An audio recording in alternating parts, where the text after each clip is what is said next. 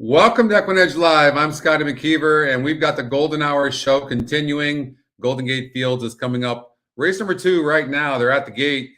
14% takeout in the Golden Hour wagers. That starts in the, I want to say, 9th race at Santa Anita Park and goes to Golden Gate Fields, back to Santa Anita, finishes off at Golden Gate Fields. All in about 50 minutes and big pools. And a lot of fun as well. So we'll cover that and plus the racing from Golden Gate Fields and Santa Anita Park. So we'll talk a little Breeders' Cup. Anything you want to talk about, I'll talk to you about my experience in the BCBC. Had a lot of highs and lows. You might be interested in hearing some of the stuff I went through and some nose losses, nose wins. I had $45,000.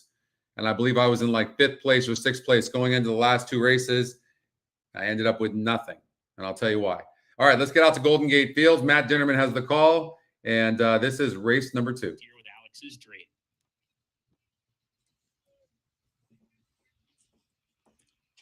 We're ready to go. And we're off.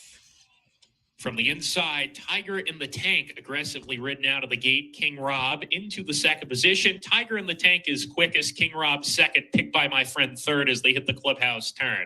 Whisper and Wink is next alongside Tribute to a Fleet. Fantastic Dream is 3rd last. Alex's Dream is 2nd to last. And Cousin Mark is the trailer as they make their way around the clubhouse turn. And Tiger in the Tank is the leader. Tiger in the Tank, a length clear of King Rob 2nd. Tribute to a Fleet on a hold. He's a little bit eager behind the pace 3rd, picked by my friend in the clear 3 wide. Another length and a half to Whisper and Wink. Fantastic Dream, 6 lengths off the pace in the purple and white colors, just ahead of Cousin Mark. Alex's Dream drops to the back of the pack. Tiger in the Tank maintains the lead. It's a length margin. In the 2nd spot, King Rob still goes okay. Whisper and Wink in 3rd, picked by my friend still outside of him. Those 2 together, 2 lengths behind the front runner. Whisper and Wink, he's in the 5th position, racing alone, 4 lengths off the lead. Cousin Mark is about 3.5 lengths behind him, under a ride with Alex's Dream and Fantastic Dream between them as they round the far turn. It's Tiger in the Tank clinging on to the lead. He's under a hard ride, though. King Rob up alongside. Picked by my friend is 3rd. He's lost contact with the top pair as they come off the turn.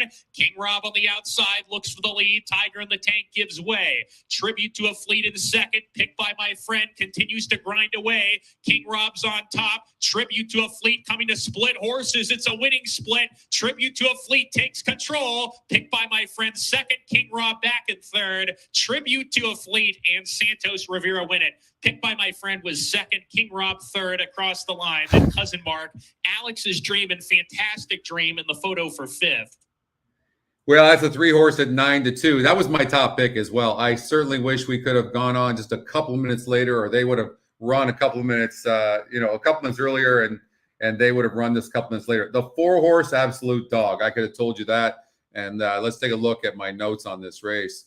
You can see here the 4 cannot trust, absolutely not trust. The 3-horse tribute to a Fleet was my top pick, and that's such a drag, That King Rob, this horse has burned so much money. I have a note all the way down here, not trustworthy at all.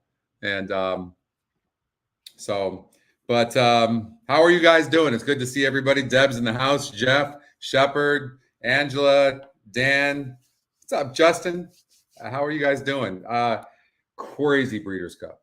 Freaking crazy Breeders' Cup. I can't tell you. Like, I'm first of all, with doing the shows, the entire team, not just me, but doing the shows and prepping for those 3 Breeders' Cup shows. What's up, Anthony, James, Daniel in the house? I mean, it was crazy. Those shows. I know it's easy for me to say, hey, what's up, Rodney? I hope you guys would agree. We were so proud of those shows. Brian, first time with Brian, producer Brian, and he did a great job. He just dove right in. It was pretty crazy. I feel like those shows came out so great. And then Justin and Oldie did a show on Friday, and that was great. I mean, that's already had 2,500 views. If you haven't seen that, check it out over on YouTube. And you can go to YouTube and subscribe to our channel, and you get all the notifications of shows and things that we're doing. Just click on the bell, and it's easy to do. Okay, so what's up, Joe? Kevin in the house. Those shows were great. Yeah, they were so good. Thank you, Dan. We were really proud of them, and we learned a lot from them as well. So we think, the goal is we want to have more content, more shows. Brad and team are working feverishly to try to get this new release up as well too. Honestly, the thing that's taken the most time is training the new people, and then the real time. The real time has been a beast. We've had a really rough time. Real time meaning making sure live odds are accurate and they update fast, making sure upcoming races are accurate, making sure that if the scratch happens, that all the metrics update. Like, just if a track is taken off the turf, making sure that all those metrics update. It's proven difficult. So that's why things are taking a little bit longer. Gino was fantastic. I thought all the guests were. Weaver was great. I thought Nick Hines was great. Christina came on and gave some great information.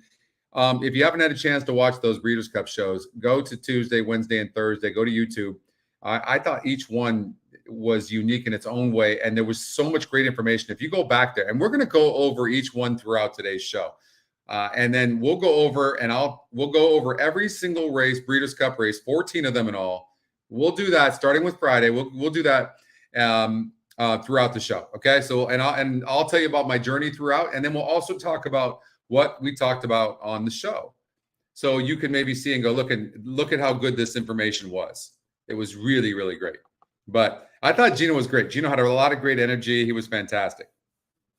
And Razor was great. Yeah, Razor was fantastic. And he gave away, he did not tell me he was going to do this, but he gave away 2 free EquinEdge subscriptions for a month. And that was pretty cool. I mean, he's smart. I mean, he knows how to market, but he's very good at what he does as well. So you can't, marketing's one thing, but you have to be able to back it up, and he does. All right, let's get to Santa Anita. We've got a pick 3 coming up. Okay, how many races? I think there's 10. Yeah, there is. There's 10 over here at Santa Anita, and then there's 10 at Golden Gate Fields. So, yeah, you're going to want to hear about my experience over. I was, I believe, in 5th place. 4th place, maybe even going into the 10th race in the BCBC. I was just like, yeah, I've lost my voice. I'm pretty sure that I need heart surgery from all of it. The ups and downs, and then of course, you know me, I'm always going for the win, and I went for the win. I went for it. I'll tell you the story. It's pretty nuts. Also, thank you, Justin. There's a mandatory payout here in the Rainbow Pick 6 at Santa Anita that starts in race number 5. So we'll be ready. We'll be prepared for that. Thank you for that reminder, Justin, because I had completely forgot. Yeah, Anthony crushed as well. Anthony, what did you hit for $26,000 or something like that? By the way, we got your message too. I gave it to Anna in marketing as well, so she's going to contact you. So thank you for that. But there was so many people hitting. It was crazy how hot the system was both days, especially Friday. It was ridiculous. So we'll learn a lot. Most of you know how to use EquinEdge. So I try, the teaching really is for the coaching classes. So if you get a chance, I can't stress enough how good these coaching classes are. Go to EquinEdge.com. Just go here and you'll see free coaching class. And we have 2 of them on Thursdays. I do both of those. And you can see there's 8 spots left for this Thursday at the 1 o'clock and 13 for at night. And then on Saturday, there's 12 spots left there. And every one of those has been booked completely. They always are. You'll get usually 3 or 4 no shows, but by the most part, they're completely booked. If you are those that keep on signing up and no showing, please don't do that. I'd rather you not sign up. That's cool. But yeah, because then it really fills up the spots with people that really want them. Okay, I need them. So, but this is a great way to learn. We go through live races. It's not boring at all. And there's a lot to learn on how to use the system. Justin does the coaching class on Saturdays. So, all right, let's go to Santa Anita. I handicapped a lot of races. So like I did a lot of all my scratches at Golden Gate. I did all my scratches at Santa Anita, and then I handicapped some at Santa Anita. So I'm a little bit actually more prepared than I normally can be. So you got to do that, Deb. Yeah, sometimes you just got to take a step backwards to move forward. And so okay. The one was a claim for 12.5. You can go to changes here and you can see the changes. Jeff Mullins claimed this horse for 40,000. Now he's been in Fuego. This is the favorite, but the horse drops in class. That's just never really a good sign. It really isn't. And this horse was running for 20, then 32, then 40, gets claimed for 40, and then drops up. So can you make an excuse for that horse's last race? 6.5 furlong. Let's click here. And, tactical speed. It's just never a good sign when a horse like the 7 horse beats you when you have everything going your way. So I don't like to make excuses for horses. And so I don't really see any excuses at all for Octopus. So I'd be careful for there. And a 12.5 claim in for 32,000 for the 1 horse, Colonel Bowman. That's being pretty aggressive. I'm not really liking that at all. The 3 horse, very fast, guessing will stop late. That was my opinion about the 3. The 6 horse, Umberto jumps aboard. This is a crazy wide open race. It really is. Let's take a look at them on the track real quickly. Vasquez, he was dragging him around the backside, came all the way back almost to the gate by himself. What's up, Caesar? It really looked like he felt good. He was dragging Ramon. We're going to talk about that. Sometimes is a sign that they are on the muscle and ready to run one of their best races. It's a sad story. Last time out, and I think he's setting up for a really good one today as well. Also, number 2, Octopus for trainer Jeff Mullins. This horse has been training amazing. Jeff has had him for quite a while, a little bit under 2 months. So he's gotten to know the horse well. And I was around the barn last time Abel Cedillo was up on him for a What's workout. up, Leslie? And Abel Cedillo has ridden him multiple times. Nick in the house. Knows the horse really well. All right, we got the regular crew here today. I'm excited. That gets me pumped. Hopefully we can get a lot of booms in here. This horse is going to run a big one today. Look, there's nothing in here. And Abel Cedillo. I don't like any of these horses. He will be placing himself in the winner's circle, feeling his best. So it looks like the 2 horse is going to be tough. It just seems to have the class on the drop. And I would just tell you this. I thought the 2 was the horse to beat. The 3 horse is going to stop. It always does. And the 2 horse is going to sit in a really good, stalking position and then finish. So and the 5 horse is the EquinEdge top pick, which is really amazing to me. Based on the odds I'm seeing, you know what I would do? I would do like a 2-3-5. No, I would do a 2 over 3-5 exacta, something like that. I don't think the 5's beating the 2. I really don't. They're at the gate. You got to get your bets in, but I would say 2 on top of 3-5. And a lot of times what you'll see here with horses coming from behind, I'm looking at a horse like the 4 horse Self-Taught. This horse completely has the look to me like a horse just claimed for 32,000, back in at the same level. But it doesn't finish great. I totally see Self-Taught, maybe a horse like that, getting 3rd or 4th. So if you played a trifecta, you'd put 2 on top with the other horses with the 4, and then 2 on top with the other horse with the other horses with 4 on top. You get it, right? In the 4 spot. So what's up, Chuck? What's up, Patrick? Anthony in the house. All right, so 2 horse going to win. I'm not betting today. I'm completely worn out. So I'll concentrate more, and hopefully we can get you guys some winners here. All right, they're going into the gate. Will the Jeff Mullins recent claim for 40,000 pay off here for $32,000 in the 3rd? Frank Marimani has the call. In the gate. And they're off. Senor Jobim hopped in the air and is hopelessly left. Octopus is going out to battle for the lead with All Eyes West. At the rail, Colonel Bowman is in 3rd. Self-taught in the blue, 4 lengths off. That's a the really lead good is sign Mr. for Bold. those of you that And back the number 2 6 is horse, Senor because Jobim. literally the 3 Half stops mile every left to time. go, and it's Every Octopus time. to leader in hand. I don't want to jinx it, but it's Almost just, a length. it's the truth. All Hey, Eyes Eric. Weston second. Colonel Bowman a clear-cut third. Still The EquinEdge long shots in third self-taught place. at the rail, Mr. Bold, and Senor Jobim continues at the back. It's Octopus in charge, less than 3/8 of a mile to go. Abel Cedillo and Octopus dictating terms by a length. All Eyes Weston second, followed by Colonel Bowman with a 3-wide bid after Octopus at the top of the stretch. It's Octopus. Here's Colonel Bowman with a big run on the outside, though. And Colonel Bowman is right up to Octopus. The 2's back, Mr. Bold is finishing with interest. I'm going to get second. Well, here comes the 5. Colonel Bowman putting away. Wow, the Octopus. 2's going to have to Mr. settle for Bold third. continues They're to going to race lose to the smartly. 3, too. It's Colonel Bowman, Mr. Bold, Colonel 1-5-3. Bowman. For Ramon Vasquez. Mr. I'm Bold, just a not hard surprised charging by second, that. then up. I'm not surprised. Yeah, perfect trip. Thanks, Rodney. Thank you very much. It just looked like that kind of race. It really did. Look at these win percentages as well. You had the 1? Nice. Angela liked that. Okay, that's a good start, Angela. All right, that's a really good start. We got Golden Gate. We have Goldstream Park, I mean. We have the races for that, right? Yeah, there we go. You guys want to go to Gulfstream Park, or you want to go to a Breeders' Cup race on Friday? We could do either one and talk about that.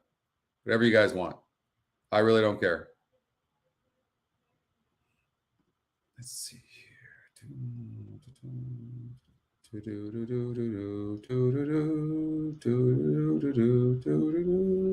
want to hear the story? Justin says GP. Deb says what it is story. Okay, next one wins.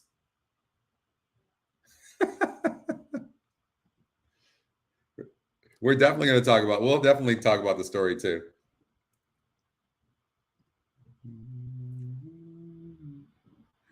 Shepard says story. Christy says go. You guys are killing me. 50-50. You see how tough it is and why I can't win? Yeah, you sure would, James. Believe me. Yeah, Zayas was on fire yesterday. What, did he have 6 wins, Justin, you were saying? Sweet Caroline. Ba, ba, ba. Good times never seem so good. So good. So good. I'm feeling fine. Ba, ba, ba. Happy Saturday. What's up, Christy? GP for Keith. All right, we're gonna do GP real quickly, okay? And the reason is because we can. You got top win percentage, top pace. Look at, I don't get discouraged by stuff like this. To me, it's a free square. Flightline was a free square for me. My story is really a sad tale in the last race. It was easy. You guys know I love Flightline. That was, everybody loved Flightline. Stevie Wonder loved Flightline. No disrespect to Stevie. I mean, it's what happened in the next horse. So it was actually the biggest bet I ever made too. Post time in less than 3 minutes. Race 8, Less than 3 minutes. minutes. I'm feeling fine. God, it's hot in here. Excuse me 1 second.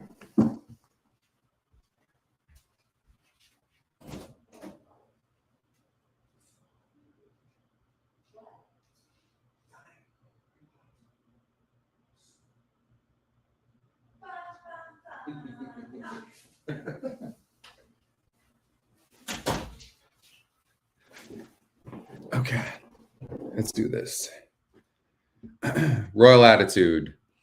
So when I look at a horse like this, to me, well, it did face tougher horses last time out, and it's only had 3 races, so you don't know its style. But it goes gate to wire, barely hangs on, right? You see pressed, and then you know it pressed here. You know, pressed here, and the competition was too tough. Now, cuts back here. We don't know the horse's level, but we feel pretty strongly it probably needs the lead. And there's a high likelihood that this horse needs the lead as well, your favorite. So does the 4 horse hurt the 2? There's a chance. absolutely a chance. 11 minutes before Golden Gate Fields.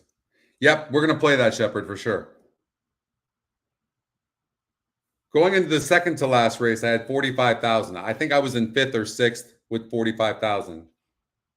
And 2 then minutes. I bet that race, and we'll talk about that. I bet the 10th race, and I bet the 7 horse, and the 7 didn't run. And I think I had maybe 35,000 going into the last race, I want to say.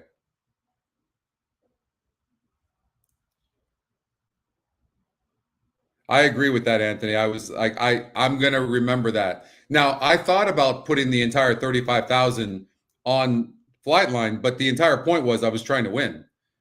And so I'll tell the story. I mean, you'll hear, I bet it all, obviously. I ended up with nothing. But I saw 2 to 5, 3 to 5. It was 3 to 5 for a while as well. And I'm like, that's going to get me not enough money. I'm going to get like $55,000 back. I mean, I knew it was going to take over 100,000 to win that tournament. And so the entire point was I was trying to win. What's up, Aaron? Yeah, we talked. There were some people that liked, Christina liked domestic spending. I didn't. I couldn't have won with that. Believe me, my entire mindset was, how do I win this? Nothing else. I could care less about second. You know how I am, Justin. I was trying to win. Yeah, I'll show. It was brutal.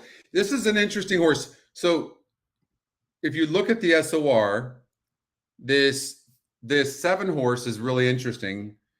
Even though it's 0 for 4 at the surface and distance, you might horses see are approaching the gets starting 113 gate for pounds. Race number 8. It's your last Like, call to I'm wager. not going to be Less than surprised 1 if this minute. 7 Last horse call gets in the for money race 8. at all. It's dropping big time in class. So whatever you bet or however you do it, I would, I'm taking the 2 definitely, obviously, over the 4 if for horses, on the lead. But look at this horse has burned some money. For this Look, afternoon's 8th race, and it's gonna. There is a really high likelihood that this 2 horse loses this race, which means maybe do a 2, 3, 5 exact. I'm sorry, 3, 5, 7 exacta box, just in case the 4 and the 2 completely bomb and stop. Fairly wide open after the big favorite. Hey, Lex. Second choice here slightly at 4 to 1 is number 5, Dominican Ice. 5 to 1 Biggest right bet now I've for number made 4, was I Royal got the Attitude. 30-something thousand in the 11th race. Next to move into the gate will be number 3, Aztec with high. But I had probably 4 or 5 races. I bet 10 grand easy. I bet you I had the highest churn because I was having success as well, but I bet you I had the highest churn in all of the tournament for sure. Here comes Dominican Ice. All right, let's check this out. I think the 2 and 4 are going to duel. With Inuel, Beato, and the last one, Double Play King with Jaime Torres to the outside. No, he didn't bet 49K on that exacta. Here's Double Play King, and they're going to be set. That exacta paid $17 for a buck, so. They're off and running from the center of the pack. Royal Attitude fast away. Living Water is also away quickly. And those 2 hook up early in a speed duel here into the first furlong. On the inside, Living Water. Up on the outside, Royal Attitude. Getting away in third position is Dominican Ice. Then we come back to the inside, Aztec. And up on the outside, Double Play King. And now Double Play King is up on the outside challenging for that third position as they race on to the far turn. The opening quarter was in 21 and 3/5 seconds. And Living Water has shaken free from Royal Attitude. Living Water leads it by about a length and a half. Now moving into that third position, Double Play King is closing in. Dominican Ice is back to 4th now, and Aztec is the trailer. They come toward the top of the stretch here. Living Water on top by almost 3 lengths now. Living Water shows the way after a half a mile in 45 seconds flat. and they straighten away into the Gulfstream Park home stretch here, and it's Living Water widening out to a 3-length lead. Double Play King on the outside looks to move into the second position. Royal Attitude is back to third. Living Water as advertised, much the best here today. Living Water and Amisao Jaramillo Thanks, Doug. to win it by more than 274. Double Play King, a good effort for second. Royal All Attitude right. Well, I home mean, third. some of you had to have the 7, right? I'm assuming. And 2 horse was best.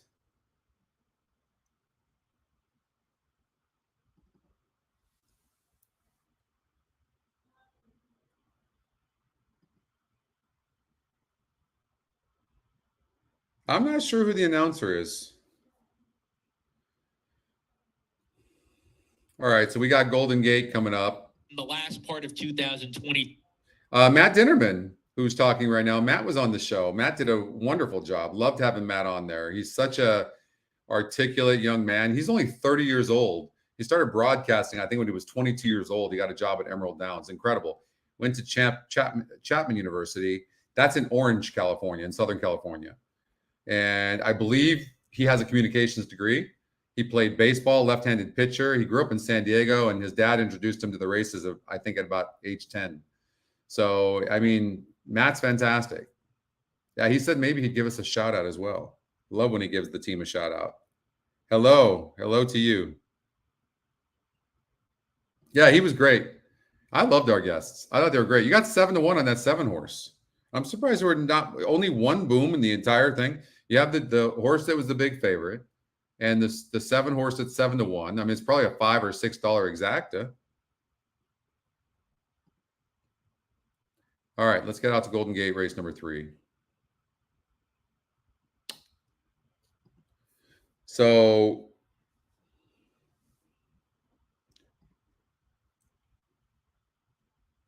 one of the things of course, I think Justin does the same thing, but I'll sort the pace. But I'm looking with my peripheral. I mean, I'm looking to see the SOR over here. Like, you guys don't have this yet, but you're going to. If you sort very soon, as a matter of fact, if you look at this here and you sort it, you can see that the 3 horse is 1 for 1 at the surface and distance, and that was against a 70 group. 25% lukewarm top win percentage, has tactical speed, and but has the lowest SOR average in the last 5 races. So that's weird. What did he do? Let's see. Oh, so this horse is just getting better and better. Look at this. Went from a 52, 56, 60, and 70 SOR. So what you're looking at is just a horse that's in tremendous form right now. That's what it is. That's all it is. And you could have bought this horse for $20K, 5 back. Very interesting. And the horse is tactical as well. But Northwest Factor is no slouch. But this one, it can probably rate a little bit from what it looks like in 4 races back, but it was 38% and disappointed. But it was on the rail. But this horse's style is to be on the lead 100%. And wow. And this is going to be your favorite? Look at this. Now it's 9-2. Well, look, it needs the lead, and it's not even close to the fastest horse in the race. I mean, this is the type of horse where you have to just throw out and not using the money at all. Now, look, this horse has been, going longer. Can this horse rate? I mean, I don't know. Look, when it hasn't gotten the lead, it hasn't run well, okay? Sometimes these horses that show speed going long and cut back, they rate. I'll tell you that. But for me, Vic was nowhere to be found and all of a sudden got 5th place. I was really happy for him. But I would try to beat the 2.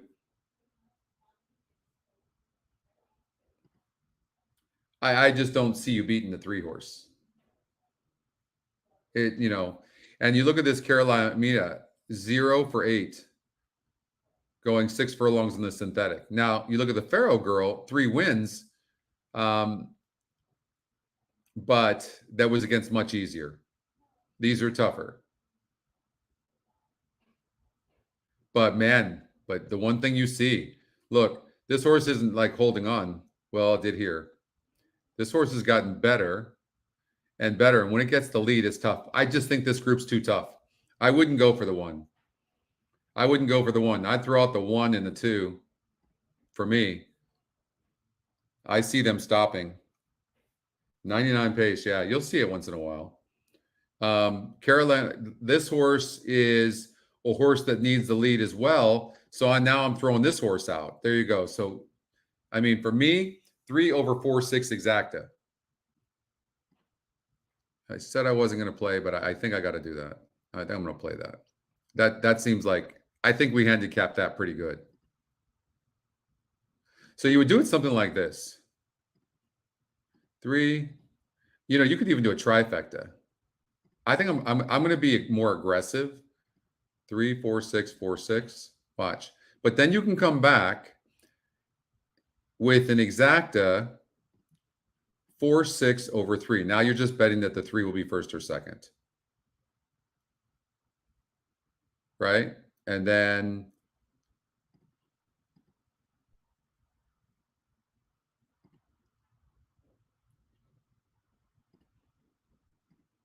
all right. Something like that. I mean, why not? And then you could cover your bet by betting the 3 to win. Okay. I didn't do that there. I'm not betting that much money, but you can cover your bet by just, 6 to 5, you get your money back. 3 looks very likely. 5 seems to need the lead. And yes, it does have some class, no doubt about it. And it's going to be on the outside of the 1 and 2. So I think of the front runners, if there was a horse that I liked, it would be the 5. So the 5 might continue to go. I'll just say that it's gonna be all about the money, meaning how you bet. I'm going to tell you at the end of the day, the reason why I didn't win that tournament, I had some bad racing luck for sure. I actually won. I did get lucky in one of the races. So it works both ways, but I had a couple that were brutal. And then, but I really feel like the way I wagered was really, really bad, really bad.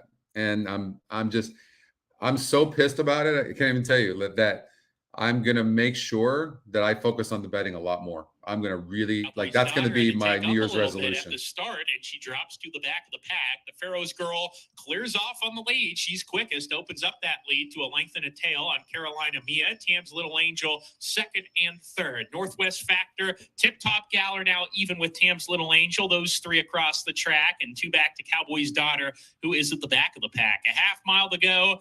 The Pharaoh's Girl with a comfy time of it on the lead, in front by a length and a tail still. Carolina Mia second. Northwest Factor getting closer from the inside to third, with Tip Top Gal between horses on a hold. Now being passed by the jockey on the 4 is completely overreacting to nothing, right? And you have to put a note on that.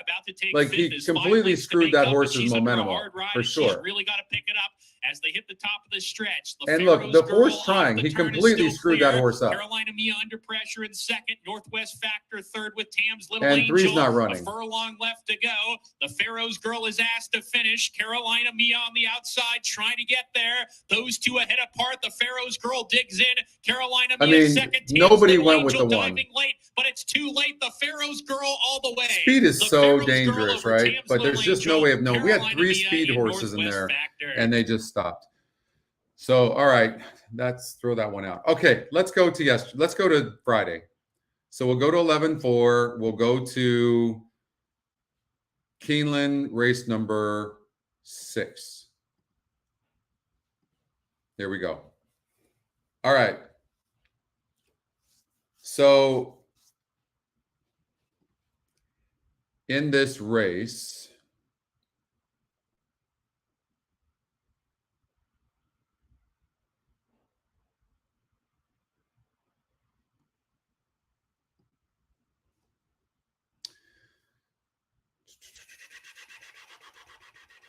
what did I do?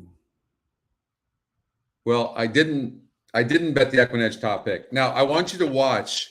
I want you to watch this too along the way. Watch the top picks and how well it was unbelievable on Friday, especially. But I mean, this is a foreign horse, folks. I mean, and the EquinEdge picks have it on top. Now, the win percentage algorithm to me seems to have a really rough time with with the foreign horses. So it doesn't know what to do with them all. And I wish I didn't feel the same way for this horse. I wish I did, because that would have been huge for me. I didn't bet a lot of money in this race, but I ended up losing this race. I didn't like Dramatized either. And to be honest, I can't even remember whether I even bet this race or not. I know I liked Oxmoor a little bit, and I like Private Creed. I know that. I think maybe I did like an exacta box. Oh, you know what I did? I did a 2-3-7 exacta box is what I did.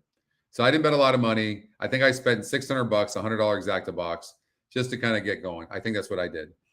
In race number 7, as many of you know, I loved Chop Chop, and Rosario, who literally had the most miserable 2 days.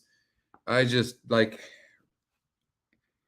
Rosario is just, I don't understand how this guy has done so well. I genuinely don't. And it's nothing personal at all, but it's just crazy how ridiculously bad he is. If you saw this race, he took this horse so wide the entire trip. It was horrendous. And I bet I think I bet 5,000 to win on Chop Chop.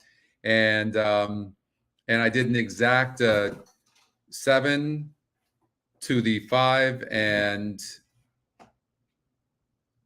13. That's what I did. So, and it came in 5, 13, 14. And I liked the 14. So, but what happened is I remember watching video on this race. So Wonder Wheel faced Chop Chop last time out. And they were within a nose of each other. And Chop Chop on paper looked really good. And what I noticed about Wonder Wheel is Wonder Wheel wasn't changing leads. And so I'm like, okay, you know what? Chop Chop had a terrible trip. Hopefully gets a better trip here and we'll win.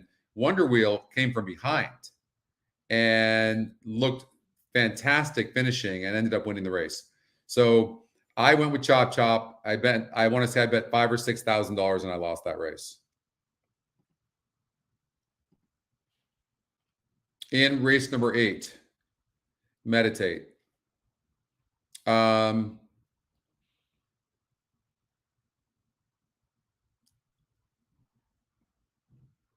I did something, but I didn't bet a lot of money in this race. I think I had the 5. I had Meditate was the favorite, but I didn't go crazy on that horse because I wasn't sure. I didn't feel comfortable, although everybody kept talking about that horse. I don't think I won any money in this race, nor did I bet very big. So nothing really that interesting in there. And race number 9, of course, this is where I hammered. I want to say I put 5,000 to win on Forte, and then I had a $500 exacta 4-3 cold. I did not do a trifecta, which I wanted to kill myself afterwards because the 10 was the EquinEdge long shot. But I did do. Oh, nice, Jared. So I did do. I did bet 5,000 to win on the 4, and I did a $500 exacta 4-3. That's all I did, and that got me into pretty darn good contention. I was pretty much on the leaderboard the rest of the way. I want to say I was in the top 25 the entire time, and there was 570 people that entered into the tournament. In race number 10, Caleb Keller came on the show. You can see here he like 10-1-6, but he really was pushing that 1. And I did put the 1 in the 3rd spot. I just did not see it running like that, and I really got caught up in the 6 horse. And the winner is. I want to say I lost around $3,000 or $4,000 in this race, and I was really more heavy on the 6. I want to say I bet 2,500 to win on the 6. Plus, I did an exacta, and yeah, that didn't work out well for me. Silver Knot, I was betting against as well, and that horse ran huge and got 2nd. So I was on the wrong side of that race, and I gave back around $2,000 or $3,000. So I think at the end of this day, I want to say I was like in, I don't know, 8th or 9th place. Something like that going into, it was crazy. It was going into the last day. Let's see, where are we right now? 7 minutes to Anita. All right, so now let's go to day number 2. I remember, God, what did I have? I think I had $29,000, and the leader had $65,000 going into Saturday. And race number 3 was huge because I told everybody if you were watching the shows, that Good Night Olive was my best bet of the weekend. The problem was for me. Now I bet 5,000 to win on her. The problem was Echo Zulu.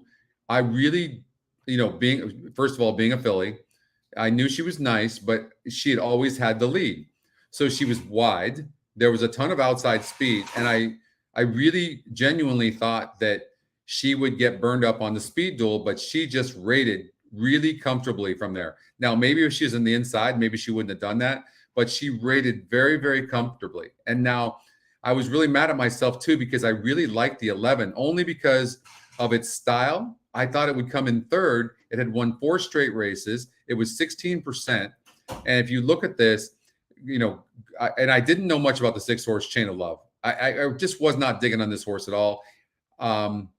But there was an opportunity for me here to do a lot better than just bet 5,000 to win on this horse. And it put me up in the rankings for sure, but I just could not connect on my exotics. What's up, Jared? Caravel. This is the race that just absolutely crushed me. So I had Caravel and everything. Now, if you watched Caravel go gate to wire, Caravel runs with his head up. Golden Pal broke dead last. I think the gate crew, the gate handler, held him on accident, of course, but I think he held him. But once Golden Pal did not get the lead, and Golden Pal would have had this lead, Caravel would have been done. I had $1,000 exact at 8-3, the EquinEdge long shot. And if Golden Pal breaks well and wins that race, that would have been huge for me. And if somehow the 10 would have stayed up for third, I had like a $500 trifecta, 8, 3, 10. And only other horse I had for third was the 1-horse Creative Force, who got third. But everything was to Golden Pal. I bet 7,500 to win on Golden Pal. I had $1,000 exact to 8-3. I had a $500 trifecta, 8 over 3 over 1 and 10. This one had the chance to it would have won the tournament probably. So that one really hurt when Golden Pal didn't break out of the gate. All right, we'll get back to Cyberknife race afterwards. Let's get to Anita.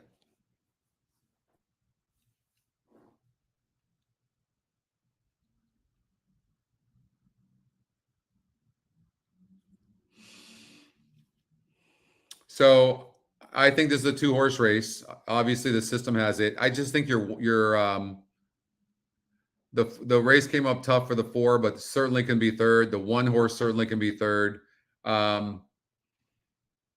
I feel like I had mixed feelings about the 2 a little bit. It's going to be 2-3. I truly believe that. But here's why I like and this is something you can look at with the past performances. So this horse, yes, it did face a 68 group. You see that 68, 68. And you look at that and you go, okay, well, he got 4th by 2.5. So how can I trust him? Well, you can trust the metrics together. And many of you know what I'm going to say right now, right? Look at the win percentage in that 68 race. It was 2%. So now it's 68 and 36%. Thanks. Thank you, Coach. Thank you so much. So I just think the 2-horse is going to is primed, ready to go. Hernandez jumps aboard. Newgrange, that was a tough race last time out. The horse is definitely dropping in class. And by the way, in that 9-3, it needed the race, and that was a really tough group. That race came up really tough. I'll show you. Go Joe 1. This horse is pretty decent. Was in the grade 2 and got 4th and was in the lead the entire way. So that was a nice race. High Connection didn't come back to run well, but prior to that was doing really, really good. But then they thought so much of this horse. Baffer put this horse in a grade 1. So Newgrange comes out of nice races. 1 and 4 are also rans. 2 and 3 are class droppers. Unfortunately for the 1 and 4, this race came up really tough. Remember how I'm always telling you that all maiden 32,000 claimers are not the same. Same with allowance optional claiming. Now, look, if you're Bob Baffert, not Bob Baffert, there was an example here. Okay, here you go. Look, if you're Sadler, you're looking going, Okay, well, I've ran him in optional claiming 80 2 races in a row. And look, they were 62 and 60 in strength of race, and the horse didn't run. So he doesn't know. And then look how tough this race came up. And the reason is because there's 2 droppers in the 3 and 2. So this race just came up very tough. So I don't in any way see the 4 horse winning this race, nor the 1.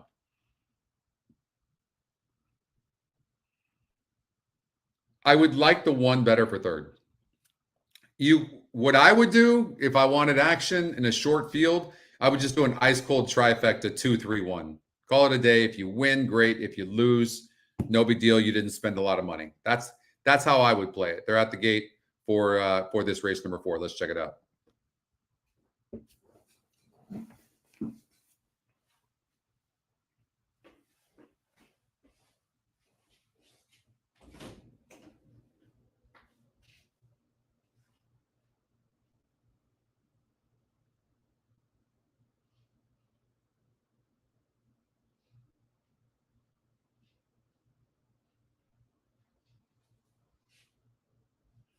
It's post time. The horses have reached the gate. They're loading in the gate for the 4th.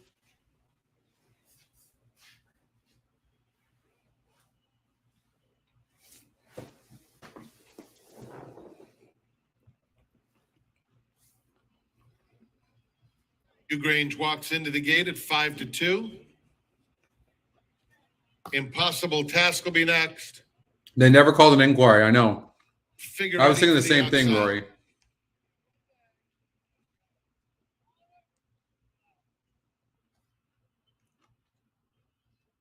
We're in the gate. And they're off. Newgrange hustled out, takes the lead at once. Tripoli, Impossible Task is now hard ridden for speed and comes up alongside Newgrange. Azul Coast is down at the rail.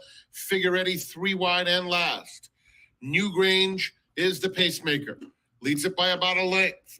Impossible Task is clearly second. Azul Coast is So down jockey at on the rail. 2 just needs to be more Tripoli patient, between and he's not horses, and being. Figuretti on the outside now moves into 4th. They're covered by only 3 lengths as they swing on to the backstretch, and it's Newgrange leading the way just under a length to Impossible Task in second. Then Figuretti, Whitecap. 23 is very widest of fast. all. Tripoli in traffic, Azul Coast just inside of him. Past the 5/8. Ricky Gonzalez and Newgrange leading the way. And it's Newgrange passing the half-mile pole, maintaining a 1-length edge on Impossible Task second. Azul Coast together with Figuretti and Tripoli still between those 2. Newgrange tries to slip away now, a 2-length lead. Impossible Task, hard-ridden, not getting to him at this stage. Tripoli getting some breathing room, and here he comes. Tripoli comes through to be a joint second inside Figuretti. Azul Coast is last. They turn for home, and it's Newgrange still the one to catch. Tripoli a length and a half back second. Figuretti on the outside. There's an 1/8 of a mile to go, and Newgrange has another gear, and he opens up authoritatively. Newgrange widens. It's a 5-length lead close to home, and Newgrange, a good-looking W, scores by over 5. Tripoli was second. What's up, Tim? Third. So all that happened there was the jockey outrode them. Smart move, and he just sent as hard as he could to get the lead, and that was the winning move. So nice job by Gonzalez. When you do that, and you have class like that, no, that's what happens. So nice effort there. That was a smart move by Ricky Gonzalez.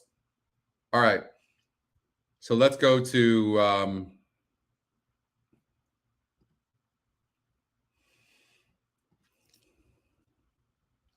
what race were we in? Race 5. All right. So I didn't like Cody's Wish. I didn't like his lack of speed. I know the story. Don't make me feel bad. And it's an amazing story, no question. But just on the handicapping side.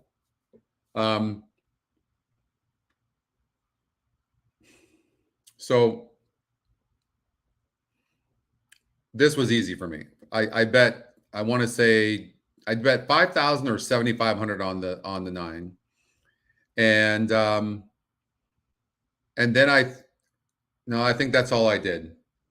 No, that's exactly. No, I bet 5,000 on the 9. That was it. So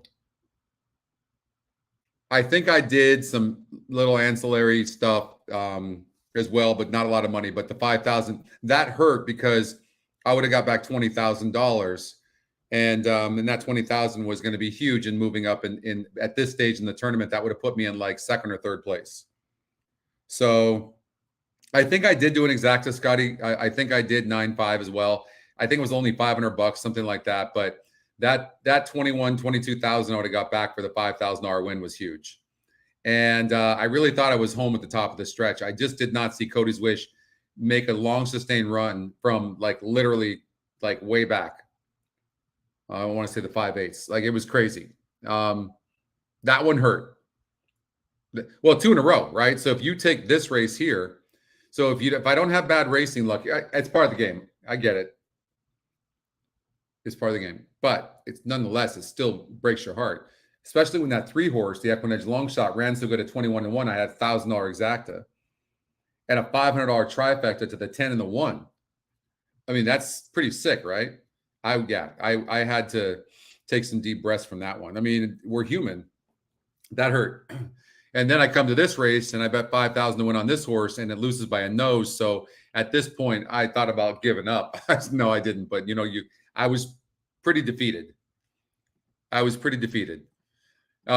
the while, I kept hanging in there and I was at the top of the leaderboard the entire time. So I'm like, man, I'm doing pretty good. Then we get to this race and I had this one cold. I had $1,000 exacta 511.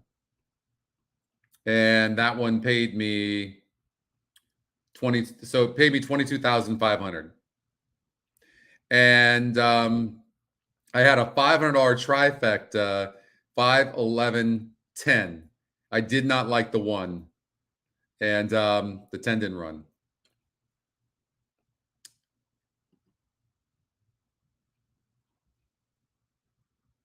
In here, I think I even said it on the shows. I did not trust Jackie's Warrior. This horse needs the lead. Rosario could not have been any more shitty in this weekend. Like, I bet you, like, he's going to lose so many mounts. I mean, his rides were atrocious. I hate to talk about jockeys. I really do, and I don't want to be that guy. But holy crap, this guy was bad. And there's a lead in to that going up to the. I'm just going to make you wait just a couple of minutes, Tim, on the Breeders' Cup Classic. I'll tell you that bet's crazy. I bet all of my bankroll, the entire thing on that, because I wanted to win that. That was like, I think 33 to 35,000, something like that I had left. But I was feeling pretty good about myself going into the 10th race because I was in, I want to say 5th place. I had $45,000 and the shit just unraveled. Oh, shit. We got to do that. Oh, shit. Thank you for that. We got to play the pick 6 real quick. Mandatory payout.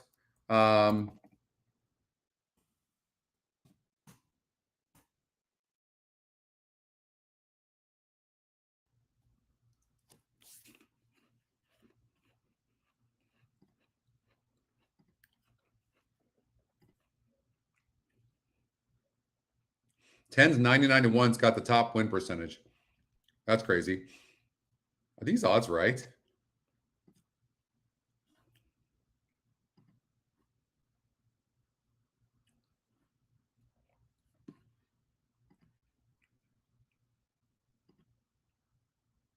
I'm on staging and the odds aren't correct.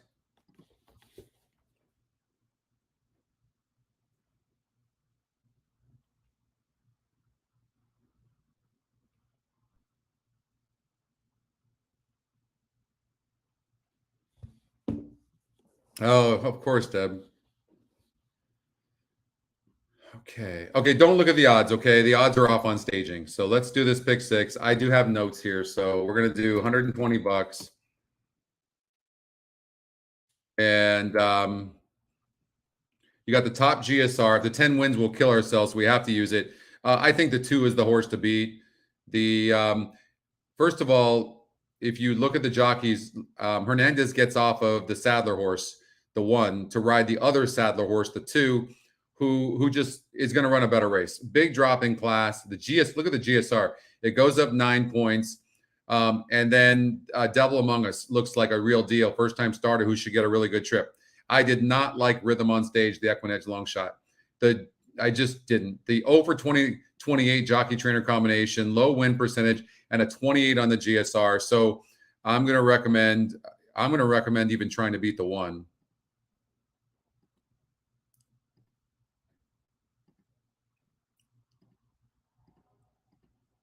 So I'm going to recommend 10 just because I don't know.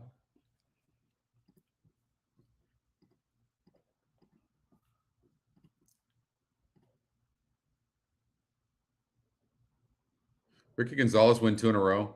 Okay, let's see here. We're not going to leave the 1 out just in case. Why not? It's the EquinEdge top pick. Probably not a smart move. All right. Okay, we got to single the 3. Now, its record on Santa Anita is not great, but it dominates every category, and the races at Santa Anita might have been a while ago. So I'm not entirely sure how it's going to do on the dirt at Santa Anita. We'll see, but it's just dominant on everything else. So let's just hope. I think that's the best single. Low GSR on the 6. Don't use that. GSR on the 7 is really, really good. It did not have a good trip, the 8. So why did I throw it out then? Oh, I didn't like it. That's right. I did look at that race. So we'll use those horses there. That looks okay. The 2 is the pace.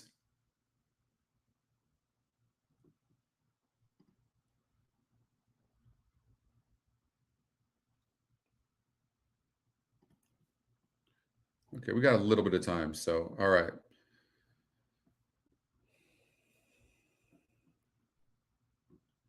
I'm going to lock this race. Now, if some of you want to make a point about anybody, yeah, it was rough. It was good and bad. Yeah, there's something's wrong with the odds. What about the single shepherd? Oh, it's the only negative that I see is if you look here, it's had 2 tries on the dirt surface at Santa Anita and didn't run great. I think this horse is gone. Gets 115 pounds. And for all I know, those 2 races could have been against really rough competition. So I don't know.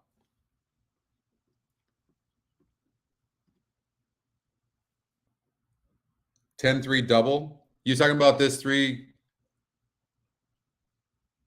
Oh, gotcha.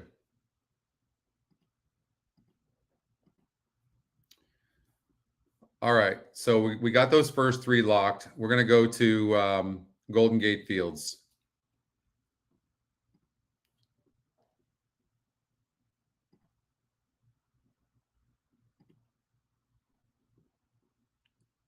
One, 4, 1, 4.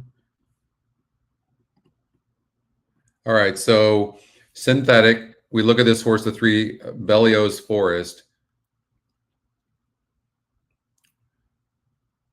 642 SOR, 8%, now 21%. I mean, certainly deserves a look. This 4 horse, 5-2 on the EquinEdge morning line, getting off the turf and going on the synthetic. You know, this is the type of horse that I would never use, right? But I mean, I'm not the system. I mean, why is the system somewhat like this horse? 14%. Going on synthetic, the number actually goes down. Ace Espinoza jumps aboard. Coming in from Southern California, so the change in surface on the synthetic could make all the difference in the world. So that's a tough one just to eliminate. This one here, for sure, is the class of the field. Anton Georgi, the 1 Cura. I'm going to say no on the 4. And I don't even think the 3 is that great. Yeah.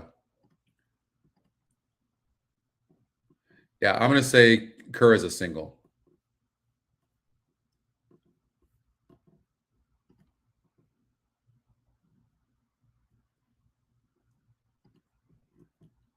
All right. So, yeah, 7-5 on Kura.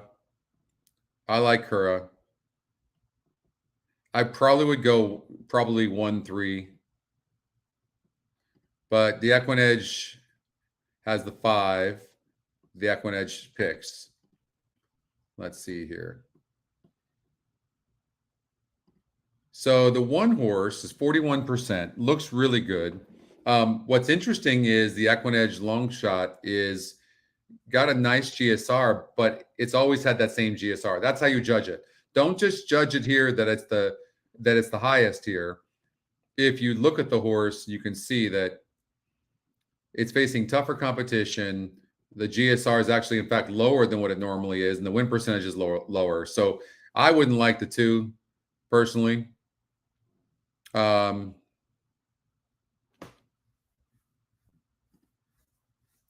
Like the system could have easily chosen the 3 horse as its long shot, and I don't know why it didn't. So the more I'm looking at this, the more I like the 1-5. So I would take the EquinEdge picks 1-5 and then 3. So I would do maybe an exacta 1-5 and then maybe 1-5-3 trifecta or 1-3-5 trifecta, something like that. 1-5-3. And the red light is now flashing on the starting gate at Golden Gate Fields, which means a start is imminent.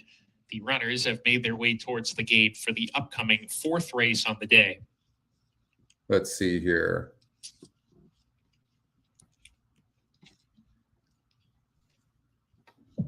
Okay. So there's a stewards inquiry over at Goldstream Park. We didn't look at that. All right. So I think the 1, 3-2. That's actually not bad odds. Hey, Christy, what's going on? Christy Moore in the house. Wow. It's a good day. Christy jumping on. Tim's jumping on. So I'm going to tell about my classic bets here shortly. Unworld. 2 back.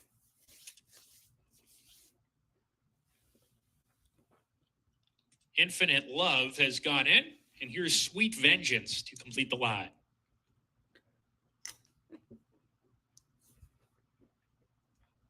We're ready to go. So we'll watch this. And Lara. Then we'll finish the Rainbow Pick The 6. inside, Kura out of And then we'll talk about the She's classic being asked for yesterday. Speed has the lead naturally. Sweet Vengeance into second, Unworld third as they approach the clubhouse turn.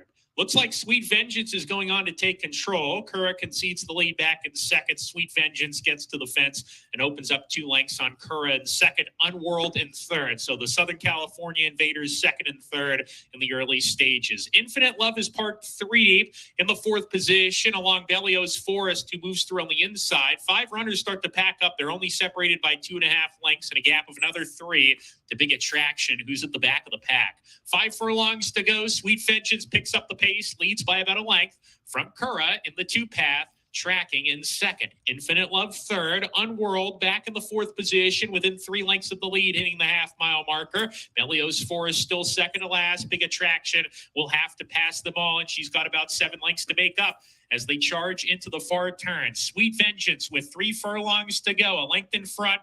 Kura getting closer without being asked. Down the throat latch of Sweet Vengeance, who's under pressure. Kura, without being asked, takes the lead. Kura sticks her head in front. Sweet Vengeance from the inside has Looks like retreated 5 to is second. done. Unworld is under a ride. She's losing third. Infinite Love is trying to move up as they come to the top of the stretch. She's 3 wide in contention. Down the lane, Kura still in front. Infinite Love on the outside is making a nice bid towards the lead. And Belio's Forest getting into the race late, but now on the inside, And it two's is gonna catch the Belio's 1. Forest who has taken command, and Belio's Forest shakes away. Big Attraction from the back coming on late, but she's second best. Belio's Forest wins it. Big Attraction was second, Kura third, and then Infinite Love.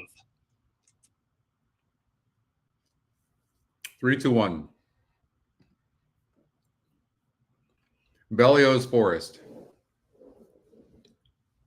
And how about Big Attraction? The EquinEdge long shot at 23-1. I would have hated this horse. I did hate this horse. It's amazing how the algorithm does this. I have no idea. By the way, watch for Brian Pena when he's coming from behind, when he has a closer. He gets a horse to relax and finish. All right. let's get back to yesterday. So I think we're in the 7th race, I think.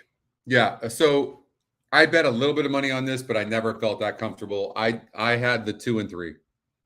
I didn't like Elite Power. I didn't think it was classy enough. But I think that's how weak this race was, that this horse got up. It looked like a claiming race to me. I thought this. I put in the matter of fact, I put a note on this horse. You can see that this was a very weak Breeders' Cup Sprint because you see the level and you think, oh, it's tough, but this really was not. Jackie's Warrior. Whenever Jackie's Warrior doesn't clear, she's done or he's done. He was terrible. Rosario was terrible. Kamari never ran. And, I started getting mixed feeling. I liked Kamari before him, but I backed off in betting this race that much because I started looking at the field size that this horse was facing. 3 other horses here, 4 other horses here, and I started going, you know what? That means something. And I just wasn't trusting this horse that much. And Jose Ortiz never even really fired this weekend, but I think that just set it up for Irad and Elite Power, because if you look at the SOR of this horse, it's the weakest. So I just think this was a very weak group. Aloha West was coming off a layoff, made kind of a move, but then leveled out, understandably. They were probably trying to get Aloha West ready, but just didn't have enough time. Next time this horse should run good. Watch Aloha West. This horse will get a lot out of that race. CZ Rocket coming in second like that just tells you how weak that race was. Yeah, and exactly. So this was just a very tough race. And what did I say? One of the things that we talked about, though, was the pace. What did we say? The one thing in my defense, Alan, that I did say was that the 9 could be screwed because the 7 horse's speed. And I said, it doesn't matter that the 7 is not going to win the race. It could affect a horse like Jackie's Warrior. And that's exactly what happened. This one horse that's a big long shot affected the race. It's crazy, right? He was talking the horse up. All right, race 8, Modern Games. I lost this race. I did a curveball here. I did an exacta box 6-4. I thought I was home free. And I also bet. What did I bet 1,000 or 2,000 to win on Ivar as well. So I got a little bit caught up in Ivar. I started watching some of his past races, and he was always there. And I thought, all right, well, maybe Castellano will make the difference. And down the stretch, got the lead, and I was like really excited. And there came Modern Games, and I knew immediately Modern Games was going to beat Ivar, but I thought Ivar would get second, and then just stopped. The Iowa bred was not in this race, but it was the 10 horse in another race, in the sprint race. I didn't like that horse at all. So I lost this race. I didn't bet a lot of money because I didn't love it, but I did lose this race. I want to say I lost maybe $3,000 or $4,000. Okay, so here, if you heard the coverage on TVG, they kept talking up Blue Stripe. Everybody kept talking about how good this horse was. Now, the person ended up winning this tournament won because of this. I'm sure of it. Now, I love Malathat. So I bet 7,500 to win on Malathat. And Malathat was the best horse in the race. He went, 7-8 wide, was behind horses and barely got up, but was the best horse in the race for sure. And everyone kept talking up the workouts for Blue Stripe. So I did 1/6/2 for, I think it was a $2,000 trifecta. And then I had a $500 trifecta, 1/6/4, and Nest never ran. And so I had everything for the 2 for third. I just never envisioned that horse with this talent of field, with Nest and Malathat was a no-brainer to me. I really got caught up in Malathat yesterday morning. I started really looking at this horse going, you know what? Nest is impressive on paper, but Malatha's just a different level. And I watched some video, and if you just watch the stride on this horse, it's just incredible. So I got caught up in Malathat. I bet 7,500 to win. That was a nice payoff. But I just could not connect. And if Blue Stripe gets third, I still get a $500 trifecta, which would have been better anyways than the $1,000 trifecta I had 1-6-2. Good call. Thank you. Thank you. Thank you. Thank you. Okay.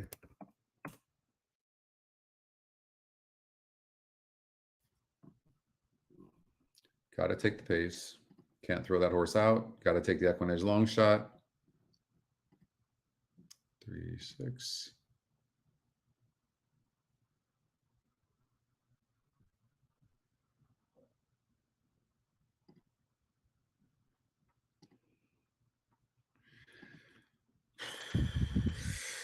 They just gelded this horse.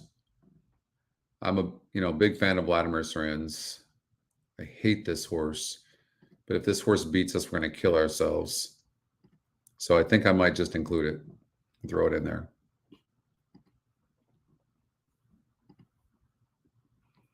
So JJ off the 5 and the 8 gets a perfect trip behind the 1, but I don't think this horse is trustworthy. I think the 2 is a single.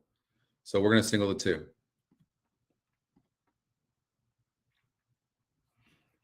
All right, what does that leave us with? Okay. I think this race, I did look at it a little bit.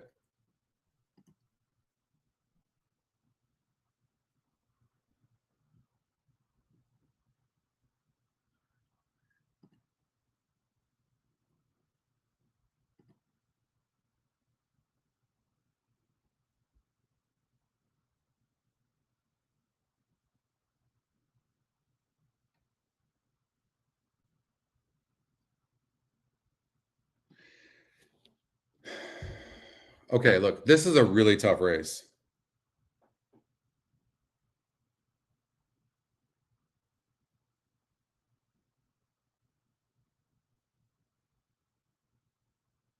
Yeah. Hey, Nathan, how are you? So I would recommend this.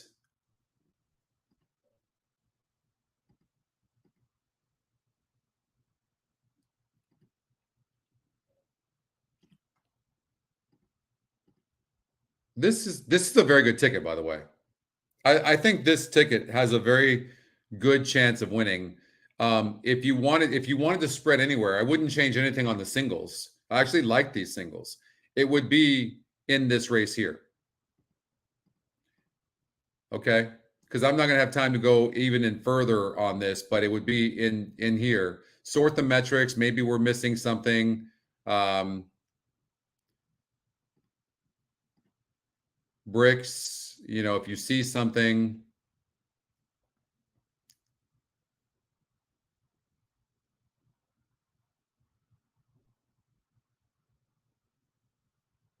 I mean, this horse, I don't personally care for this horse.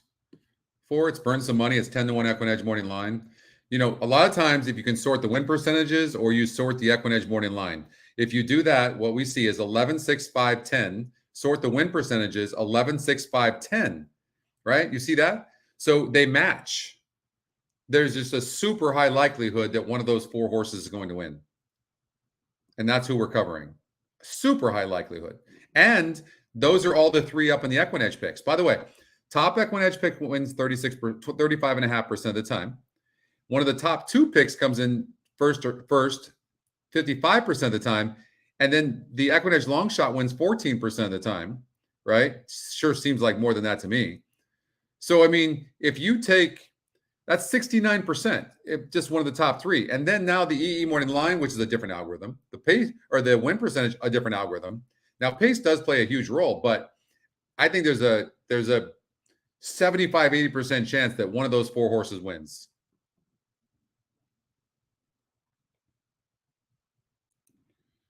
Yeah, me too.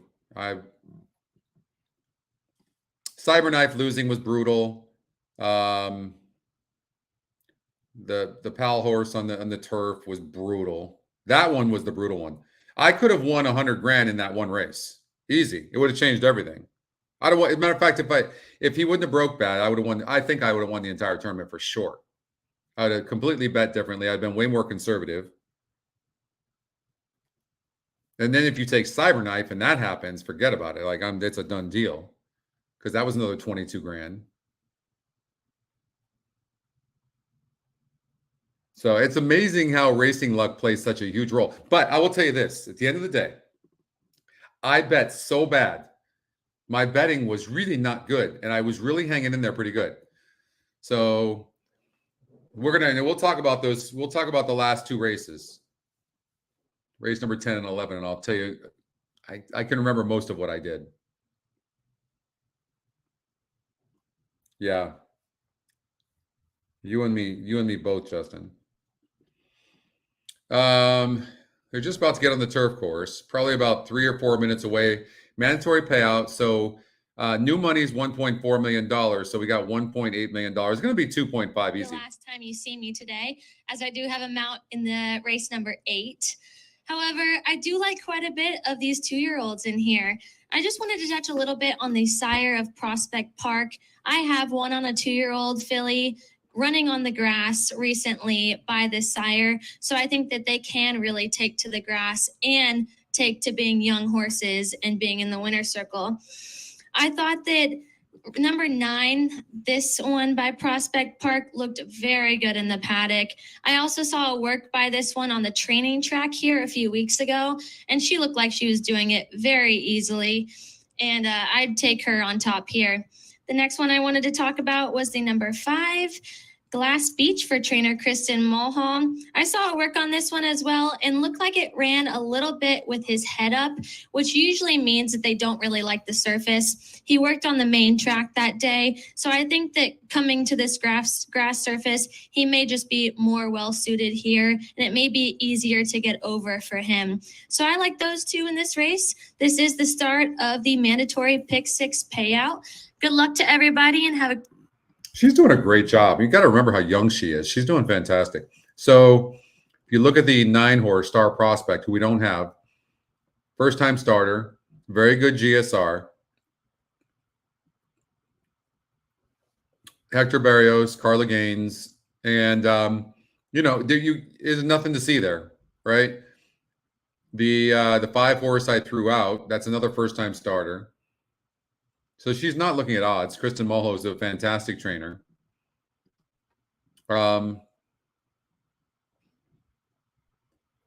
So, I mean, I'm not going to be surprised if a bomb wins. I'll tell you that right now. Don't be surprised. People bet what they can see.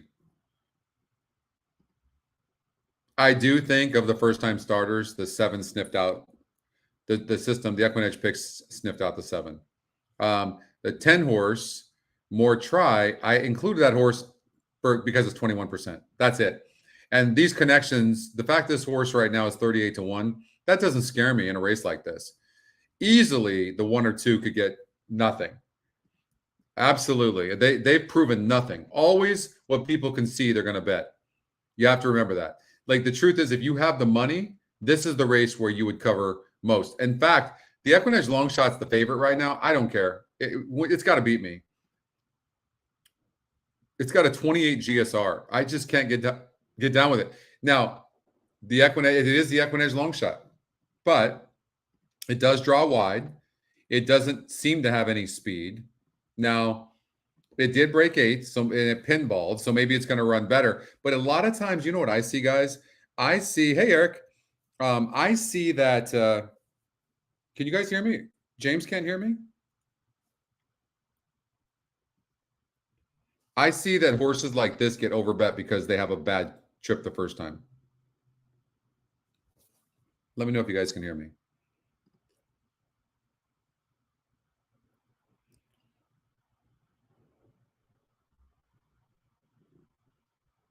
You can? Okay. She does, right? I think she's fantastic. She's young. And to be so poised, what were you doing at that age? Shit, I couldn't have done that. Are you kidding me? I'd have run for the hills. I mean, pretty amazing how mature she is. And she knows what she's talking about. Remember what she was just saying, where when a horse is running with its head up, it's usually a sign that a horse might not like the surface. Now, that's not always the case because many horses do that. And when they do, and they don't get the lead, they start chasing and they're like that, and it wears them out. And you have to remember, it's like a boxer. One of the things that happens with boxers, they learn how to control their breathing. Because if you get in a fight and you're so like worked up, the oxygen is going to cut off in your blood. And then you're going to be, you're screwed, because no matter how good you can fight, you have no air. Right. So this is the same thing with horses. So this is why it's important to look at them and see how they look. Are they relaxed? Are they on their toes? Are they animated? Because they have to preserve themselves. And this is why horses that run with their heads up, I don't love that much unless it's clear that they have enough class and they're going to get the lead. I'm really curious to see how this 13 is going to run as they're loading into the gate. All right, beginning of the mandatory payout Rainbow Pick 6. And we've got $3 million. $3 million. Wow, incredible.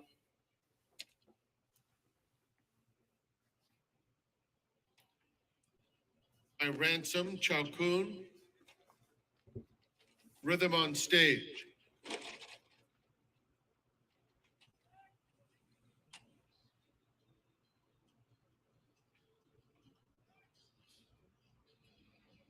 Rhythm on stage goes in.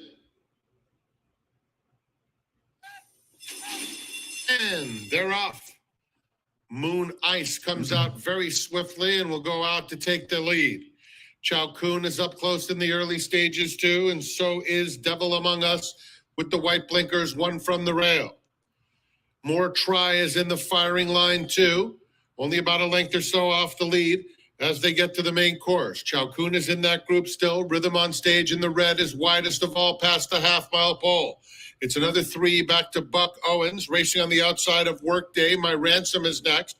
A gap before to Star Prospect. The last one, Perk, is next. And another 2 to Glass Beach. It is a strung out field that heads to the quarter pole, and Moon Ice doing it well on the front end, has it by a length and a half. Down at the rail, Gold Council. I would watch. Make sure you put on the notes. Put the 7 horse, because the 7 really was in between horses. Did not have a good trip. Come on, 10. And it's still Moon Ice. Come on, 10. Come on, 10. Get up. Please get up. It's Gold Get up. Oh. 7 was huge. Look at this 10. Wins it by 2.5 or 3. More Try second. Third to Moon Ice. Fourth went to Buck Owens, and then it's a photo for 5th. That does involve Devil Among Us.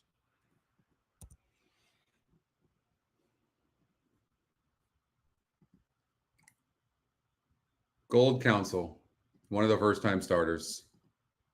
How good was the 10? Top GSR, 21%. Oh my God, that was sick. Look, if you use Gold Council, you got to use them all. I mean, there's all the first-time starters, right?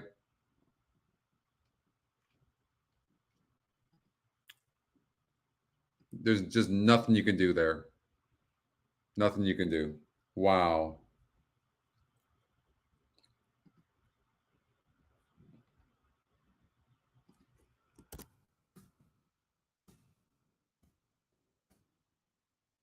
Note on that 7 Devil Among Us. This horse was best in the race, but 13 stopped. No, I had no doubt in my mind that 13 was going to stop. The GSR is too good to let a 28 GSR win. I don't buy it. That really sucks. 42-1 we had on that 10 horse. The 10 didn't have the best trip either. Oh, God, that's just sick.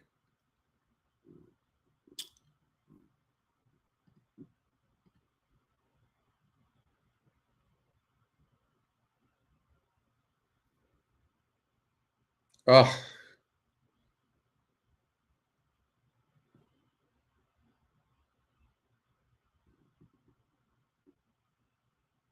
That's brutal.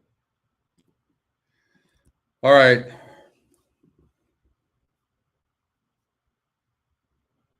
Yeah, no.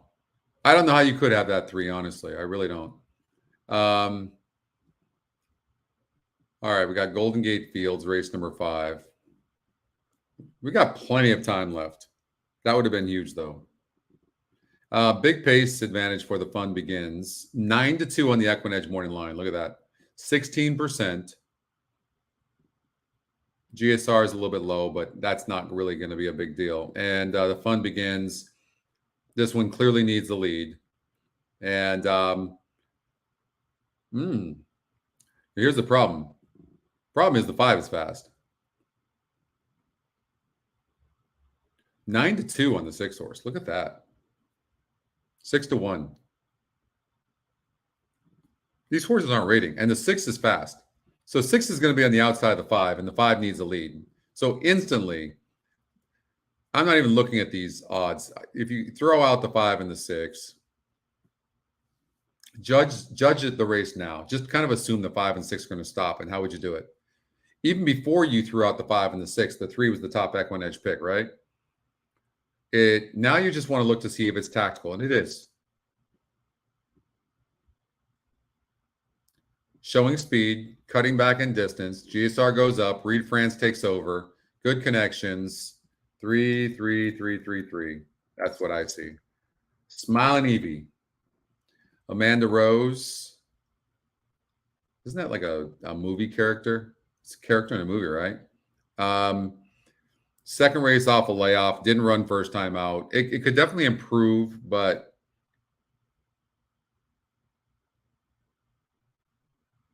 what's interesting to me is why did they take this horse down south? Why didn't they keep it up? And then they brought it up. They put this horse in for $25,000. Now it's in for $12,500. I would take that more as a negative. I don't think this horse is doing great for me. So 3.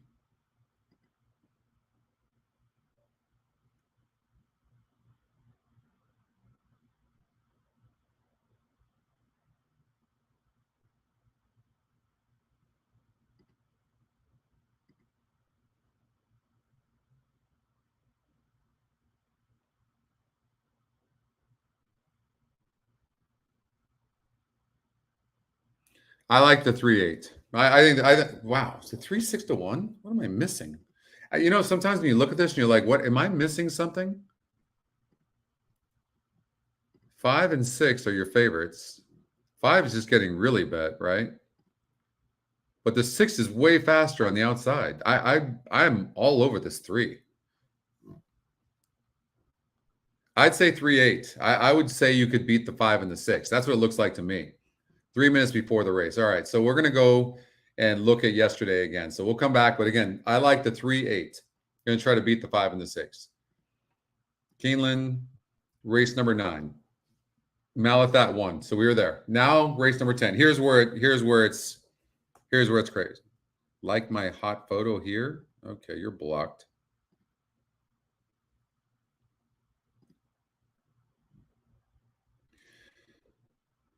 Okay.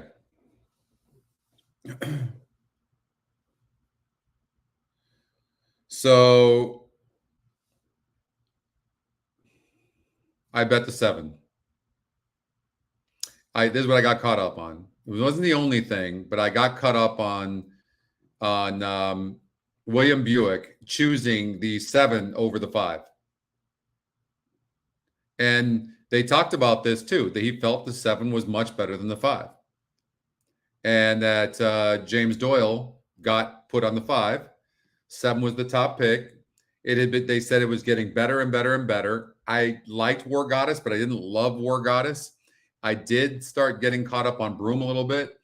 Although I went away from myself. So that was bad betting because I saw this here, but this horse had good form in this race last year where it got second. Coming into this race this year, the form sucked. And none of the European riders were on this horse. I mean, they put on Irad Ortiz, but still. So that was really like bad. And then Aidan O'Brien really was talking up this horse, Stone Age. They really liked Stone Age. But if you looked in the post parade, this horse was like foaming out of its mouth. I was like, I mean, literally was worked up and just like it looked like it had, some sort of bacteria. It's like, I can't play that horse. So it made me like the 7 that much more. I couldn't see anybody else. But I did not do a 7-3 anyways but I did bet 7,500 to win on the 7. And then I had about 2,500 in other bets. So I lost over 10. I think I lost a little bit over $10,000 in this race. That smarted a little bit. I think that brought me down to like $34,000, something like that. I think that's what it did. All right, the crazy race. This one was nuts. This is the Breeders' Cup Classic, of course. And I still had about 30-something thousand, and I knew I was going all in. I was going all in. I mean, it's a lot of money, I know. But I am trying to win this tournament. This is not new for me. Anybody that knows me knows that I'm winning or coming in, with nothing. And we'll get to Golden Gate, and I'll come back and we'll talk about the Breeders' Cup Classic. All right.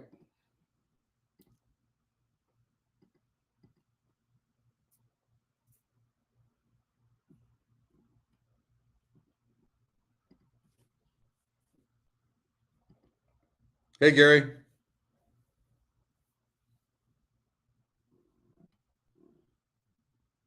I mean, look, the 6 is fast as hell. They both need the lead. 6 actually has more class than the 5. I mean, the truth is that you should like the 6 horse more than the 5. Look at the class of this horse. Its GSR goes from 48 to 56. It goes up. The morning line is 9-2. In fact, the more I look at this, the more I don't like the 5, who's your favorite, and like the 6 better than the 5. So maybe, and there's an old saying that speed kills speed. So maybe the 6 keeps on going and then the 3 comes. So actually, in fact, I like 3-8. I'm going to really suggest and look at the morning line on the damn 3. It's 8-5. I just saw that right now. I think 3 wins this race. I think I would put the 6 in there somewhere and the 8. I would maybe do a 3-6-8 exacta box. I bet the 3 to win at 5-1 for sure. And the 6 could go gate to wire. I think the 5 is stopping. Gotta hope I'm right. And I'm seeing this. 3 more runners. I know I'm load. reading the Miranda information pass. properly, but it doesn't always play out that way. All right, let's see what happens.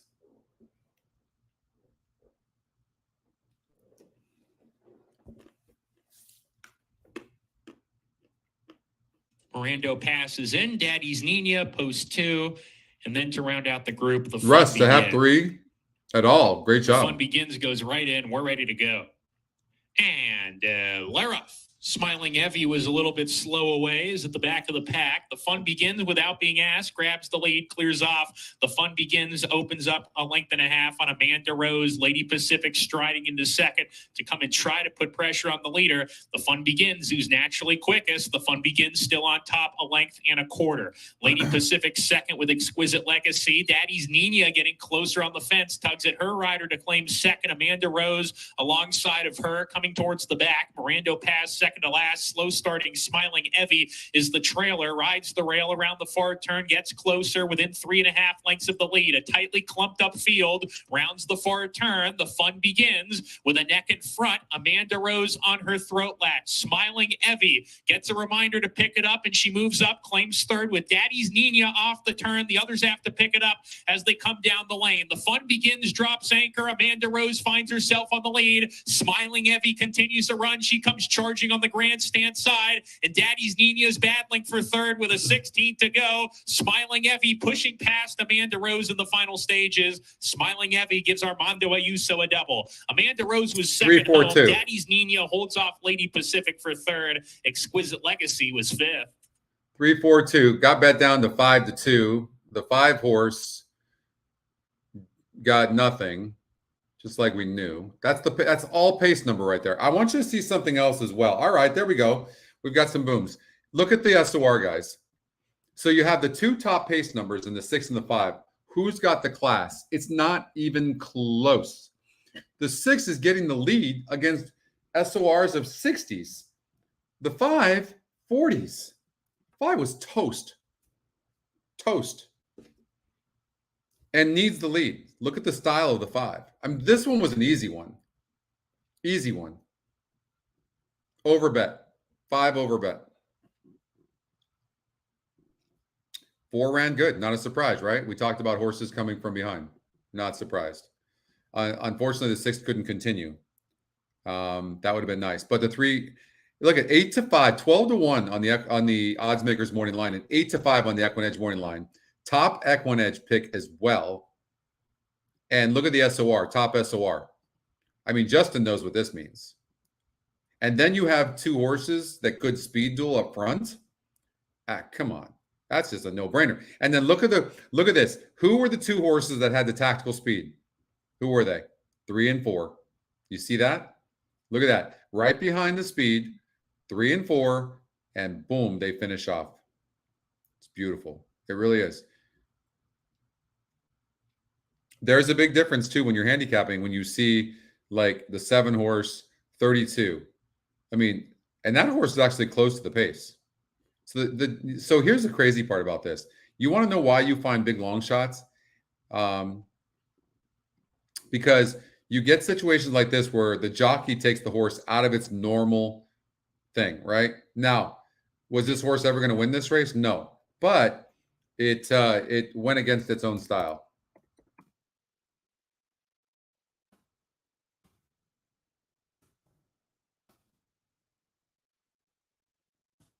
Watch for next against easier. That's what you want to, that's the note. The note, which race did the note help me? One of the Breeders' Cup races, the note was huge for me. I put it on Twitter too. Oh, I can't remember. I thought it was a Breeders' Cup race, but I had a note on a horse and the note was huge. And I put it on Twitter and showed my note and said, hey, notes help. But the correct note helps, right? Because if I have to put watch for next against easier, because I just don't see this horse beating a group this, so it needs to come down a little bit. But if it does, it might look like a fire sale because the horse just stopped and lost by 10 lengths. And all of a sudden now they drop this horse in for 62.50 and then bam, you get a win, right? Because Pablo Flores, I think it's Pedro, excuse me. He sent that horse. And of course the horse was going to stop. 0 for 13 jockey trainer combination. Anyways, watch for next. God, why couldn't that 10 win that first one?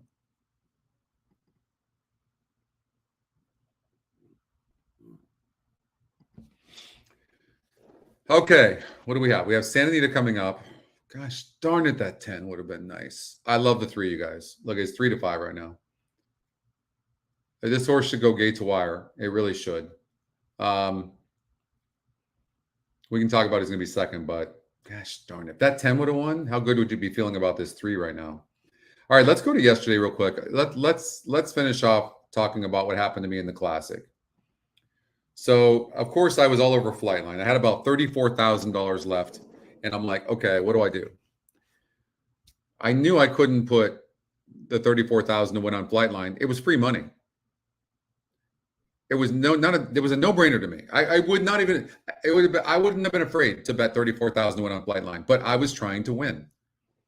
I wasn't trying to, I could have preserved probably, I think 6th place, probably 7th place. I could have preserved that. And some would say that was more important, you know, secure an NHC seat and all that. And they could be right. They could be. And I'm not qualified for the NHC. But I was just like, no, yeah, we'll do a pick 5, Gary. So anyways, everything I had was 4-6.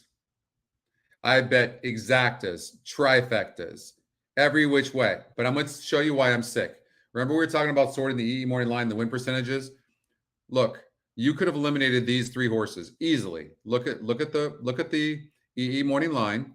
Stop at Olympiad right here, 10 to 1. Then now you got 30, 30, and 45. You could, and then 4%, 10, and 3. You could cut this off right here. Easy. Now you're left with these horses. I told everybody on my shows that Life is Good was going to stop because look at the GSR. Okay? Now watch. Bam. Now we have these. That's it. These horses. That's what I did. I'm like, okay. Then I went and I sorted the SORs. Look at this horse. Second, first against 82, 86, 80, 82. So I had about $10,000 in trifectas, 4 with 6 with 1 7. And I had about $20,000 in exactas, 4 6. And I figured that if that came in 4 6, 1 or 7 would be third, and I would have a chance at winning the tournament. That's what I did. And 6 horse got pulled up and had surgery last night. So that hurt. It definitely hurt. But that's what happened. But if anything, you know, you can learn. I still think I bet wrong, because if you look at the win percentages here too. So watch, look at, you got 8 to 1, 10 to 1, and 10 to 1 in the EquinEdge morning line on Taiba, Epicenter, and Olympiad. It's not like Epicenter is 3 to 1 EquinEdge morning line. It's 10 to 1. It's not like the win percentage on Epicenter is 30%, right? So I think I messed up. I think the bet was to do 4 and then pick one of these 3 horses to be second or third.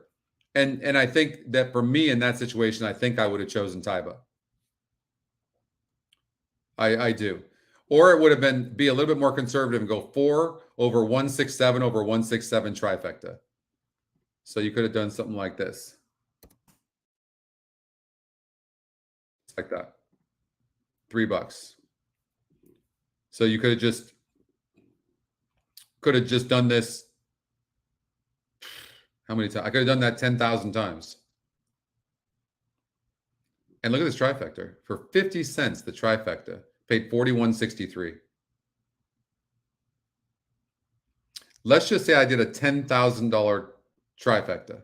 Cost me 30 grand. I had like 34, 35,000. Let's just say this 41 bucks drops down to 21 bucks, right? I win the tournament. So from that perspective, I feel like I bet wrong. All right, let's do a pick 5.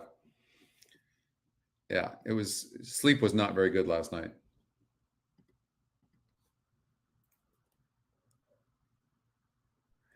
There's probably, I want to say 40, 50 other tournaments that I played in where I was in the top 5 in those tournaments. And then I ended up with nothing because I was trying to win. I'm not going to change that. That's just the way I'm built. I want to win. I don't care about getting a 5th place finish at all. Maybe, and I'm not saying that's the right or wrong. It's just the way I'm built.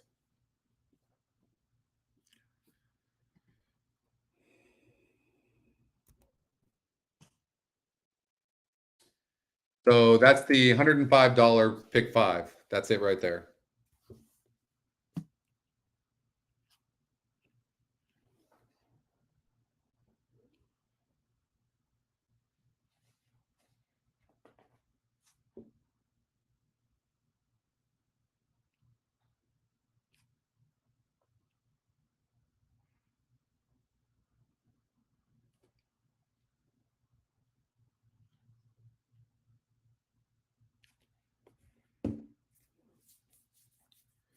Let's look at a vertical here. I think the 3 with the bug is taking them gate to wire. That's what I think. By the way, this is the 3rd race off a layoff. So this horse has needed the races. And this is a big drop. This horse going from 25,000 open claiming down to 10. And here's the thing, there's always this chance though. And that is that this horse is just no good anymore. And that might be the case. I'm hoping that's not the case, but that could be. I like the 2 a lot. Absolutely. I think the 4 is a money burner, Gary. No, the tournaments are fun, but they can be stressful. But it just depends on the stress you put on yourself. Like one of my goals is to win the BCBC. So I do feel like my bets were too aggressive. I mean, I went everything basically. I thought that obviously Flightline was a free square, but 30-something thousand dollars basically went on Epicenter to place. That's what it went on. I just think that was not good betting. So it's easy to say after the fact, but I think I could have won the tournament just by covering those 3 horses for the second and third spots. Yeah, I like the 2 a lot, Gary.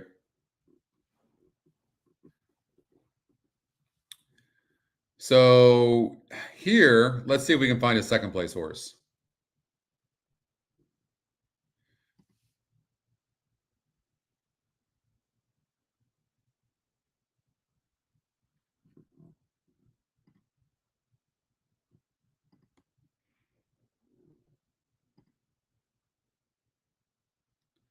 So here's the thing. This is a decision you have to make. The 7 horse does not have the class. And there's obviously some droppers in here. Okay. This is a dropper as well. Right. But look, it faced the 3 last time out. It's the EquinEdge second pick. It's 5-1 right now, and it just stopped. Now, the jockey gets back on, and they go on dirt. I mean, maybe he just let up. Maybe they know something. I mean, I'm leaning more towards, if you look at the race 3 back, how the horse just lost by 6 lengths. I have a feeling in the last race, and the horse had a wide post, guessing it was lost path early. So losing its path, it's like loses its footing on the dirt or something, or on the, well, in this case, the turf. So maybe it slipped. I'm going to say the 5 is going to be second. And then the 7 horse doesn't have the class, but the 7 could pick up a piece. But so could this horse. What I didn't like was, if you look at this horse here, this horse could end up trying to get second, because look what it did last time out. It pulled in between horses. That's never going to work. So throw that out. Diodoro takes over. So you go from a 6% trainer to a 21% trainer.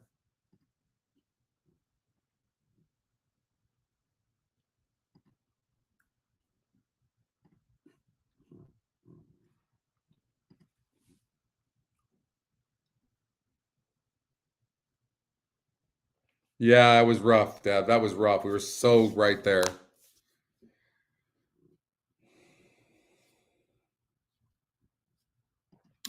Jamming this horse. So kind of paint a picture. So this horse faced a 58 group, was 4% to do it, and got second. That's a nice run. Then it goes into a sprint race against an even tougher group and didn't run terrible at 10-1. Throw that out. This is where it's weird. The horse drops from a 60 to a 50. You're thinking it should be one of the favorites and win. I might forgive that race only because it was only 7% to win. So this is a really tough horse to judge. I don't think it's beating the 3, but the 1 could run. Let's just say the 5's no good. Maybe the 5's done. Vasquez gets back aboard, the EquinEdge pick. But I think I would probably like this 1 horse to rebound some. This horse has wonderful form, but this is a big, there's some decent horses in here. So I would probably do a 3 over 1.5 exacta. That's how I would probably do it. And just knowing that the 4 could definitely get second. That pool over 600. Or the 7, excuse me, could definitely get second. I didn't like the 4. 7 could certainly get second place, no doubt. But I think, honestly, I'm leaning towards the 1 horse getting second place. But loud music, I think it's a free square. 3 are in. Let's see what happens here.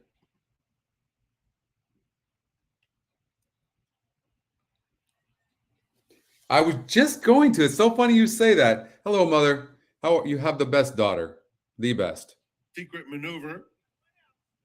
The best daughter. Remember Sue to the You raised an outside. amazing person. She's a legend here in my company. Bring the gate. And they're off. Oh, 3 broke good, or stumbled a little bit, but got the lead. The initiative at once. I mean, don't like that he stumbled. Hot on the trail in between them. Remember Sue is fourth. Gem and Jill moves through along the inside, followed by Chow Mar and Sugar Kisses at the back. 7 furlongs to run and loud music, making the pace, leading by a length and a half. At the rail, hot on the trail with Remember Sue in fourth. Secret Maneuver third at this stage, 2 lengths off the leader. We don't think about it, but right now what's key is the jockey's hands and how confident, and the horse's ears are pricked, looks very good, not going too fast. It's really key that the horse gets a breather here, as long as it doesn't have any ailments, of course. Gets a breather so it can finish. Secret Maneuver third. Remember Sue fourth, 4 lengths off the lead with a half mile to travel. And Gem and Jill is down at the rail. A half dozen to Sugar Kisses. I don't see the 5 or 6 beating the 3. It's been loud I don't see anybody beating the 3. Opened.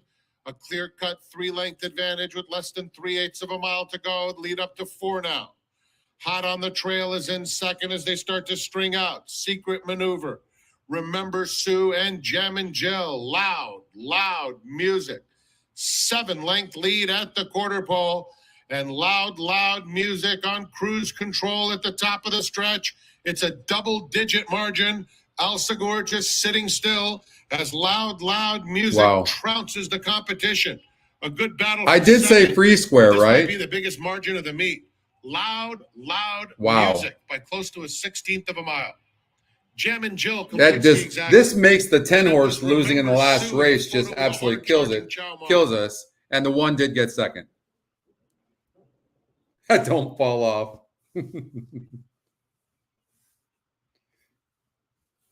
Yeah. I mean, that's what it looked like to me. Those are the types of singles you want to have. Oh my God, that 10 horse. Can you imagine how we'd be feeling? It would probably come down to the 2, that single, Number right? 3, loud music was first. 1, Gem and Jill second. Photo for third. Wow. Thank you so much, you guys. Thank you.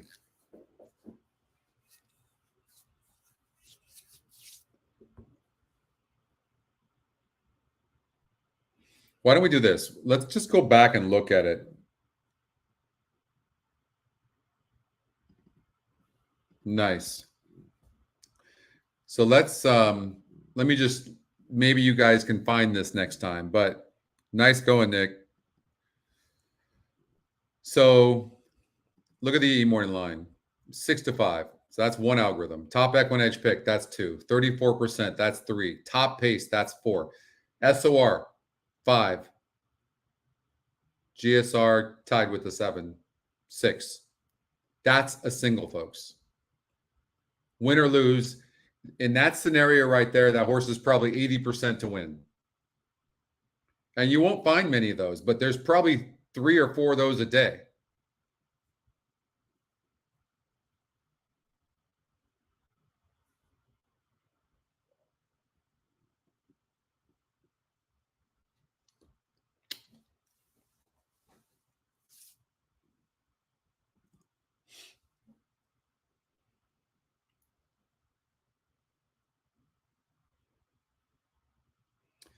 We got the golden hour starting in race number 9.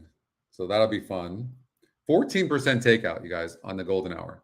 So we got the golden hour pick 4, golden hour daily double, all starts in race number 9.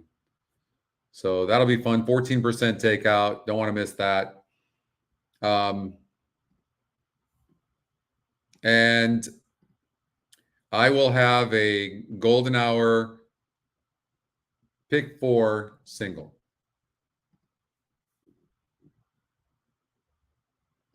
All right, Golden Gate race number 6. For those metrics in alignment, right? Exactly. So it's something we're working on. So you can you see like price plays are up now. Top squares, we have a little bit of work to do on this particular one. I know Brad's thinking we're going to make a lot of progress this week. But the top squares will show up here. And then eventually I have mixed feelings about it. I'm not going to lie. We could create where it showed us every single horse that met this criteria that the 3 did.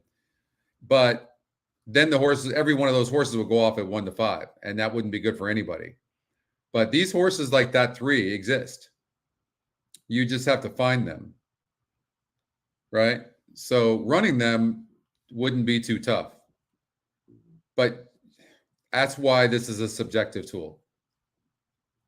And I don't have them, just so you know. So you guys have everything that I have, other than I have the test site. So, all right. So let's take a look at this.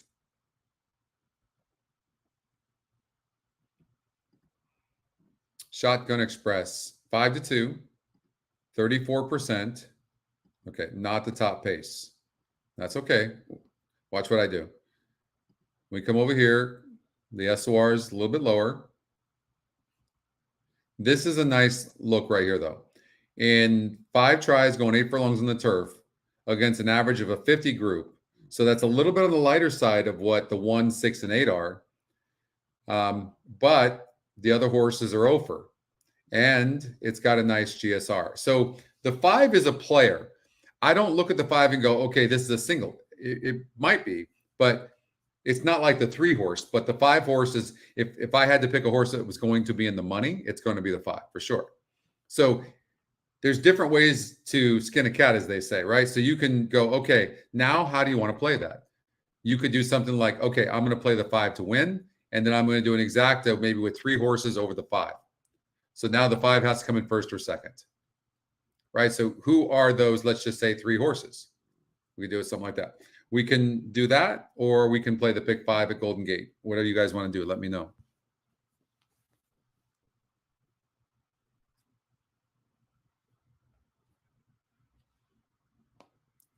Wow.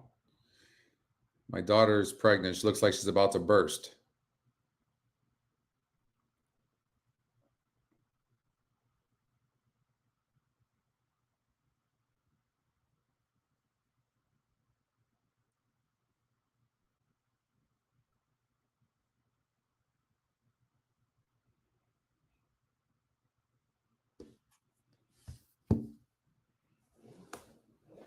Yeah, that's true, Dan. If you can find pace by its tracks, you know, it's incredible. Oh, okay. Lexi wants to do a pick 5. You got it, Lex. All right. We'll do it for 80.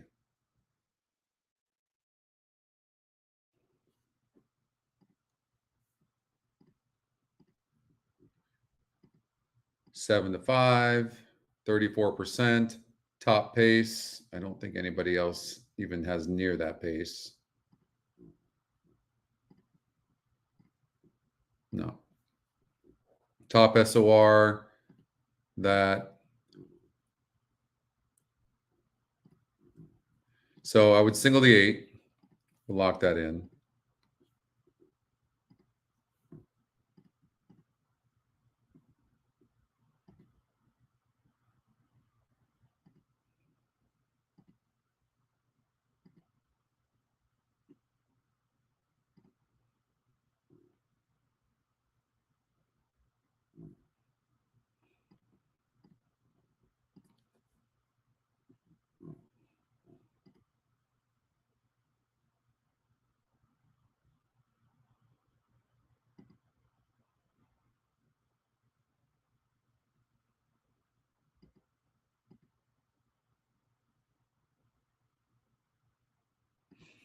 I would single the 7.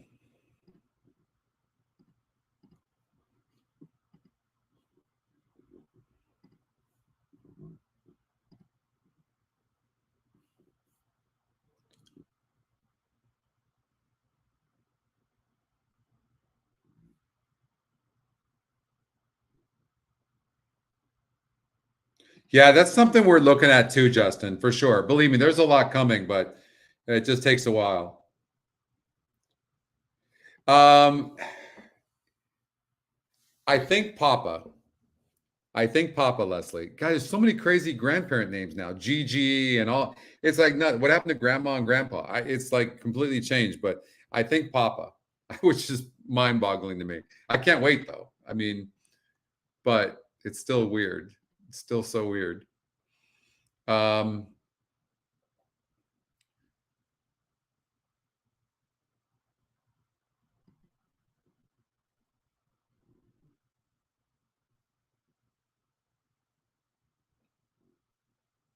So clearly the system is saying that this race is tough, and I would agree. I have no clue in this race. There's a massive pace advantage for this 7, right? I think maybe we don't have to play that much in here. Just want to make sure that I didn't eliminate anybody that has enough speed to go with that 7. No. All right.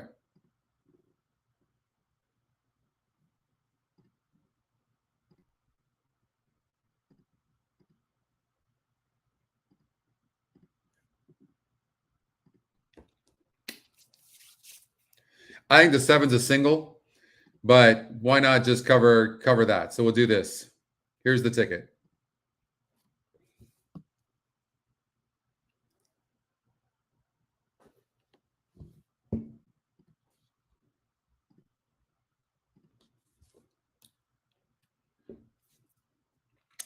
What's off the turf, Art?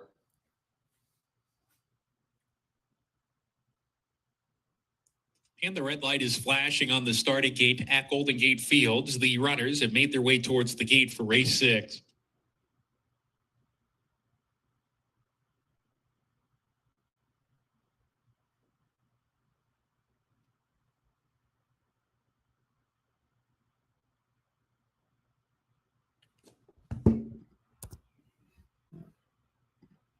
That's the ticket.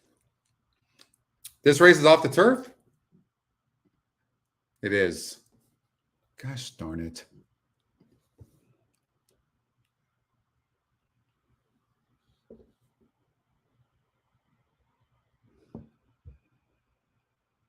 House of Lords to the inside. Shotgun Express. Sugar Beats. They've all got it. Here's Egomania, post position 6. Roaring Tiger about to take his spot in the gate next.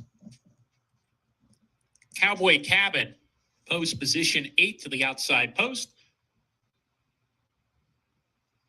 2 more runners to load in. Salto del Tigre. And then Mr. Botanicals.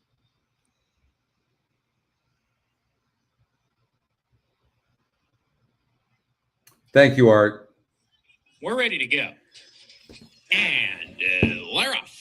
Getting squeezed at the break. Egomania drops to the back. Roaring Tiger going to the front. So we've got the Shotgun 1, 4, 5, Express. 6, 7, Cowboy 8. Cabin on the engine early. He's keen to go on as they charge into the clubhouse turn. Out in front, Roaring Tiger paves the way. Cowboy Cabin into the second position on a hold right now. He's asked to sit off the pace setter in second. House of Lords is third alongside Shotgun Express. Salto del Tigre, he's in the 5th position just ahead of Sugar Beats. And then comes Mr. Botanicals second to last. Egomania is at the back of the pack. 8 lengths from front to back as they swing up the backside. Roaring Tiger making play on the lead in the first leg of the late pick 5. About a length in front. Cowboy Cabin, relaxed now, stalking in the second position. He's a length and a half in front of Shotgun Express. House of Lords to his inside. Another 2.5 lengths more to Salto del Tigre. Sugar Beats together. And then another pair, Egomania, at the back of the pack with Mr. Botanicals as they hit the forward turn run. Roaring Tiger with 3 furlongs to go. He is the leader, opens up a length and a half, and Cowboy Cabin is shown more rain to pick up the pace second. House of Lords stays on the fence third. Shotgun 3 would be Express amazing. tries to get closer in the 3 path at the quarter pole. Sugar Beats 5 lengths behind under pressure. Then comes Mr. Botanicals, who swings deep as they roll down the lane. Roaring Tiger approaching the furlong pole in front. House of Lords trying to wear him down from second. These two 1-2 as they come to the 16th pole, and House of Lords is taken over. House of Lords, Kevin Radke with a double on the card. House of Lords pulling away for a 3-length score. Roaring 1-3. Tiger second, Egomania third over Salt. And we have it, but obviously we wanted the 3 horse. Or no, we didn't. We didn't have the 3. Oh shit! What am I rooting for? All right, the 1-1. What was I rooting for the 3 for? Thank God the 1 got there. I know, I didn't know. I'm sitting there rooting for the 3.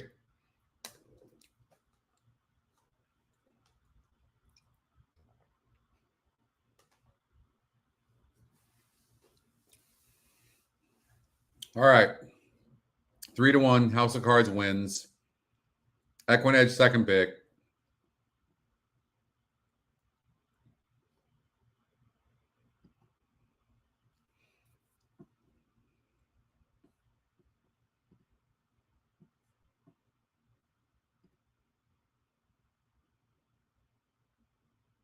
I know. Oh, Tim had the 3. You had the 3, Tim?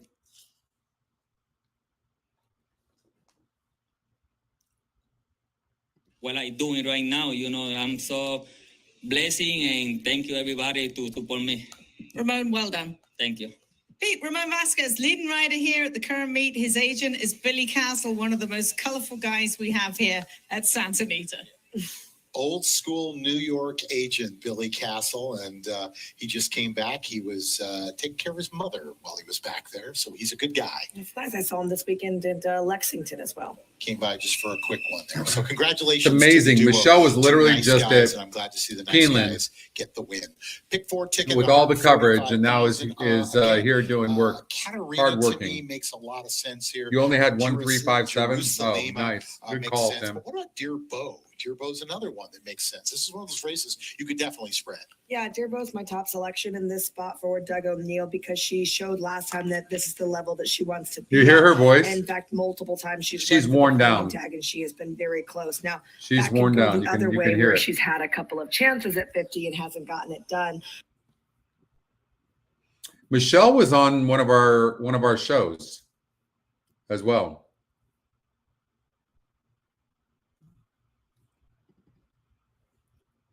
And we haven't seen Tim on our shows very often anymore. We miss you, Tim.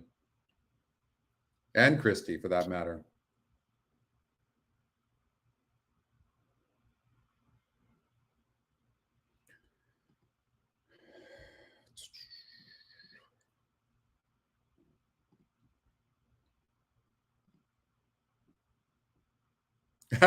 Boom Racing. Peter Lurie was a guest as well. He had funny stories. Yep. That was great. Those shows were great. They were exhausting. I mean, you talking about one guest after the other was really hard in the sense of keeping the show going and mixing between just chatting and having a good time and then also talking about picks and things you liked and things like that. So hard. It's not an easy thing to do.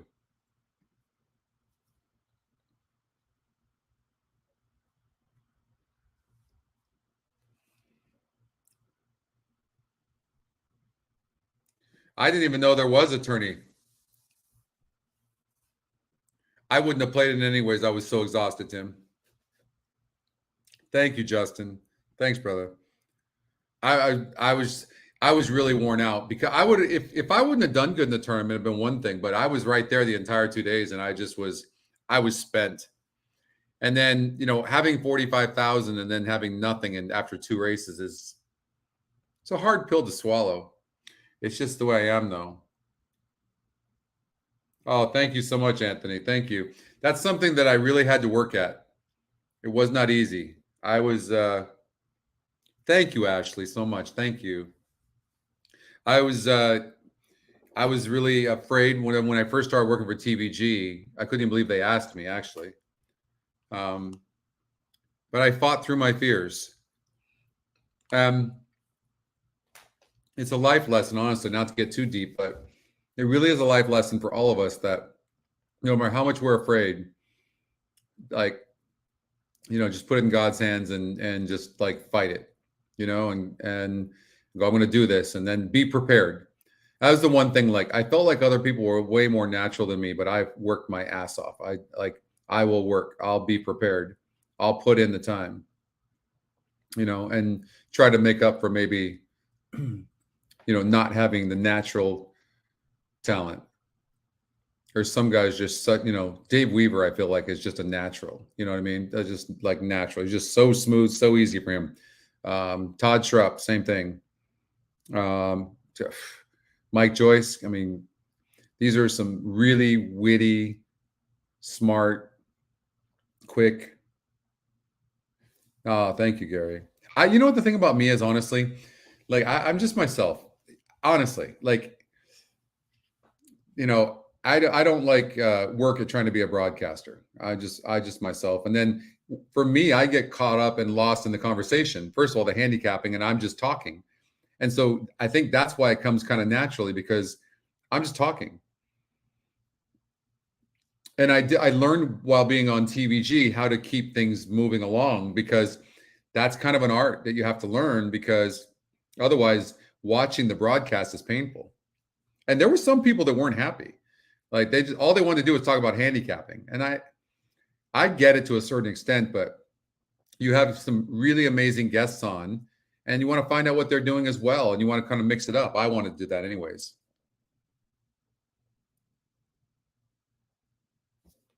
I've singled that horse. We've singled that horse. I love that horse. That's our single. Lane's Way. I think it's a single. Dead Air is oh, thank you, Leslie. Dead Air is brutal. No, love this horse. Do they like the horse? Johnny, do they like the horse? Because I mean, this is the horse. I personally think, honestly, I watched the 6 horse and the 4 horse. They came out of the same race, and the 4 horse has been burning money. Hernandez gets off of the 5, gets off of the 8. I didn't think those were contenders. I thought the 9 horse Red Flag which we'll talk about for verticals. I thought this was a very interesting horse for the exotics to get up late, but I thought Lane Way is going to sit tactically and beat him. The 1's faster than the 4 for sure, but I don't think the 1 can win.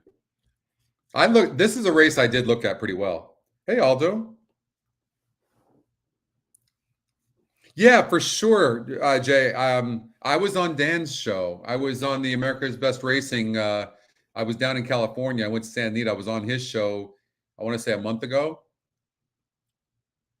Yeah, see, there you go. So now we're really, all of us, you're going to make us all sick, because we had the first-time starter 10.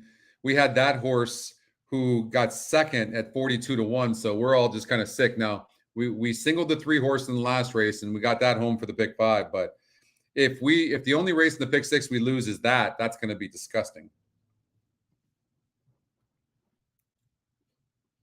But I think that if, especially with what you're saying, Johnny, I think I don't care for the 4 that much. I know it's going to run, and it's one of those horses that will be right there, but I feel like it's burned money.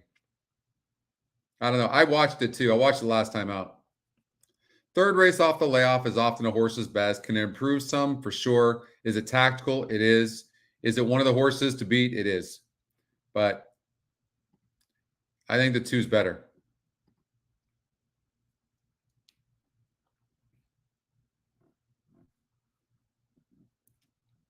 Oh, thank you so much. I really appreciate that. Thank you. What was great was, look at this. Like, okay. So, all right, more truth.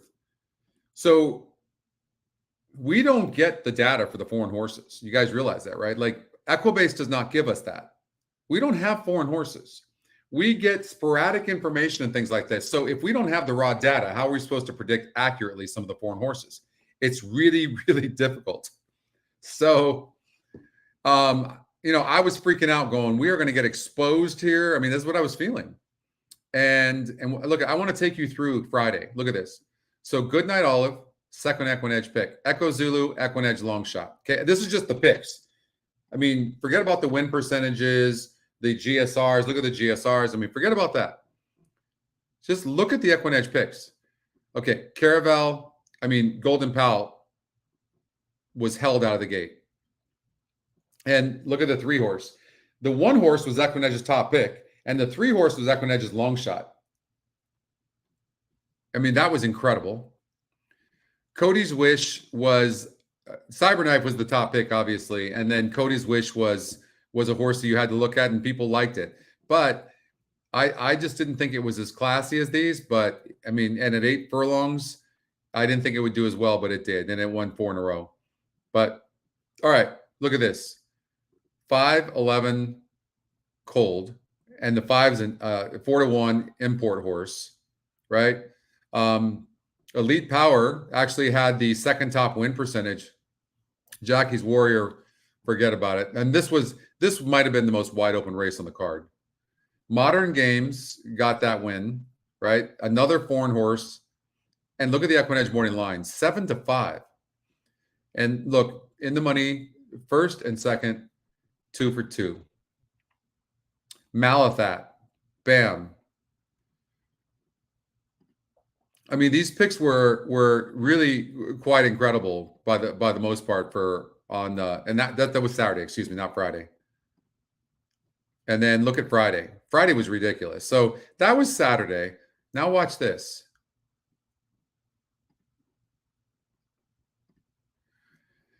Okay, 5 cold, 1584, top EquinEdge pick, foreign horse, 1584. I mean, incredible. Wonder Wheel.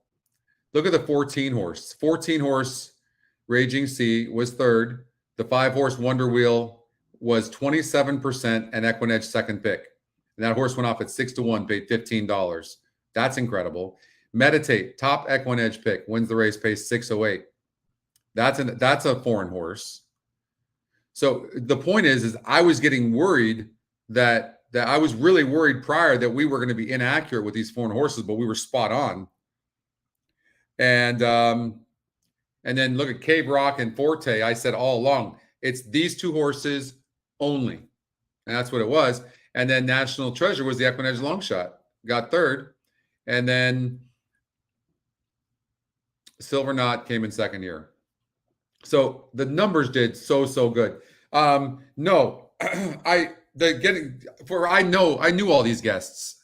So getting them to talk, first of all, these are professionals, and once they get going, a few of them didn't really want to come on, but they know me, they know producer Brian, so they're like, and most of them use EquinEdge, so there probably was a little bit of guilt there, like, okay, I got to come on because they use the program, but once you get them on, I didn't see one guest that we had that wanted to come off. If anything, we were supposed to only be 15 minutes per guest, and I think the average guest was on for 30 minutes.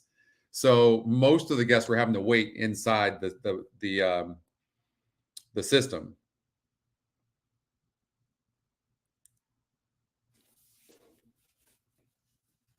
They don't give foreign horses, James. But we're gonna have foreign horses one day, but it won't be through Equibase. But I'm hearing a rumor that maybe Equibase now is offering Australian data, and if that's the case, I'm the happiest person because I was there for a month and I went to all the racetracks and saw the young people and how pumped they are. So I want to definitely if they have that data, can you imagine being able to use this same user interface to play foreign races and how cool that will be? He was so good. Thanks, Doug. Absolutely, Johnny. I did. I hammered that horse. And I was in the top 10 of the tournament, pretty much 90% of the tournament too. The BCBC. Rachel's funny. She's naturally just funny. Oh, you hit a pick 4 there? That's not easy to do with that handicapping material for sure. Dave is awesome. Dave and Tim are close. All right, so who do we have here in the pick 5? We're spread out pretty good, I think, right? Love Gone Wild and My we have the 13579. So the horses that are showing on the board here. 13579. Bossy and Bossy Pegasus. So we're rooting for that doesn't really matter. Probably the 9 horse Bossy would be the best. They're coming down the hill here at Santa Anita. Maiden Claimer. And they're going 6.5 furlongs down the hill. $35,000 purse. 3-year-olds and up, fillies and mares. Frank Miramonte has the call. And they're off. Catarini Quick, 2 Bossy Pegasus on the far outside is up close in the early going too. Oh, that's a nice payout. And you did that for $8 too. Line, only about 2 lengths off the leader. Very Scary is not far away. Yeah, exactly, Anthony. This is stuff we have to work on a little bit. Wow. 3 horses got bet down. Losing ground toward the back of the field. Holy shit, Michael. By Jerusalem and Deer Bow. That's amazing. When you guys hit this stuff, can you please put it on social media? It makes a really big difference because people like to see people winning. And especially, if you tag EquinEdge, that's huge. Guys, root for this 9 horse. This would be a huge hit in the pick 5. 3 lengths in front of Jerusalema, with American Conquest outside of that pair. Oh, Michael, you It's did? Too Bossy at the top of the stretch. Oh, yeah, post Catarina that to two Twitter. Behind in second, and Deer Nine's- down at the rail. Nine's Angles out gonna to win this gather race. some momentum. Too Bossy Nine's gonna has win this plenty race. left. 8-1 3 morning length line. lead past the 16th pole. Catarina trying her best to just hold second over Deer Bow. Nice. It's going to be Too Bossy. Too Bossy, another for Ricky Gonzalez, wins it by 2.5. Catarina second. I thought Oldie didn't like, Jerusalema fourth in front of I Very didn't think Scary. he liked CZ Rocket. That's a good hit. I didn't think he liked CZ Rocket.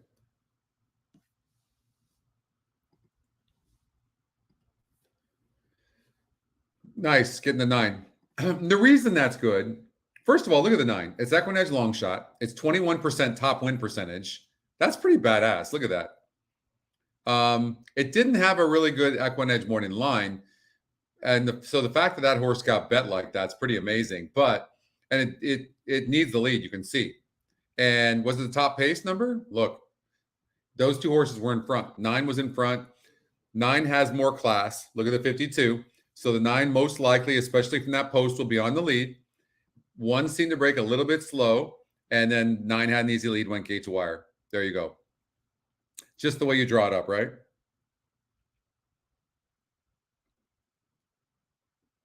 Oh, you got the try? Who was third? 5? Deer Bow. Oh, look at that.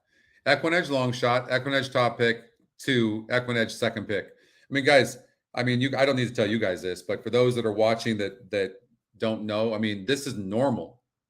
It's like normal. I didn't even look. I have not looked at a race all day long except when I started handicapping for Golden Gate and Santa Anita a couple of hours ago. But if we go look, and since we have a little bit of time, we'll go anywhere. We'll go to Churchill Downs. I mean, listen, I could hurt myself right now because I have not looked. There we go. Look, first one. EquinEdge long shot over the EquinEdge top pick, just like this race here over the EquinEdge second pick. It's incredible. This is just the picks. This isn't the genetic strength rating. It's not the SOR. Pretty incredible.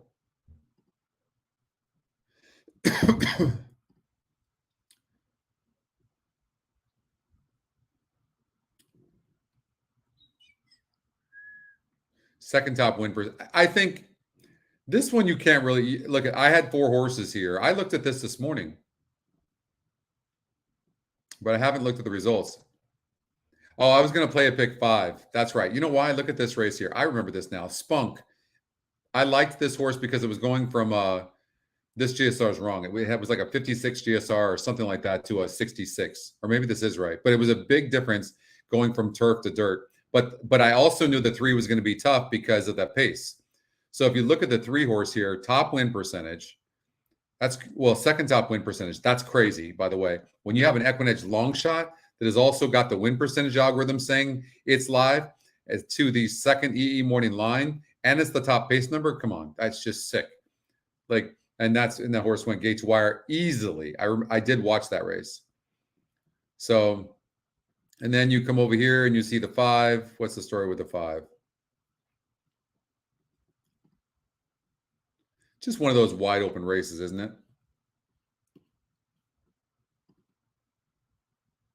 EquinEdge, look at this. EquinEdge's second pick. Look at this. Second pick over the top pick over the EquinEdge long shot. Paid $22.96.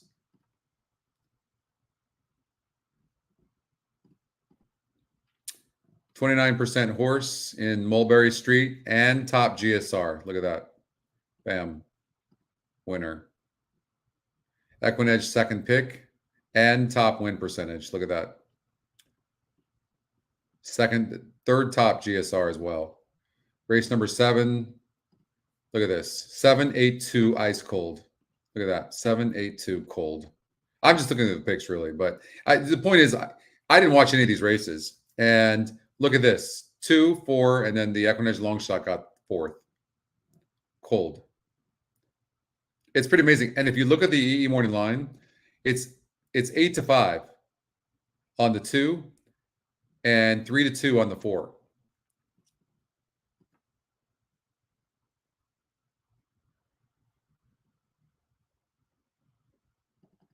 So good, right?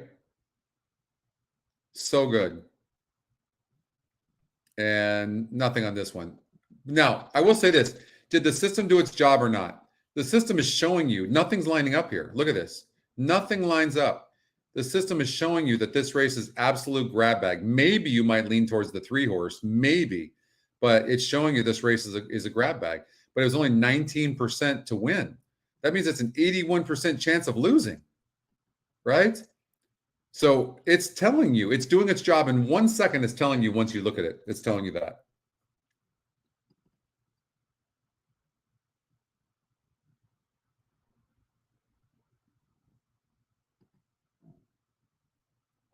Long shot just won at Woodbine.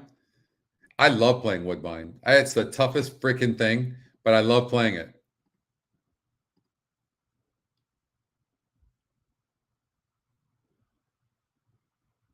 So the 4-horse Bodie. So remember always talking about, well, let's see what Anthony was finishing, what he was saying.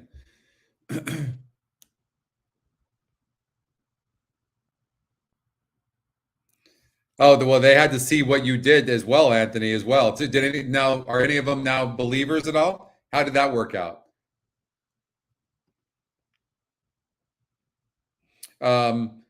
So look, remember, look at the EquinEdge win percentages, and then look. So if you go here, you see 5, 12, 10, 4 on the morning line, right? Watch.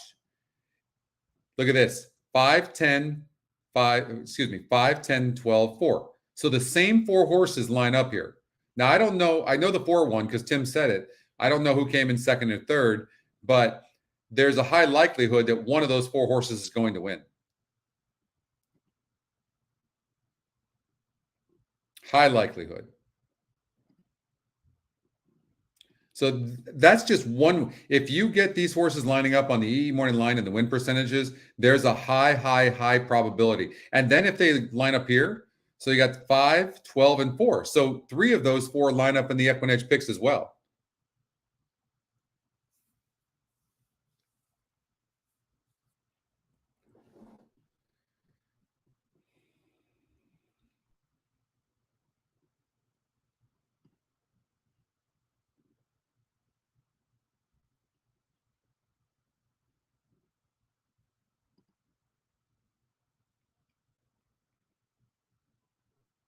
That's why I like it though, because I feel like with EquinEdge we have an advantage to be able to, if we can find a single. You have to find a single, but I feel like we have an advantage.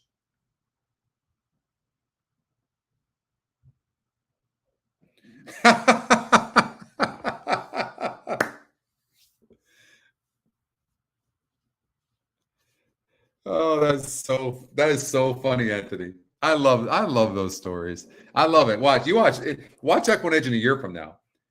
Look what we can do.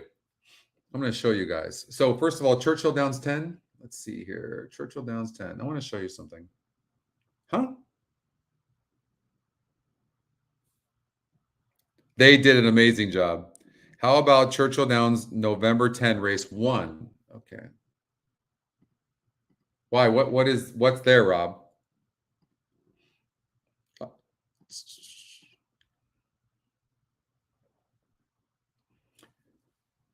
So what are we looking at, Rob? Do you have a horse in this race? So it's saying that 51% to the 3. It's 3-2 in the EquinEdge morning line.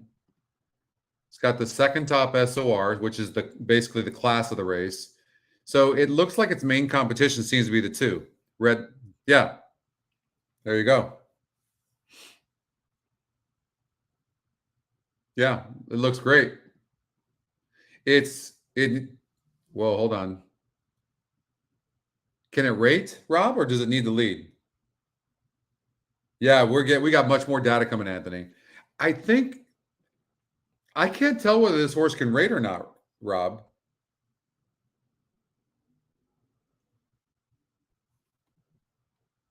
It can rate? Well, that's great then. The 4 is fast as hell, though. 4 is going to have the lead. 4 will have the lead for sure, But when you look at the class, look at this. This is the good news, is the 4 horse is fast, but look at that SOR. So the 4 doesn't have the class. And if you look at the past performances, you can see in comparison to the 3, you're talking about 50s right here in comparison to 60s. Forget the 72. That was too tough a race for the 3. That grade 3 actually came up really tough. Runs better stalking. Well, that's perfect. But like, you're going to have to just let the 4 go. You have the second top speed. So the jockey should, let the 4 break good, let the 4 go, and then try to get to the outside of the 4. And there shouldn't be anybody to your outside. The 2 should be back a little bit in third. So if what the jockey can't do, in my opinion, Rob, is let the 2 get to the outside of you. Can't do it. Can't do it.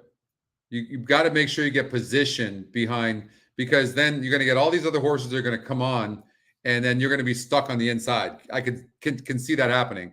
So if he gets positioned just outside of, doesn't have to be along with the 4, but like at least gets positioned, gets off the rail a bit. Let somebody else go on the rail if they want it. That's going to be key. But he should ride the horse like it's the best for sure. But that's why I'm saying don't get caught on the inside, in my opinion. All right, Golden Gate Fields. Who did we have here? Oh, we said Bossy Mama was going to be tough gate to wire, right? This was a single. I like the 8 Bossy Mama. Lion's Lair.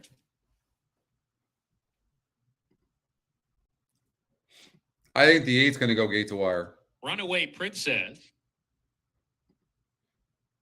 Yeah. I would probably take the 8 to go gate to wire.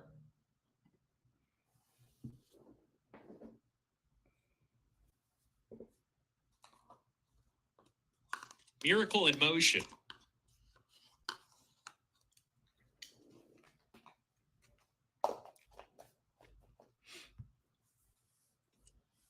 Zazen, post position 5.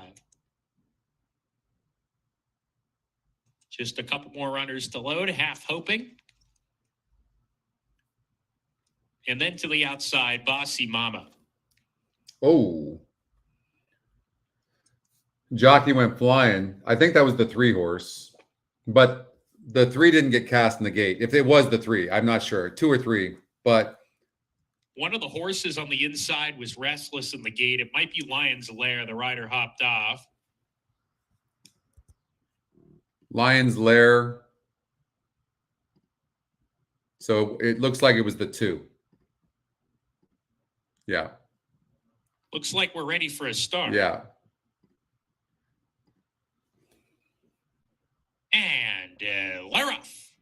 Bossy Mama on the far outside, up on the pace with Runaway Princess, who takes back to second. And Bossy Mama handed an easy lead today. Bossy Mama scoots away and opens up 2 lengths, puts the pedal to the metal. Runaway Princess stays in side by side. They're 3 ahead of half hoping Lion's Lair and St. Annie's Indy. That trio lines up. And Miracle in Motion is the trailer right now. Her last 2 races, she's been on the lead. And today she's dead last, and she's running 9 lengths behind. That's a really fast pace, my God. Is the track fast today? I don't know, but that's a fast pace. I mean, the 8's just cruising. And strides a length in front. Zazen comes out of the pack to chase her. They open up 3.5 lengths on Runaway Princess in third. The others are well behind as they swing off the turn. Bossy Mama still in front. Zazen trying to push past her from the outside. The Gray Fillies second. 5's running huge. Down the lane. Bossy Mama digging in. That's Zazen's incredible how well this up. 5's running. And might even catch the 8, unfortunately. Together. They're slugging it out, and Zazen pushes by to Didn't win. see that one That's coming. A hat trick for Kevin Radke today.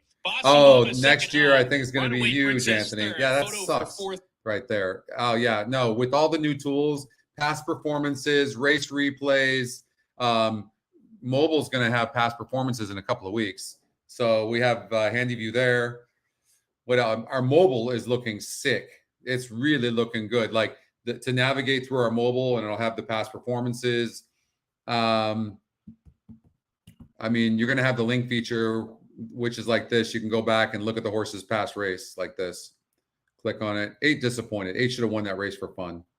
5.5 furlongs. So this is the link feature. So you can come over here like this. You can look at the horse's past performances, see who it faced.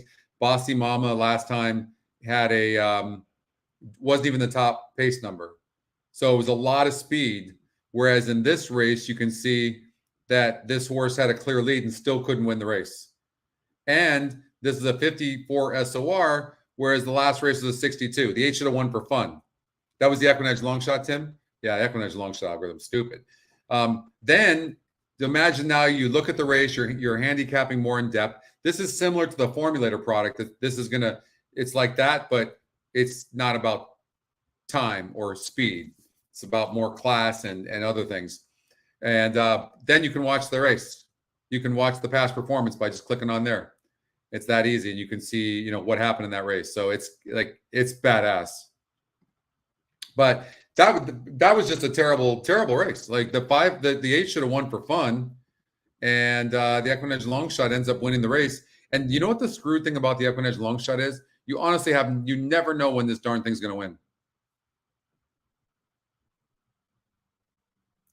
Lots of pepper? I'm not sure, Tom. I'm not sure. But in this race here, this horse should have won for fun.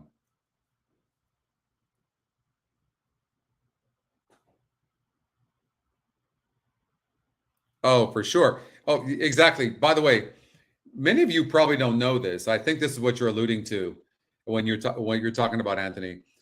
These algorithms, and we have 32 of them, they improve because they're learning as they go along. Learning systems, that's what they call it, AI learning systems. And so these things are improving constantly.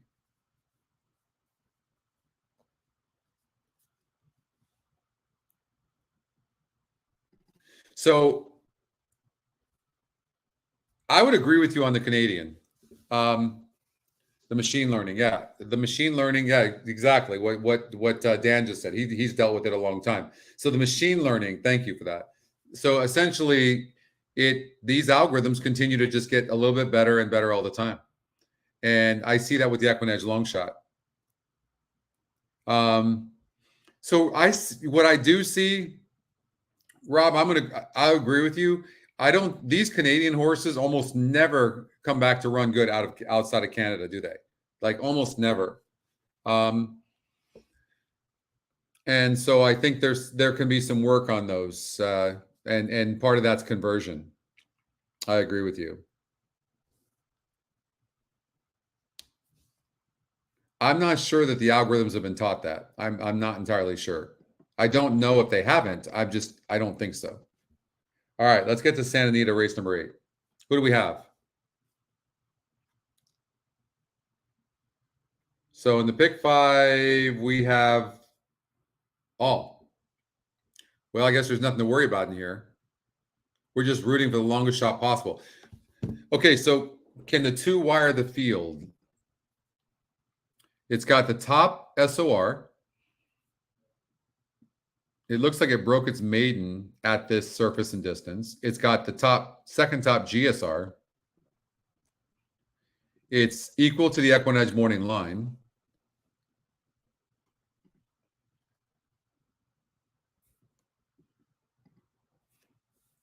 So a couple things I see, and here's my answer to you. Absolutely, yes, this 2 can go gate to wire. So what happened was this horse comes over, just like we said, it broke its maiden against, a 50 group easily, and it rated. Now, I don't know why Mike Smith isn't aboard. Did he go on another horse? Yeah, so he goes to the 7 horse, who's the favorite. That's really interesting. But let's look at this. So then the horse goes on turf, and the GSR drops 20 points. And the SOR goes up. That's never a positive. When the GSR, which is the breeding number, our breeding number, goes down like that, 20 points is a lot, and then goes up 14 points in class. I mean, you knew it was going to happen, right? 12-1, forget about it. 90-1, doesn't matter. I wouldn't bet the horse. Now it's coming back to a 60. The thing is, we don't know this horse's level yet. That's the problem. We don't know it. So, but we do know it's got the pace. We know you can throw out the last race. So now what we got to do is we have to look at like the 5, 7, and 8 to see if they seem vulnerable. So let's look. Mike Smith gets off the 2 to ride this horse. And it took this horse a while, 5 races to break its maiden. Now it's been in the money 5 times.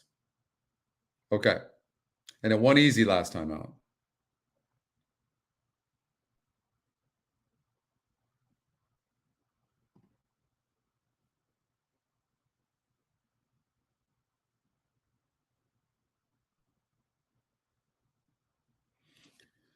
So this 8 was 39% to win, and it beat Paroli, who doesn't look great.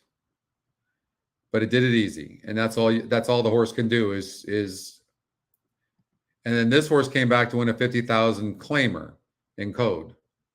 5 horse Western Cape, and came back to run good in a 40,000 claimer. All right, so I mean, he looks okay. I don't think he's a slam dunk. And by the way, horses that break their maiden only come back to win against winners like 5% of the time. Yeah, I like, it's not going to fade. The seven, you know, is going to be in the money. Pfeiffer could get away. I don't know the class level of the 2. None of us do. We really don't. It only beat 4 other horses. Let's look at this race and see. So mow them down. I had a note on this horse. Crappy. Okay. Well, that's not a good note. But the SOR suggested that already. So Showtime was 48% to win. It beat the 1 horse who was the pace in the race. And the 1 came back, and a maiden special weight ran good. Didn't run bad here as well. That actually wasn't a bad race. But this horse stinks and was 2 lengths back. I don't like that. But this wasn't bad. Yeah, see, you can't account for every single horse. Some are going to come back and run good. I didn't see anything negative there. So, but I didn't see anything really positive either. Street Ruckus. This is just a hard knocking horse that runs good, coming back at a similar level. 3rd place, 2nd place, 3rd. Do I see a win coming? We don't want this horse to win either, but I don't think this horse is all that. It can win. What you're looking for is a horse maybe you can't see, that you can't account for. Those are the ones that usually beat these favorites. Yep, it's Jessica.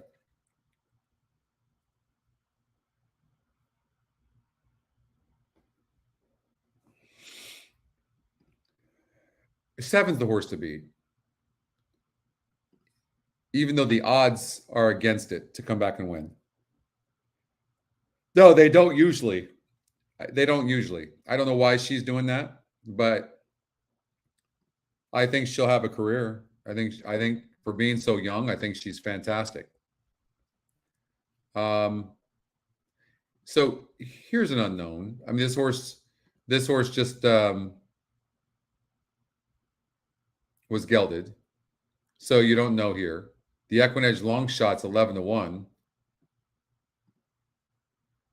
This horse was claimed for 40,000 off of Bob Hess Jr. for Diodoro. You can see the new tool that we have here. Chris Hartman had this horse, was claimed for 25,000 by Bob Hess, and then it was claimed off of Bob Hess for 40,000. So this horse has every right to run. I'm really curious how far that the 2 can take them. Let's look at the 5 Exalted just a little bit more.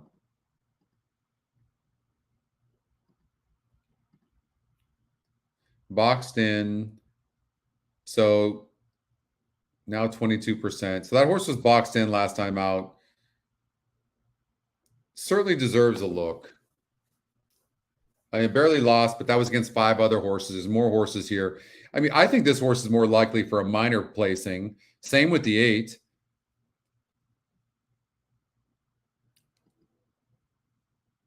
This horse, if we're really being honest,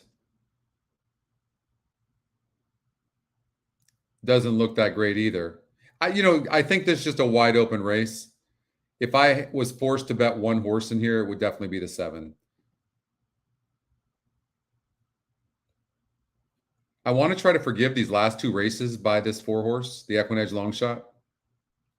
But it was 28% to win and got 3rd. And here it was 10% got 5th. So it outrun its odds here. Now it's 6%. So it's even less. 10 wins and 37 tries is good.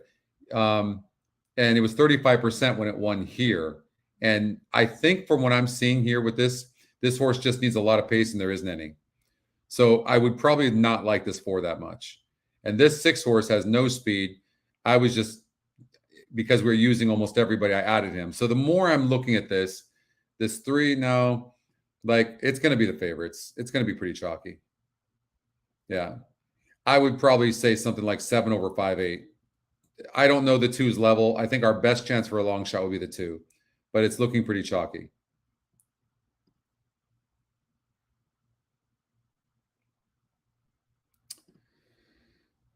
You see, so that's what I just did there. Shows you can handicap. Like this is one race I didn't really look at, and so what happened is we ended up using it all. Whereas that if I had really time to really dissect the race, you can narrow it down even more. And the more I look at it, you can probably easily go like this, and it's going to be one of those 4 horses. The 2 is the most unknown, and could take them a long way. I just don't know the horse's class level. When you look at here, this horse just broke its maiden, but it did it impressively. This horse,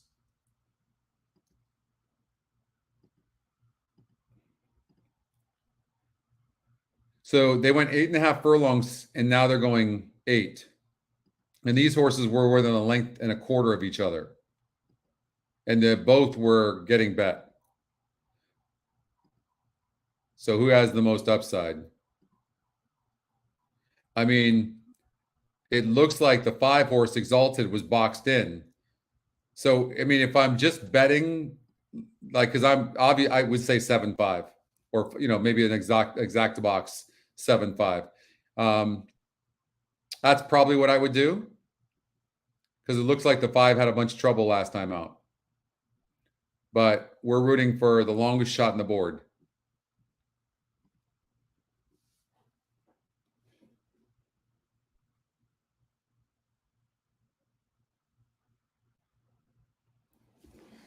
Would it be possible to calculate win percentages for new trainer from old trainer? I don't know. I'm not sure, Rob, I understand what you mean. Lord Dragon and Street Ruckus, the last 2. We have it there. You didn't see it? Right?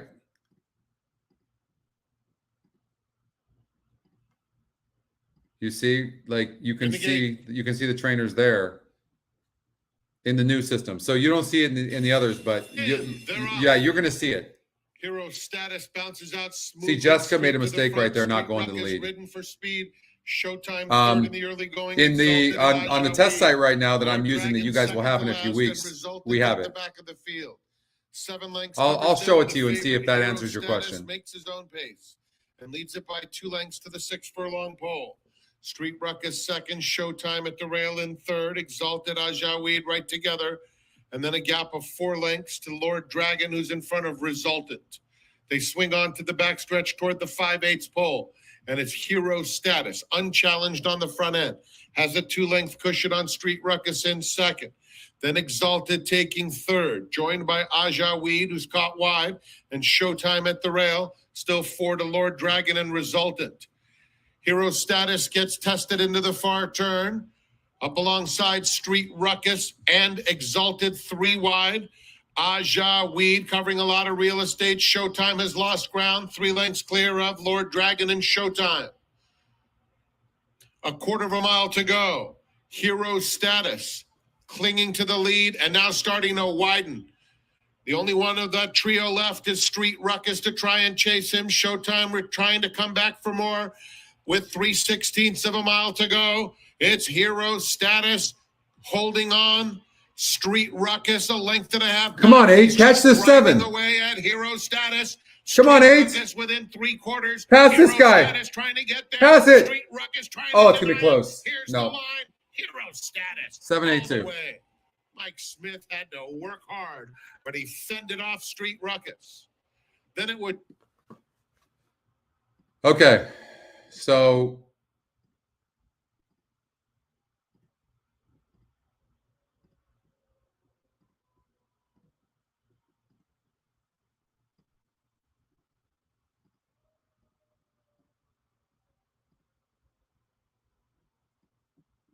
all right, so let's look at this horse. This might answer your question, Rob.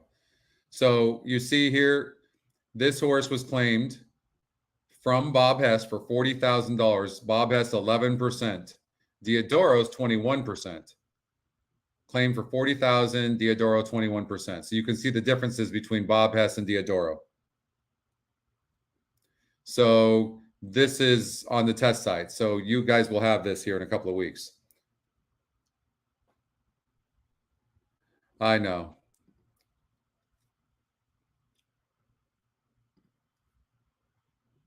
Seven, 8, 2. Look at the EquinEdge picks.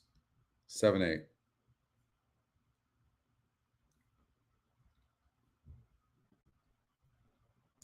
So, golden hour wagers start next at Santa Anita.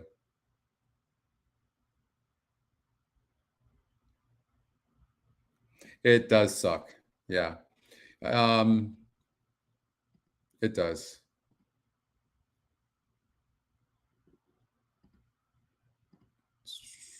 Race 9 coming up. And we have a single.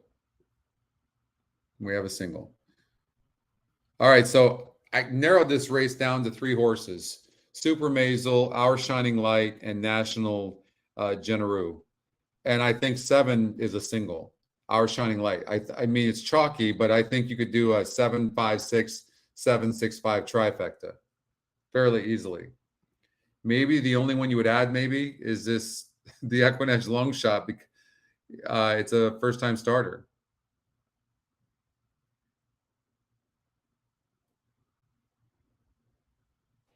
EquinEdge long shot first-time starters are so damn money. It's crazy. That's an angle for sure. Now, this horse is only 2%, but if a horse like this got in the money, it's wonderful. But I think Our Shining Light looks really good. This horse broke 11th. I wish I could show this race replay so we could watch this together. And one day we'll hopefully be able to on the show. But Our Shining Light was only 7% in this race. Icy Flavor ended up getting the win, was 27%. So it was I think it was a pretty good race. And this horse, but look at the EquinEdge morning line. Our Shining Light was 7-2. But it, in the top win percentage ended up winning, but it was also the top GSR. Look at that for Icy Flavor. So, but Our Shining Light was probably well more meant than what we realized, and it broke 11th. And it was its first start in the country. I remember seeing that, by the way. I think I bet this horse. Yeah, it went off at 7-1. I couldn't believe it was 7-1 because it was morning line was 4-1. Yep.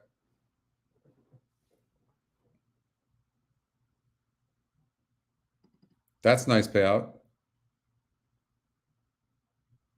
Yeah, well, yeah, you can't leave out. You can almost never leave out the EquinEdge long shot, but you especially can't leave out EquinEdge long shot first-time starters.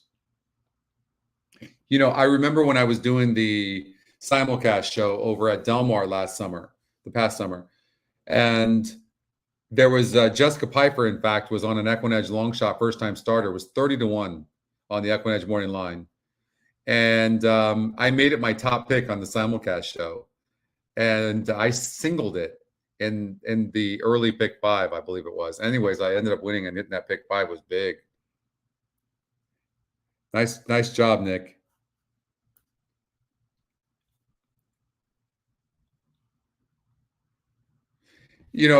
Sometimes I just don't have time to handicap in detail, but you can get whatever you want out of this, meaning just like if you were using a racing form, it doesn't matter how much time you put into it.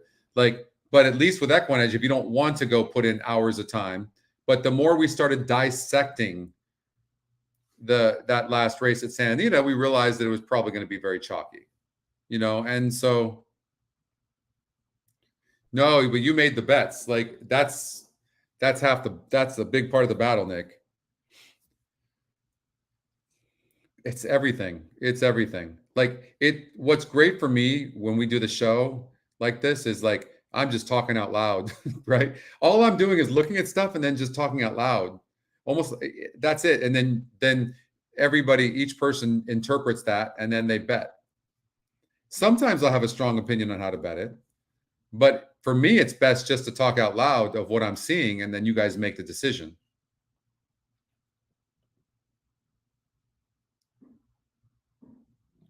But I don't know anything about this too. The works aren't particularly fast. This is a kind of an interesting work. I will say this. Look at all these slow works.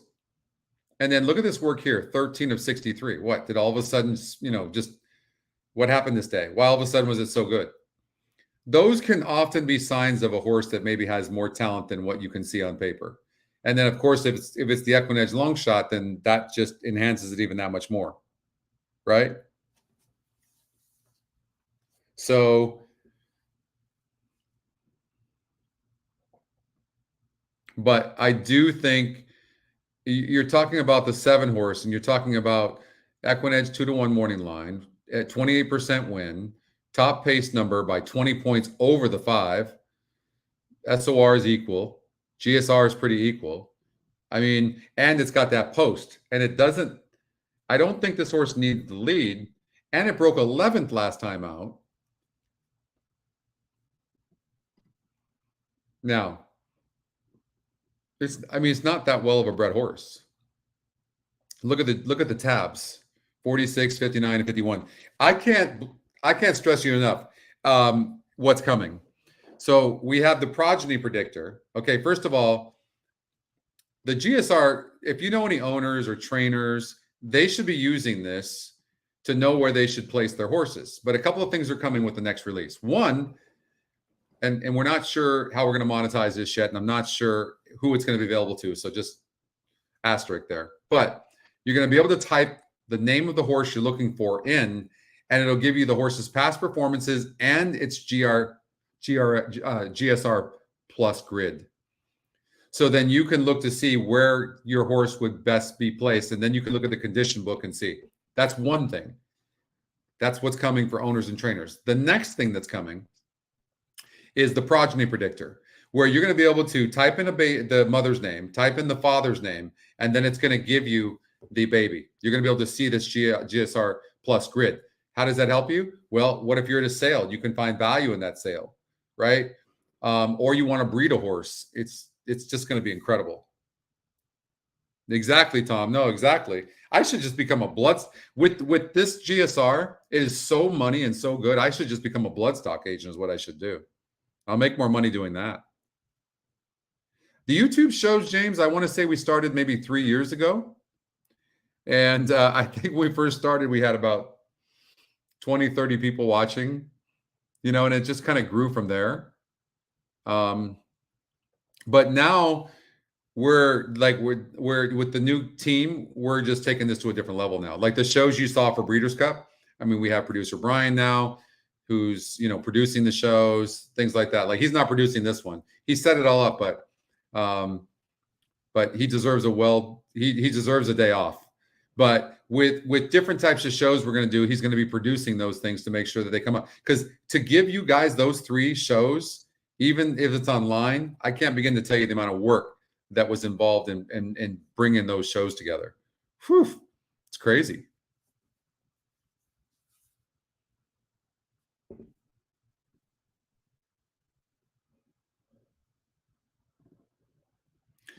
And I'm honestly not sure yet how it's all going to work. I'm not sure.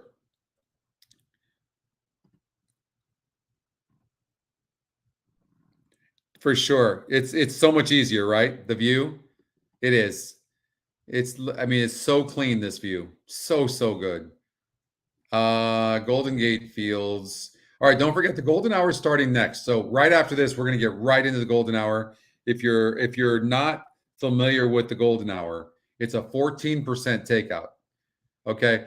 And it covers race number 9 at Santa Anita Park, which is coming up in 16 minutes. Then it goes to race number 9 at Golden Gate Fields. Then it comes back to race number 10 at Santa Anita and finishes off in race number 10 at Golden Gate Fields. 14% takeout. All those 4 races happen all in about 50 minutes. That's what makes it so great. The takeout is great. And you're not just waiting around going, we've got to wait for the next race. It all happens 10 minutes after each other. It's pretty badass. So that's coming. Oh, thank you so much, Johnny.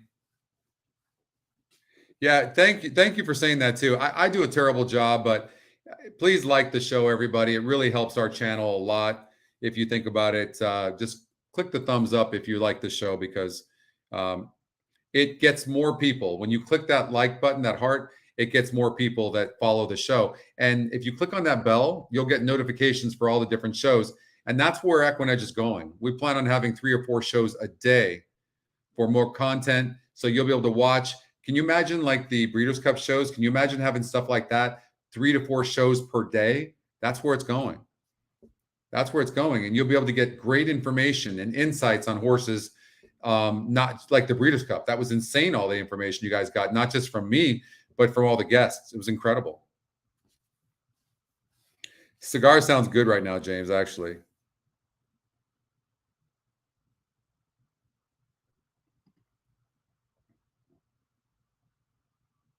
Yeah, that's a good idea too, Anthony. All right, so obviously here, I like the 7 over the 5 and the 6. And the 2 is the EquinEdge first-time starter. And golden hour starts next. Matt Ginnerman has the call. This is race number 8. 07.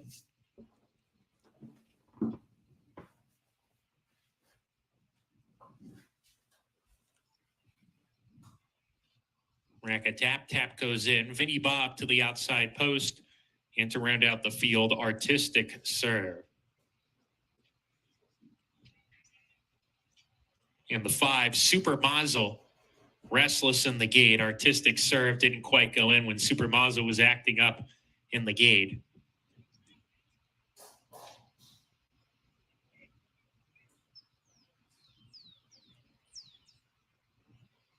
Artistic Serve coming back up to the gate. We welcome in our friends at FanDuel TV tuning in, and everybody ready for this late pick 3. A real solid late pick 3 sequence as well. Maiden special weight here. Then we've got 11 sprinters and an allowance in the 8th race, and then a full field to end the day going a mile. Looks like we're ready to go.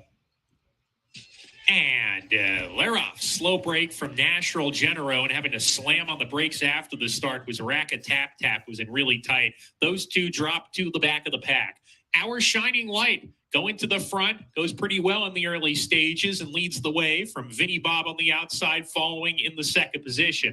Tuskegee Cat off the pace. He's 3rd, just ahead of Artistic Serve. Shayna Golden is next alongside Super Mazel. Super Mazel probably about 5 lengths off the pace in midfield onto the backside. National Genero is 2nd to last. Rack a Tap has not had an easy time of it. Had to tap on the brakes midway on the first turn once again, and he's the clear trailer, 8 lengths off the leader. Our Shining Light, who leads the way up the backside by 3 parts of a length. Vinny Bob on the outside, applying some mild pressure. Tuskegee Cat on a hold 3rd on the inside of Artistic Serve. Shauna Golden is next on the inside, and the rails opened up. He's coming on through to be a joint 3rd approaching the far turn. National Genero is moving. Now Super Mazel is caught deep. He's about 5 paths off the rail and starts to get going. Super Mazel into the 3rd position. He's on the move. Rack a Tap being asked to go, and he swings to the outside and produces a bid within 5 lengths of the lead. Our Shining Light is doing it well on the lead, cuts the corner and puts away Vinny Bob. Super Mazel begins to struggle on the the far outside. Tuskegee Cat is next down on the inside. Our Shining Light, furlong to go, opens up the lead to 3 lengths, make it 4. And Our Shining Light with a shining performance today. Tuskegee Cat into second, a 1-2 finish here for trainer Jonathan Wong. And Our Shining Light wins it. Tuskegee Cat second. Super Mazel was third. 715. Wasn't that the top pick? Yeah, we had that horse single too, didn't we? Right? Any booms on that or no?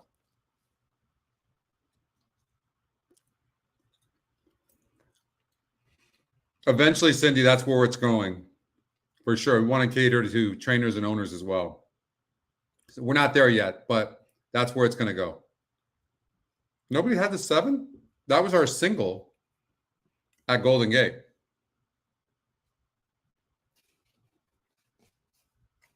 Christy, you had it? Awesome.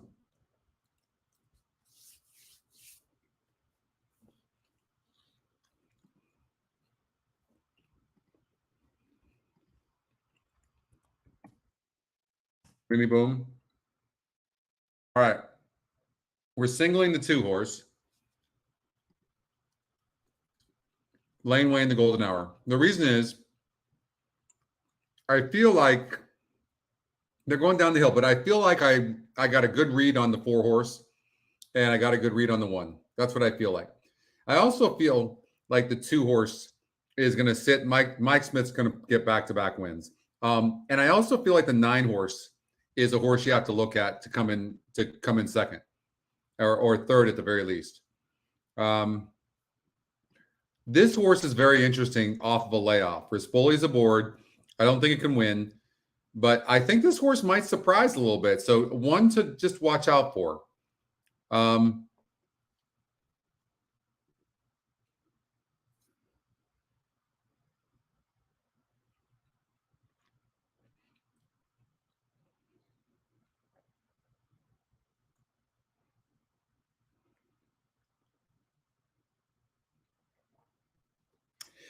I was just looking at the 3, Masoot.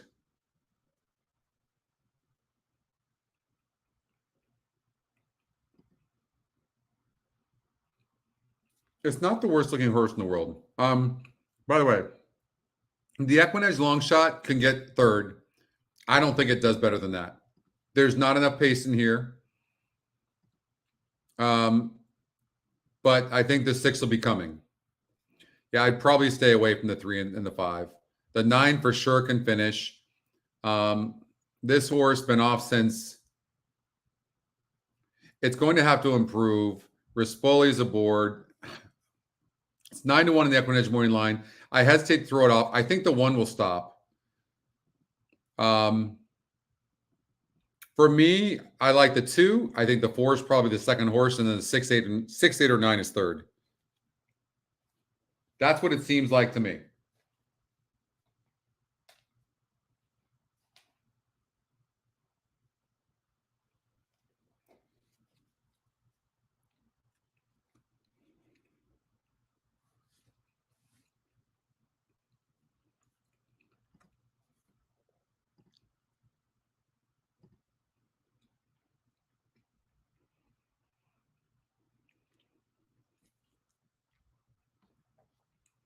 So this is the ticket.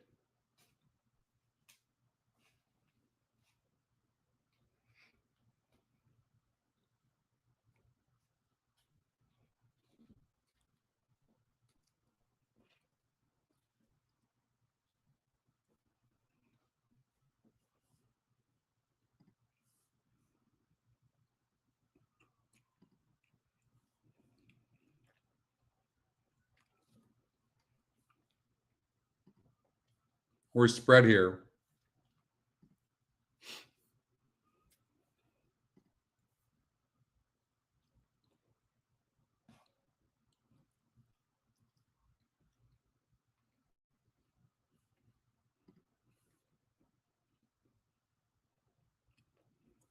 What's blurry, Angela?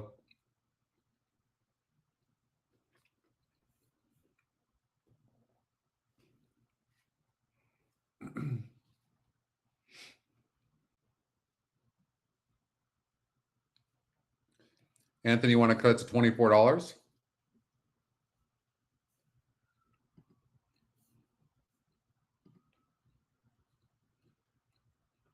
The numbers are? Refresh your screen. Mine too.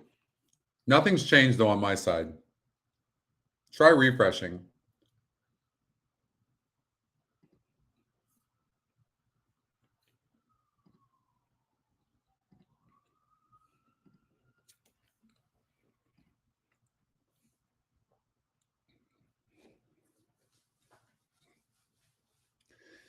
Oh, let's see here.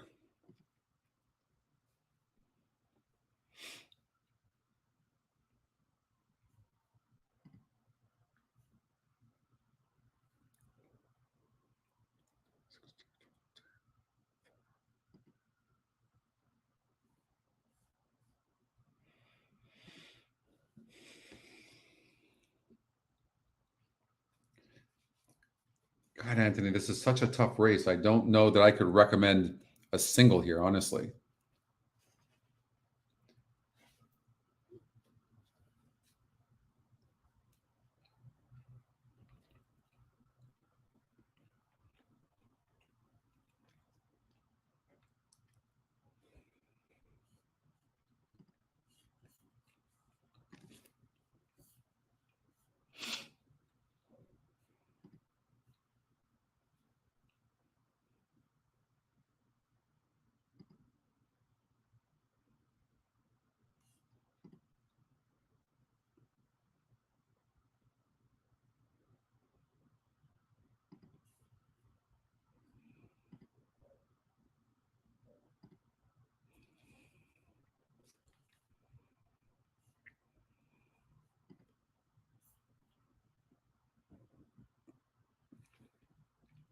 So here's interesting, the 5.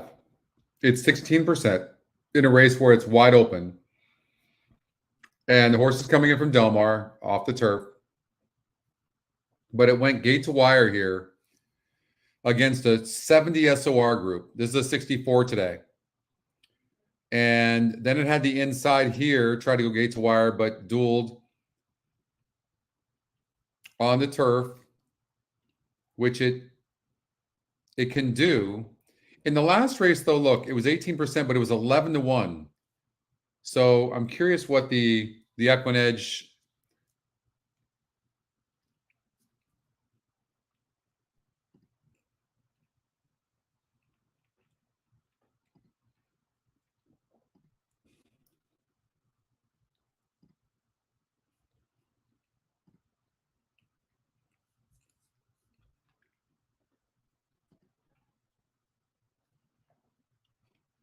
I think it was just a wide open race.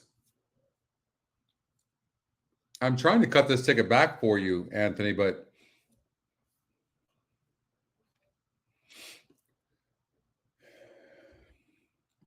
that's proving difficult. 4, 5, 3, 11. You see how these don't match up? The 11 and 3 are down here, and the 4 is here. And 5 horse likes to win.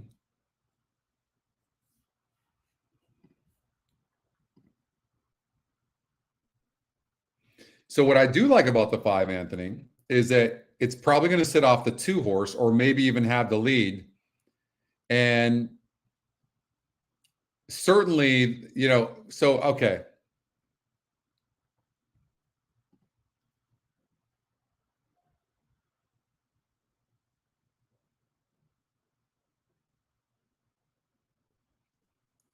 This is what I would tell you to do, Anthony. Take a chance on the 5 horse, okay?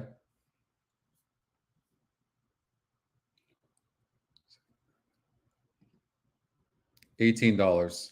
If you want to add somebody else there, you could. Maybe maybe the 1. You could add the 1.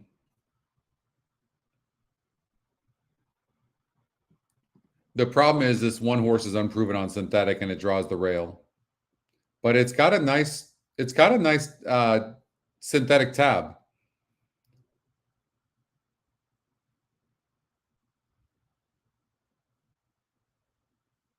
Always seeking the 4.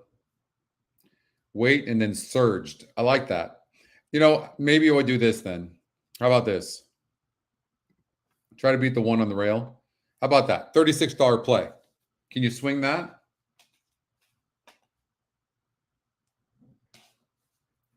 How about that?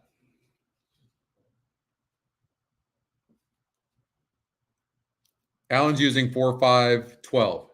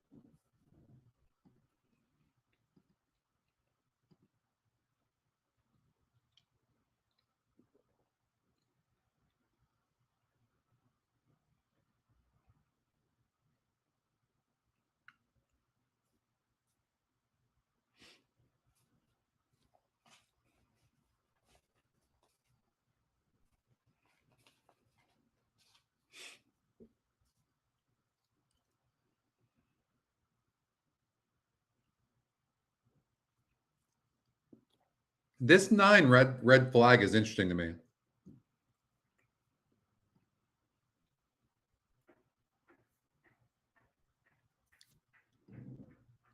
I think it's going to outrun those odds for sure. But we need the 2 horse here. Big race for us. Last one to load is red flag.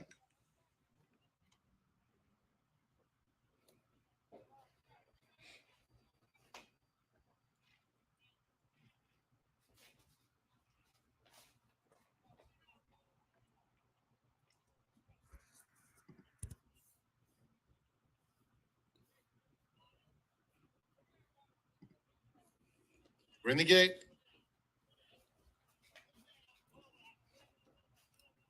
And they're off. It's a quick start for Turn on the Jets. Margot's Boy is up close in the early stages too. And they're joined by Lane Way. 1 needs to go. 2 needs to sit. Don't go 2. Don't go 2. Sit. But it's Turn on Let the 1 go. Leader. Arcon at the rail and Lane Way racing in between though. They're Why? by Margot's Boy. Why go in between horses? Outside of Mezet. Then it is Commander inside of Red Flag, and Lincoln Hawk is at the back of the field. Laneway, pretty aggressive today, has his head right up alongside of Archon coming to the quarter pole, and it's Laneway the leader. Turn on the Jets, 1.5 lengths back in third. They're followed by Margot's Boy, Red Flag, turquoise colors on the outside of Mezet. Then comes Commander, and down at the rail, Lincoln Hawk. There's 3/16 to go. Laneway's in front, has a 2-length lead at the furlong pole, chased by Turn on the Jets. From the center of the course, Red Flag, Lincoln Hawk is threading through traffic, and here comes Lincoln Hawk, splitting rivals in the final stages. It's Laneway, Turn on the Jets, and Lincoln Hawk. Laneway holding on. Laneway got there. Back-to-back photo finishes for my racehorse and Mike Smith. Lincoln Hawk rallied strongly, but just missed.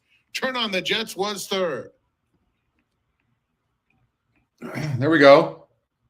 There we go.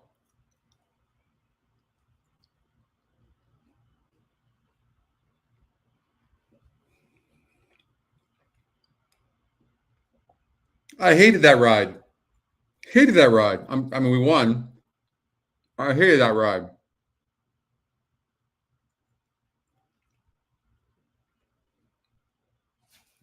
How sick are you guys feeling about that? How sick are you guys feeling about that 10 horse losing that first leg of the pick 6?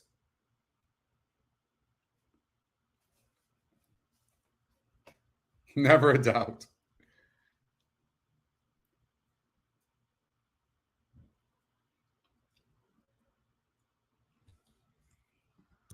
Who was the 5?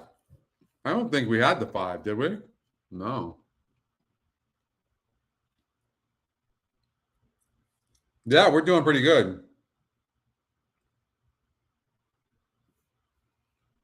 Lincoln Hawk.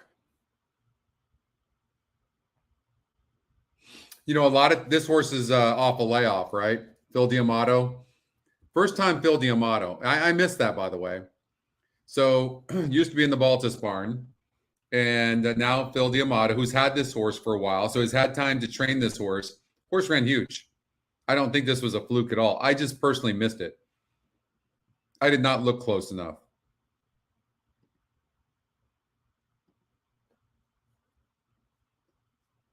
Number 2, Laneway was first. 5, Lincoln Hawk second. 4, Turn on the Jets finished third.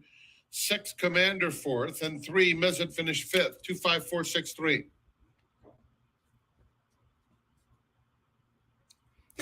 Leo. Make sure you do your Kegel exercises, Leo. Very important when you get older. Those are for men too, you know. Easy, Leo. But look, how many times we've seen milers and horses going distance run good down the hill. And off a layoff. Phil Diamato had time with this horse. Yeah, that was a miss. That was a miss. You see, you make one mistake, just one. We got a little bit lucky there. Thank God.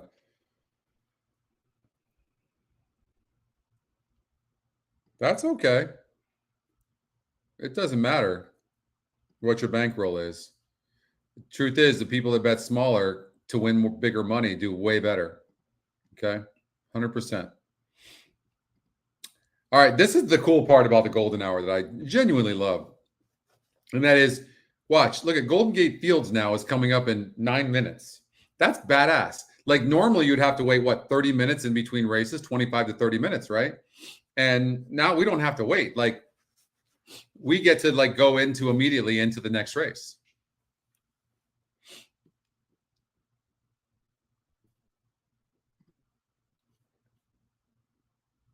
So that's pretty cool. Well, we got our 2 singles home. God, that pick 6 at the 10 wins. Whoo! Mandatory payoff. Ah, God. Those of you, anybody alive in the pick 6 right now at Santa Anita with that 3-horse winning the first leg? You know, speaking of that, you just gave me a good idea, Jeff. Good friend of mine. In the Run Happy Winner Circle, Lane Way.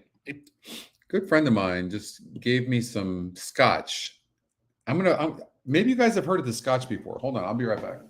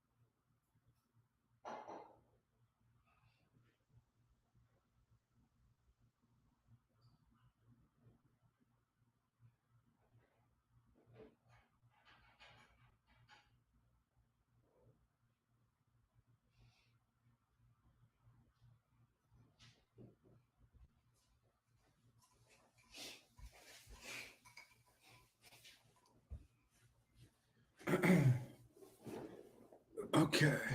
So here it is right here. It's called Mortlock, 20 years. You guys heard of that? This stuff is so good. Now, I've heard of it, but I had never tasted it. And it is so good. So cheers to everybody. Cheers to next year's BCBC. I'm going to win that damn thing.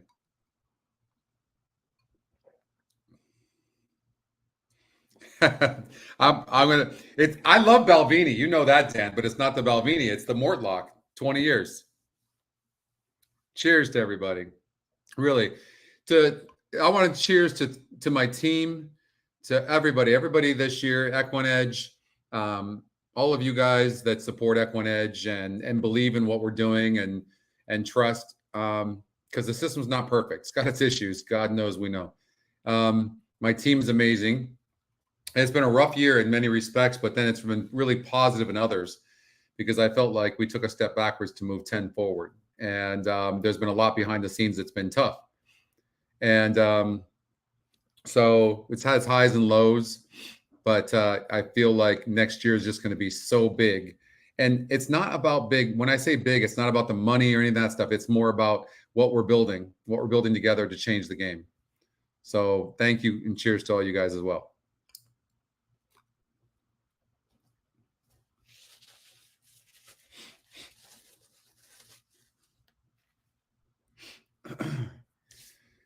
Okay.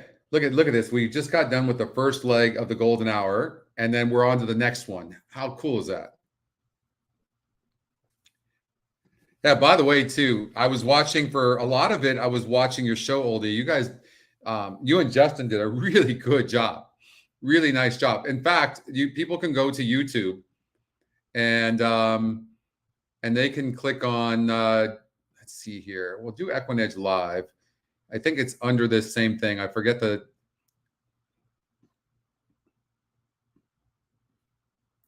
Give me the name of what you guys are, the name of that show again, Oldie, would you please? So I can give it to everybody so they can check it out.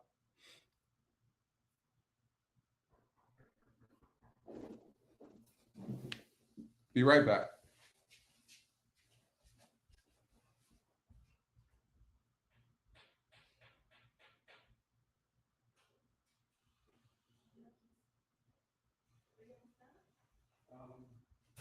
Yeah, soon. The stretch run, that's right. Okay. So you can go to the stretch run. And look at this thing. This is their first show. They got 2,600 views on this show. Great job. It was so good. And you know what was cool? It was just like chill. Like you guys just going race by race. You were talking about this. I thought it was great. I really did. Better than my shows. Not better than the Breeders' Cup shows, but better than mine. You guys were great. And bringing such wonderful information as well. And you both were so prepared too. So anyways, if you get a chance, check that out, the stretch run. It's pretty cool. These guys went, look, on their first show, they went 5 hours and 31 minutes. Pretty incredible. Wow. Holy, okay, so we got to root for you, Vladimir. This is awesome. Okay. Who do you have in the last race at Santa Anita? We're rooting for you.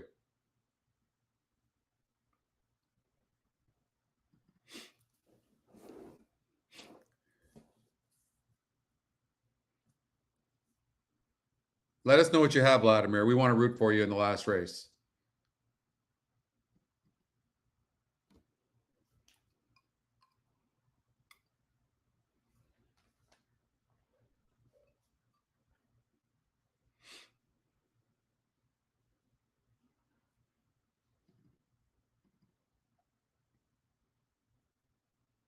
Art, you're live? Art as well?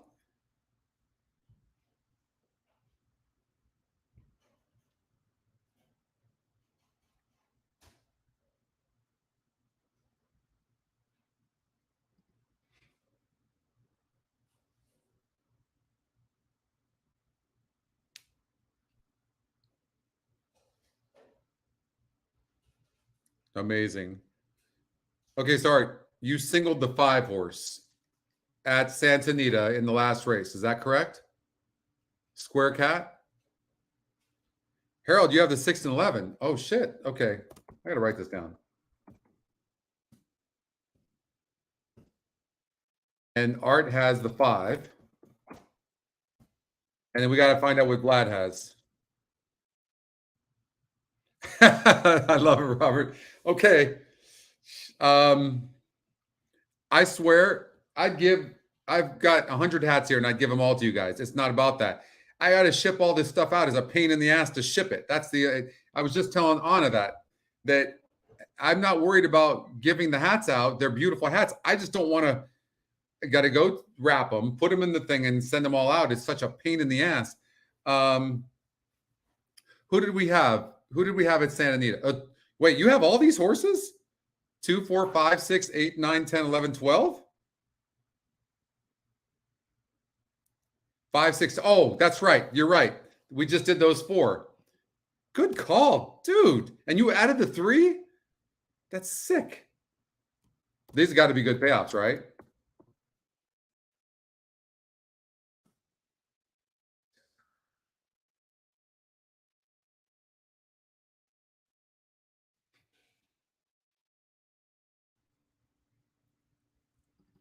You got it. Deal. Done. 10. Billy wants the 10. Chuck has, okay, so we're rooting for the 5, 6, 10, 11. I mean, that's the problem. The only problem we have is Harold and Art aren't lining up.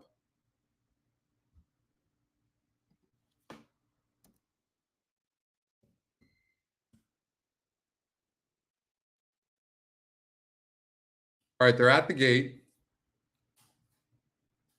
for the golden hour. And Shepard has, okay, so I think we're all rooting. I know that we had given more horses for this, but I think we'd all be good if the 5 horse won here at Golden Gate. So let's just root for the 5. And I watch what's going to happen. Here's what's going to happen with the 5. I don't know if it's good enough, but it's got a really nice SOR. The GSR is great. But what I like about it, it's got a decent win percentage, but it's tactical. That horse is either going to be on the lead or it's going to be sitting off the 2. How badass is the pace number? Like every single race, do you not just go, I already know who's going to be on the lead? Do you know what an advantage that is? I mean, I know it sounds, look, I'm the handicapper first. When I say this, I'm not selling anybody. The star pace number is freaking sick. Sick. It's such an advantage. And the reason I say this, because sometimes I don't think we appreciate it. This pace number is ridiculous. Do you remember what we had to go through for pace prior? And it wasn't even accurate. We don't even have to do that part of the game anymore. Just think about that for a second. Really think about it. Okay, Jeff, come on, let's get it. Okay. 4, 5. We prefer the 5. Let's just get this damn 5. We just want the 5.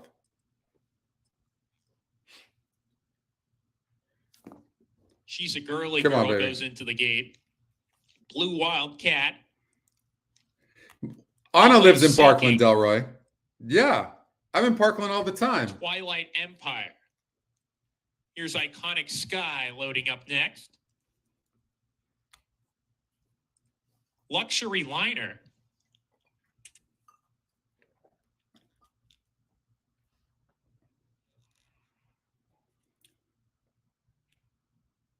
Luxury Liners. It's spot on every time. It's the Mischievous best. Curlin. All right, we just need a good break from the Position 5. 11. And we need the 5 to either get the lead or just sit off the 2. Too bad. I prefer it just sits off the 2. Ladies Sermon and Althea Gibson. Ladies Sermon up to the gate. Althea Gibson's gone in, waiting for Ladies Sermon.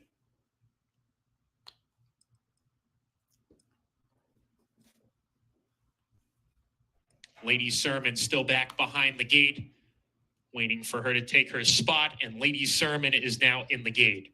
Oh, that's ready to awesome, go. Vlad. Thank you so much. All right, come on, let's get this. Let's get this home. Let's hit the pick 6, and let's hit the pick 5, and let's hit this golden hour pick 4, and then we'll play a golden hour daily double after this race. Come on, 5 break. Good out of the gate. Good break. Good break. Smooth beginning. Iconic Sky. There you go. Don't Hard screw set around. for the Okay, lead. he didn't even screw Worthy around. of Magic And the jockey on the 2 moving did us a forward to claim favor the and said, second spot. hey, let me Luxury take back. Liner into that Beautifully. position, and Worthy of Magic takes back to third. Back Come to on. third, Iconic Skies. One time. Leads by 3 parts of a length. Luxury Liner into second. Lady Sermon striding in third. Worthy of Magic is next alongside Blue Wildcat, and she's a girly girl. A gap of 2 to Mischievous Curlin. Althea Gibson, they run as a pair. And the 3 at the back, they line up. Twilight Empire, Always Seeking, and Ashley's Rainbow. That trio about 10 lengths off Iconic Sky, who leads the way around the forward turn in front, 3 parts of a length. Luxury Liners second, sent along from there. Ladies Sermon under pressure in third, being joined by Blue Wildcat advancing position. Worthy of Magic is next. She's a girly girl, 5 lengths behind under the stick. They come down the lane. Luxury Liner passes Iconic Sky in the final furlong. Ladies Sermon is coming on the far outside, continues to grind away. Luxury Liner still in front. Ladies Sermon, she's a girly girl, is finding a good stride late, but Luxury Liner's still there. Luxury Liner gets it done at 11-1. She's a girly girl with second. I don't know Ladies if that was Sermon one of the third. horses we Photo gave. for fourth, always seeking. I know Blue it wasn't Wildcat, for the stable Anthony, name. but was that one of the horses that we had? I don't know.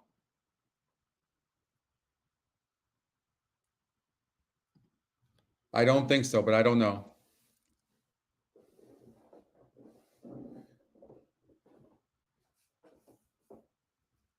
I don't know what the original pick 5 ticket was, or not pick the golden hour pick 4. Did we have the 10? Did anybody have the 10? Leslie, we had it? The original ticket had it? Tell me it did. I'm sorry, Anthony, but tell me it did. Yes? Whew. Can you tell me those numbers so I can put that up on the board? I'm sorry, Anthony. That race looked very, very tough. Nice, Tim. $50 exacta, 10-7? Holy hell. My man, that's going to be a nice payout. What's that exactly going to pay? Let me just guess. I'm going to say 65, 70 bucks for a buck. What did we? Okay, well, it doesn't even matter. We had the 10. Who else did we have in that race? Can somebody tell me? I know. I'm sorry, Anthony. Yeah, that race looked tougher than that, but we tried. 5 had no excuses. I thought we were going to get home. What did we have in that race? Can somebody read that off to me? I know we had the 4 and 5 and 10. Thank God we had that 10. Oh, 1, 5. Oh, 1, 2, 3, 4, 5, 7, 9, 10, 11, 12. All but the 6. Oh, well, there we go.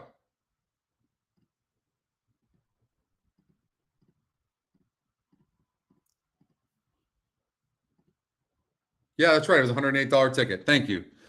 Whew. No, because I had everybody. I didn't do shit. I just rolled the dice and said this race is tough. Let's do every. I'm surprised I left out this. I didn't use the 2 either, did I? No, I did. 1, 2, 3, 4, 5, 7, 9, 10, 11, 12. So I did have the 2. So I just didn't use the 6. How come I used the 2? Well, that's awesome. That's a really good hit. That's a really, really good hit. We got the single home. We got a long shot here. Now we need to get a long shot in the San Anita. And this is what I'm talking about with the golden hour. This is what's so cool. 8 minutes now. So we don't have to wait 30 minutes. We are waiting 8 minutes before we go on to the next race. That's just, it's huge. I thought it was it 120? Oh yeah, you're right. With the 2, it's 120. Okay. That right there ensures that if we hit this, that the 120 is covered. Easy. And don't forget, this is a $1 denomination as well. So if you're playing a $50 pick 4, then it would, for 50 cents, it'd be the same thing.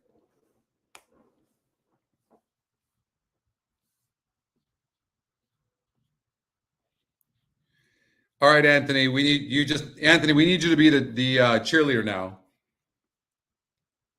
Number 11.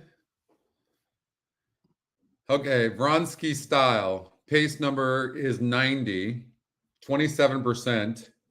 Top EquinEdge pick, top GSR. The SOR is okay.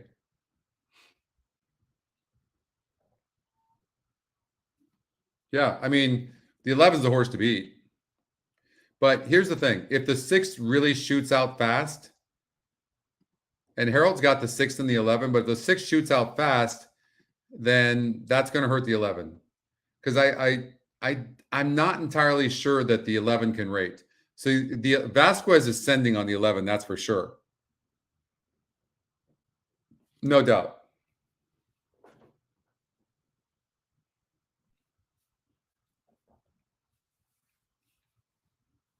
Five, 6, 10, 11. Let's look at the 5. Square Cat. 6 furlongs. Remember, when you're handicapping, and we don't show anything down the hill yet, you don't see it here. Well, this is 6 furlongs, but we know that. We'll have that. We'll have the configuration on the track diagram. This will be some sort of indicator that shows that this 6.5 is down the hill. All these things are coming. It just takes some time. 5 is the EquinEdge long shot. Remember the reason, so here's the thing. We sorted the EquinEdge morning line, 5, 6, 11, 10. And then we sorted this, 5, 6, 11, 10. That was it. Now, in the golden hour, we covered a few more horses, but there's a high, and then top EquinEdge picks, a high likelihood that one of these horses wins.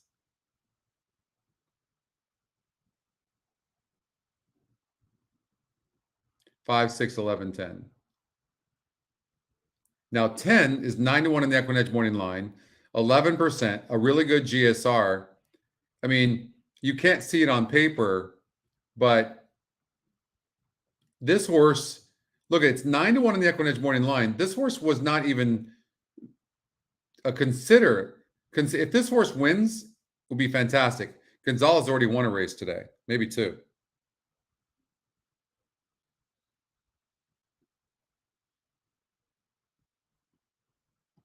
Thank you so much for saying that. I really appreciate you reaching out. It's really neat. Hopefully you're going to be part of this community because it's a great group of people. And like, I hope we can all meet. We're going to meet in Vegas one of these days. We actually, there was probably about 10 of us that actually met in Vegas, which was really a lot of fun. And I hope that we can do like a once a year thing where the community gets together as we continue to do more shows. I think that Justin and Oldie are probably going to end up doing a show. Maybe they'll do the stretch run show. We just have to figure out and dial in the concept a little bit more. But Vegas, yeah. I mean, I'm going to be in Vegas. Me and Honor are coming to Vegas in December. And I'm playing in a huge poker tournament that I was invited to from the Cosmopolitan. So that's going to be a lot of fun. But believe me, this team is starting to get it together now. We're a lot bigger now. And so we're able to get more things done. And good things are to come. But I'm so glad you're part of this now. Thank you so much. I appreciate you telling me that and reaching out.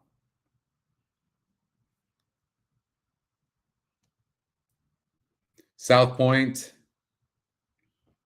We just have to do that. Like, I'm going to talk to Anna about it because she's like sets up everything and she's so good like that. But I think what we have to do, like set it up like a year ahead of time and do like just plan for a Vegas trip where what we would do is we get like deals for everybody and stuff like that by doing like, it's just organizing by putting deals together and go into the hotel. And I know a lot of people in Vegas, so I can go and say, okay, we're going to have 100 people or 200 people in Vegas. We want you to hook them up.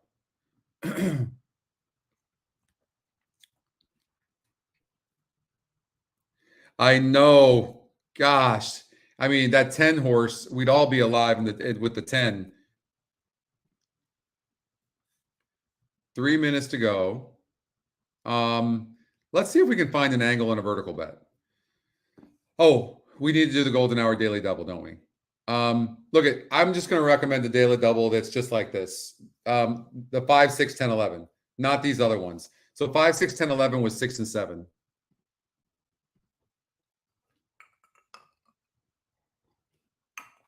Yes, what Oldie said, guys. Please hit the thumbs up if you don't mind.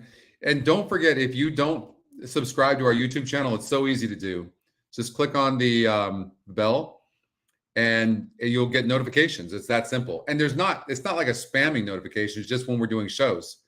So please do that. And then you can subscribe to our VIP Facebook group as well. So you'll have to be let in, but somebody will let you in. And there's a lot of great people on the VIP Facebook group. And they're talking about horses and showing tickets and things like that. It's pretty neat.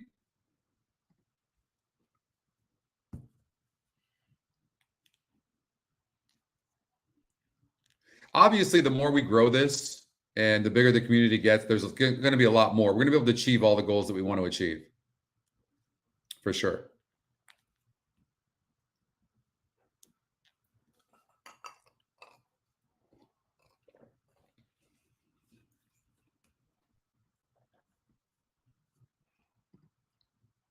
I get more excited when like this. Like I definitely think. Look, I haven't even bet tonight because I'm just worn out from the bets all weekend. But I get more pumped when everybody wins and the energy in the room and people are like booming and all that. That's the best. You know, we get new people in here that start to get it. Like when you use the metrics, and a lot of people don't understand what these are. And I'm going to try to explain it again, and hopefully it makes sense to you. So we have 32 algorithms. So I'm just going to explain the ones here on RaceView. The EquinEdge morning line predicts what the horse is supposed to go off at, but you find tremendous value on that, right? And in this case, you can see like the 10 horse if it wins. We're saying it should be 9-1 in the EquinEdge morning line. But because it's 20, you would not necessarily use that horse. Look what happened in the first leg of the pick six. That first time starter had a 21% win percentage chance. It went off at 42-1, and it was the top GSR by far. How's that? Like, it's not just about horizontal bets. You could have had that horse in the exacta, in the trifecta, right? Oh, they were asking, Robert? Oh, I love that. So remember, like, but here's what metrics do. So we have our win percentage metric that wins 36% of the time, and then the EquinEdge top pick wins 35.5%. None of us can predict that kind of win percentage. The pace number is the most ridiculous pace number you've ever seen. The SOR tells you what the class of each race was. And the current race SOR tells you what the class of today's race is. And this SOR here, which you'll have in a couple of weeks, tells you how a horse is done and who it's competed against at these conditions today. 6 furlongs turf. And then the genetic strength rating goes back 3 generations and tells you how strong the fields have, not the fields, the breeding, the babies, the mothers, the aunts, the uncles, all that. So it tells you the breeding and how a horse is likely to run on that surface and distance. So what is a metric in comparison to a statistic? I encourage you to go online, go on Google and go, what's the difference between statistics and metrics? Do that for yourself so you can realize how badass this is. So you go over and you get all these statistics. You've got to try to interpret those. Now you're automatically competing with computers, with AI. That's what you're doing. How are you supposed to compete with the computer? It's not emotional. You won't be able to do that. And now we're cutting out so much time of you trying to figure out all these stats, 0 for 30, 10 for 20. You still can't take those and go, okay, I know what to do with it. You just can't. So this is what the metrics do for you. They cut to the chase. 5, 6, 10, 11. Come on, let's get this. Let's bring it home. 5, 6, 10, 11 here at Santa Anita. This is race number 10 to finish off the evening at the Great Race Place. Cat goes in Vronsky style.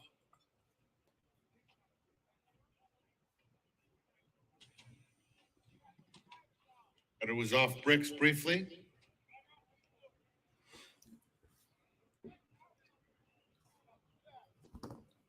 Bruce Mitchell.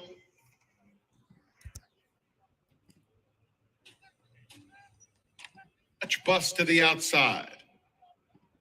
5-2 favorite in the final stage of wagering in Vronsky style. And they're off Keith. In the finale. Moose Mitchell had an awkward 6 start, broke terrible. And El Diablo Rojo was off a step slowly. We would love the 11. Style bolts away from there. Midnight Special has speed as well. Then it's Dutch Bus coming away in third. They're followed by Single Me Out, Square Cat in hand, fifth at the rail, 3 lengths off the lead. They're followed by Circle of Champions, who races in mid-pack outside bricks with Brace for Impact between those two.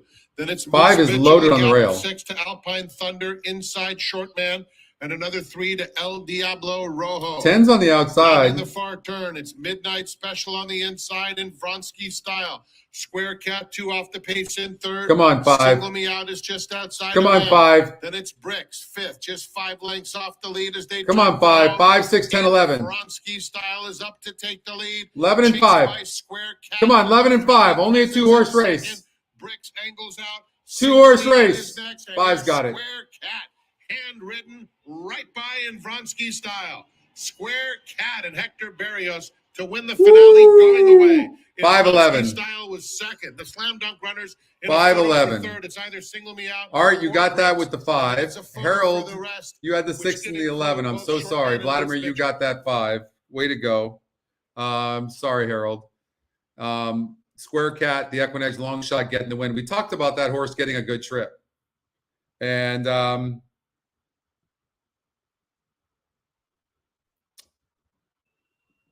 oh gosh, that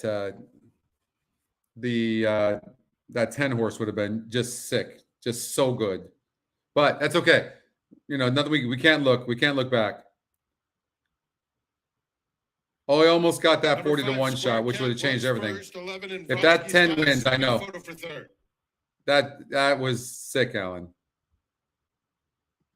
Whew. But we got this. Art got the pick 6, and Vladimir got the pick 6. Art, what is it paying? Oh my God, if that 10 would have won, because the Vladimir had the 10 as well. So we got the pick 5. We got Vladimir got the pick 6. Art got the pick 6. That had to pay good, right, guys? That 5 horse, by the way, was 8 to 1 on the morning line. How sick are these numbers? Look at this. EquinEdge long shot, 3rd top win percentage, 6 to 1 on the EquinEdge morning line. Come on, that's amazing. Amazing. Now we need the 6 and 7 for the golden hour. And the golden hour pick 4 and daily double, right? Because we had the 5. We had 5, 6, 10 with 6, 7 on the double. 3,500 on 20 cent. Okay. Please note, we're going to have a steward's inquiry. Into what? Concerning the start of number 6, Moose Mitchell. In the meantime, the numbers are posted 5-11, 8, single me out 3rd, 4, bricks 4th. Yeah, but it doesn't, it's not on the 5. 5th, 5-11, 8, 4, and 2. Stewards with an inquiry into the start of Moose Mitchell numbers.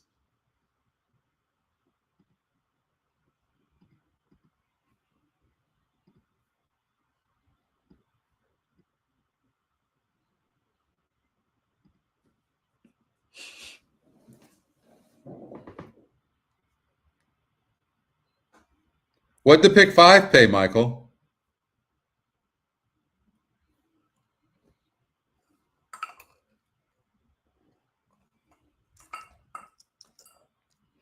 Oh, I don't know what was. Oh, I think the guy in the gate was holding the 6. That happens so often. That happens so often. $261? Oh, come on.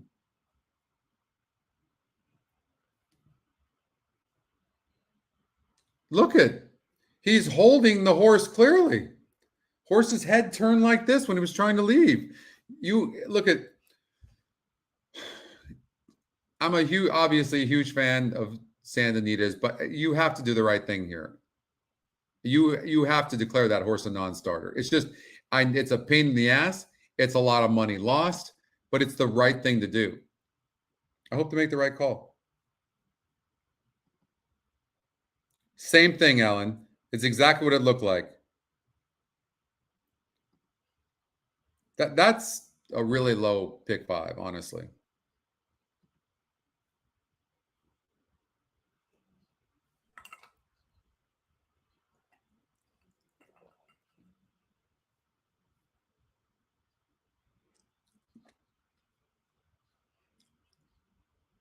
Now entering the Run Happy Winner's Circle is Square Cat, a 4-year-old chestnut gelding by Square Eddie out of Shortbread Scotty, owned by JMS Stable of Samantha's.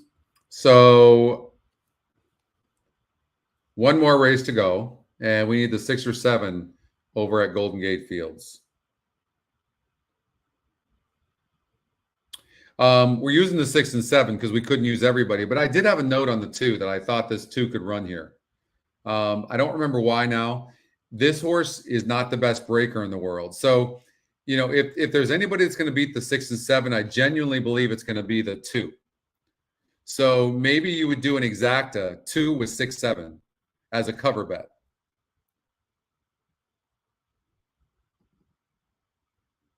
There was 3 favorites, Billy.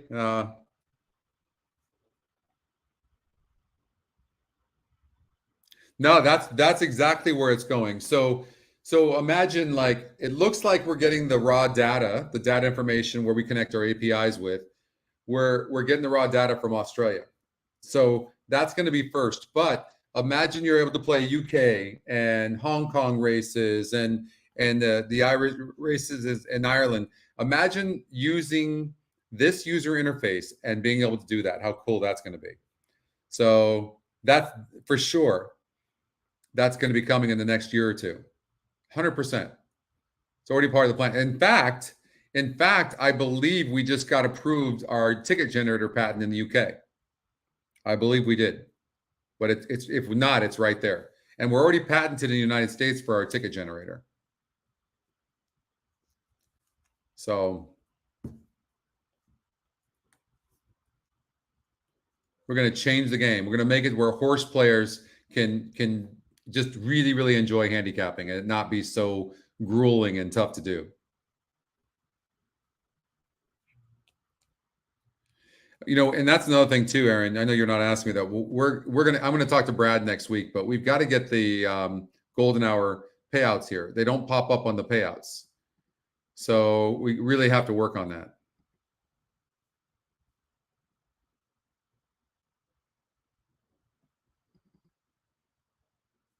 That's right.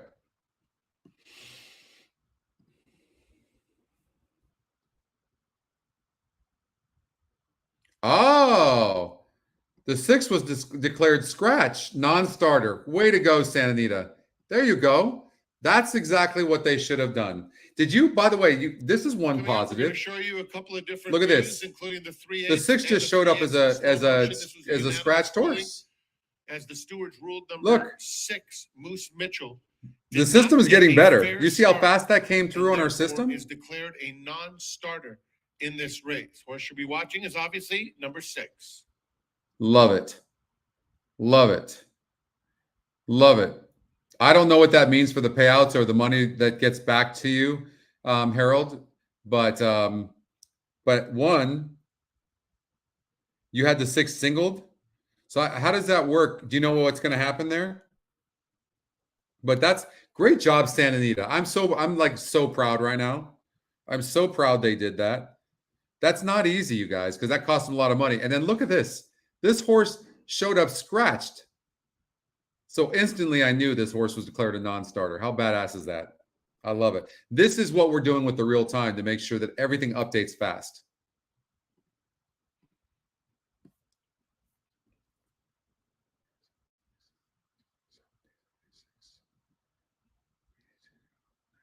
I want to show you something else. Not only was the 6 horse scratched, declared scratched, look at the win percentages. They retotaled. They retotaled. So they took in consideration the 6 is gone, and then they the numbers changed. That's what I want the system to do right there. I'm like a proud papa. I'm proud all the way around right now. I'm proud of Santa Anita, proud of our of Brad and the team and what they're doing there, and how fast that scratch showed up and how the numbers changed. Where it didn't change, it should have changed on the EquinEdge picks, and it didn't. But Brad told me he knows that, and that should be fixed next week. So I'm pretty pumped. Great job by Frank Miramani and his calls today at Santa Anita. That was the last race, 5-11-8-4-2, and the 6 was declared a non-starter. So you'll get your money back there somewhere.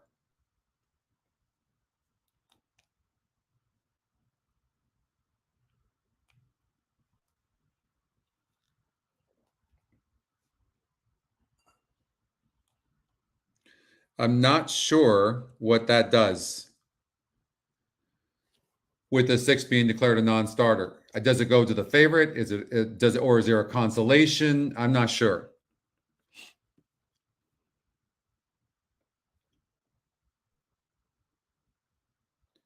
Yeah, Leo, we hook into Equibase. So we're an Equibase partner, and their raw data comes into our system, and that's how we're able to do that. But it's not easy because we're not just doing live odds and upcoming races. We're doing 32 algorithms that have to update. So that's been the biggest challenge that we've had.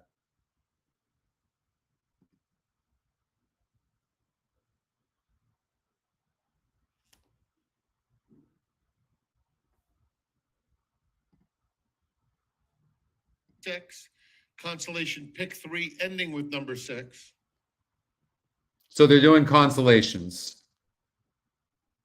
Pick 4, 123.85. 50-cent pick 5, 261.10.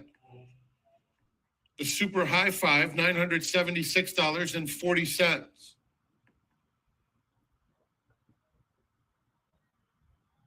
In our mandatory payout pick 6, $3,514.94 for every 20 cents wager.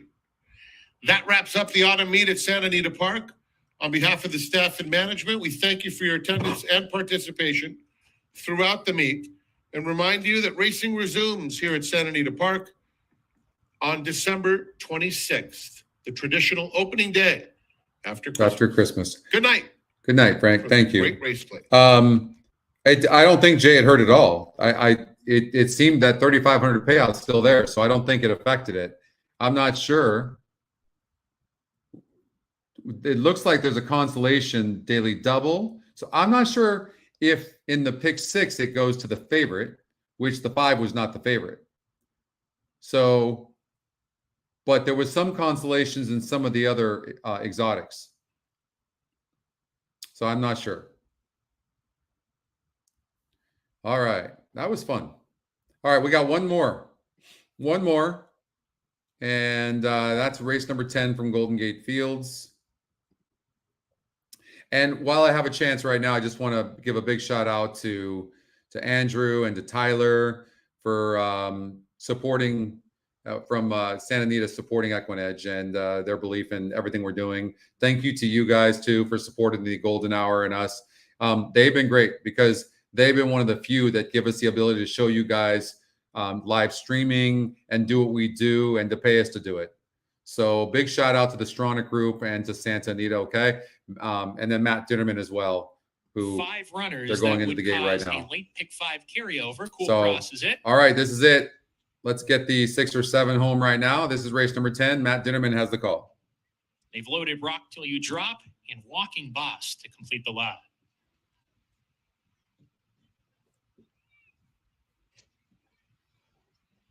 We're ready to go in the finale. Oh, Tom does. Quigley's Corner, Tom. Okay. And we're off in the nightcap. And there was a roar from the crowd for the last race. Lux Royal Flush, his first career try route, and he likes to be on the lead in sprints, so naturally he's quick in this route, and he's quickest, in fact. Leads the way into the turn. Oh, Great stalking right behind him in second. Cool Cross, Love Candy are next, followed by Dealer's Handed, Lord Winborn. A gap of 2 to Peppermint. Walking Boss third last, just ahead of Sync. And Rock Till You Drop has a lot of ground to make up in 3/4 of a mile. He's running probably 13, 14 lengths behind the front runner, and the front runner is setting a decent pace. That's Lux Royal Flush up top by a half. Well, we're length. first Oak and Great on last the right now. outside, still there second. Love Candy, Cool Cross, Relaxed, right together a joint third. A length and a half farther back to Lord Winborn and Dealer's Hand. Then comes Rock Till You Drop. He's advanced a couple positions. Walking Boss closer and Sync. And then comes Peppermint as they approach the 4-turn run. It's still up top. Lux Royal Flush into the turn. Maintains the lead. It's just 3/4 of a length.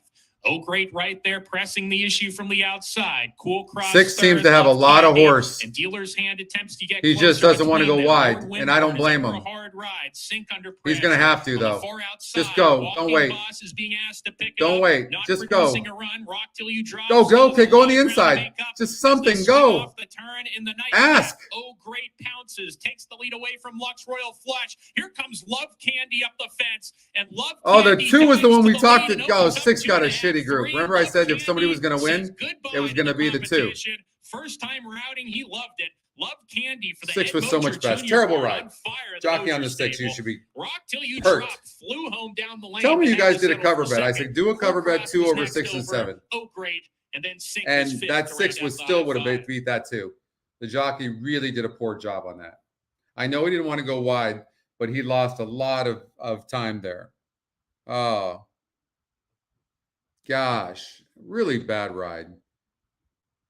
Silvio Amador, that was really poor. No, I'm sorry, on the 2, that was good. Oh yeah, Anton Georgi, that was really Number bad. 2, Love Candy was for his second. Number You got a 6, cover bet, Rock Chuck? Till You Okay, Drop, good. Photo finish for 3rd, 4th, and 5th. Please That horse continue ended to up going stand off as by the favorite. until the result is declared 6 official. horse got the pace, but that horse, and by the way, the jockey in the 7, I mean, the 9 horse really, I didn't see that kind of pace with this horse. And he pushed the 7. Not that the 7 would have stayed up anyways. You got the exacted, James? Yeah, that 2 horse really did. We can see my note here. Could run here. And 6 horse, if you can't wait. And Anton Georgi, it happens. He's human, but he waited too long to ask that horse. He should have, if you're going to go on the inside, then go and then just go. But another, you got the daily double, Jeff? Good. All right. Oh, man. Well, you guys, that's going to do it for me. It's been an incredible week in many respects. I think, you know, those shows were tremendous. Golden Hour pays $17.83. Nice. You did, Leslie. Good. But, and with the shows, and so big shout out to my team and big thank you to them. And thank you all for supporting us again and being part of this really great week that I think is going to put us up to some great things next year as well. So I'm sure we'll do a show next week. I'm not sure what it's going to be yet. And yeah, look out for the notifications. Okay. Don't forget to like the show, everybody. Have a good rest of your Sunday, and we'll see you next time. Good night.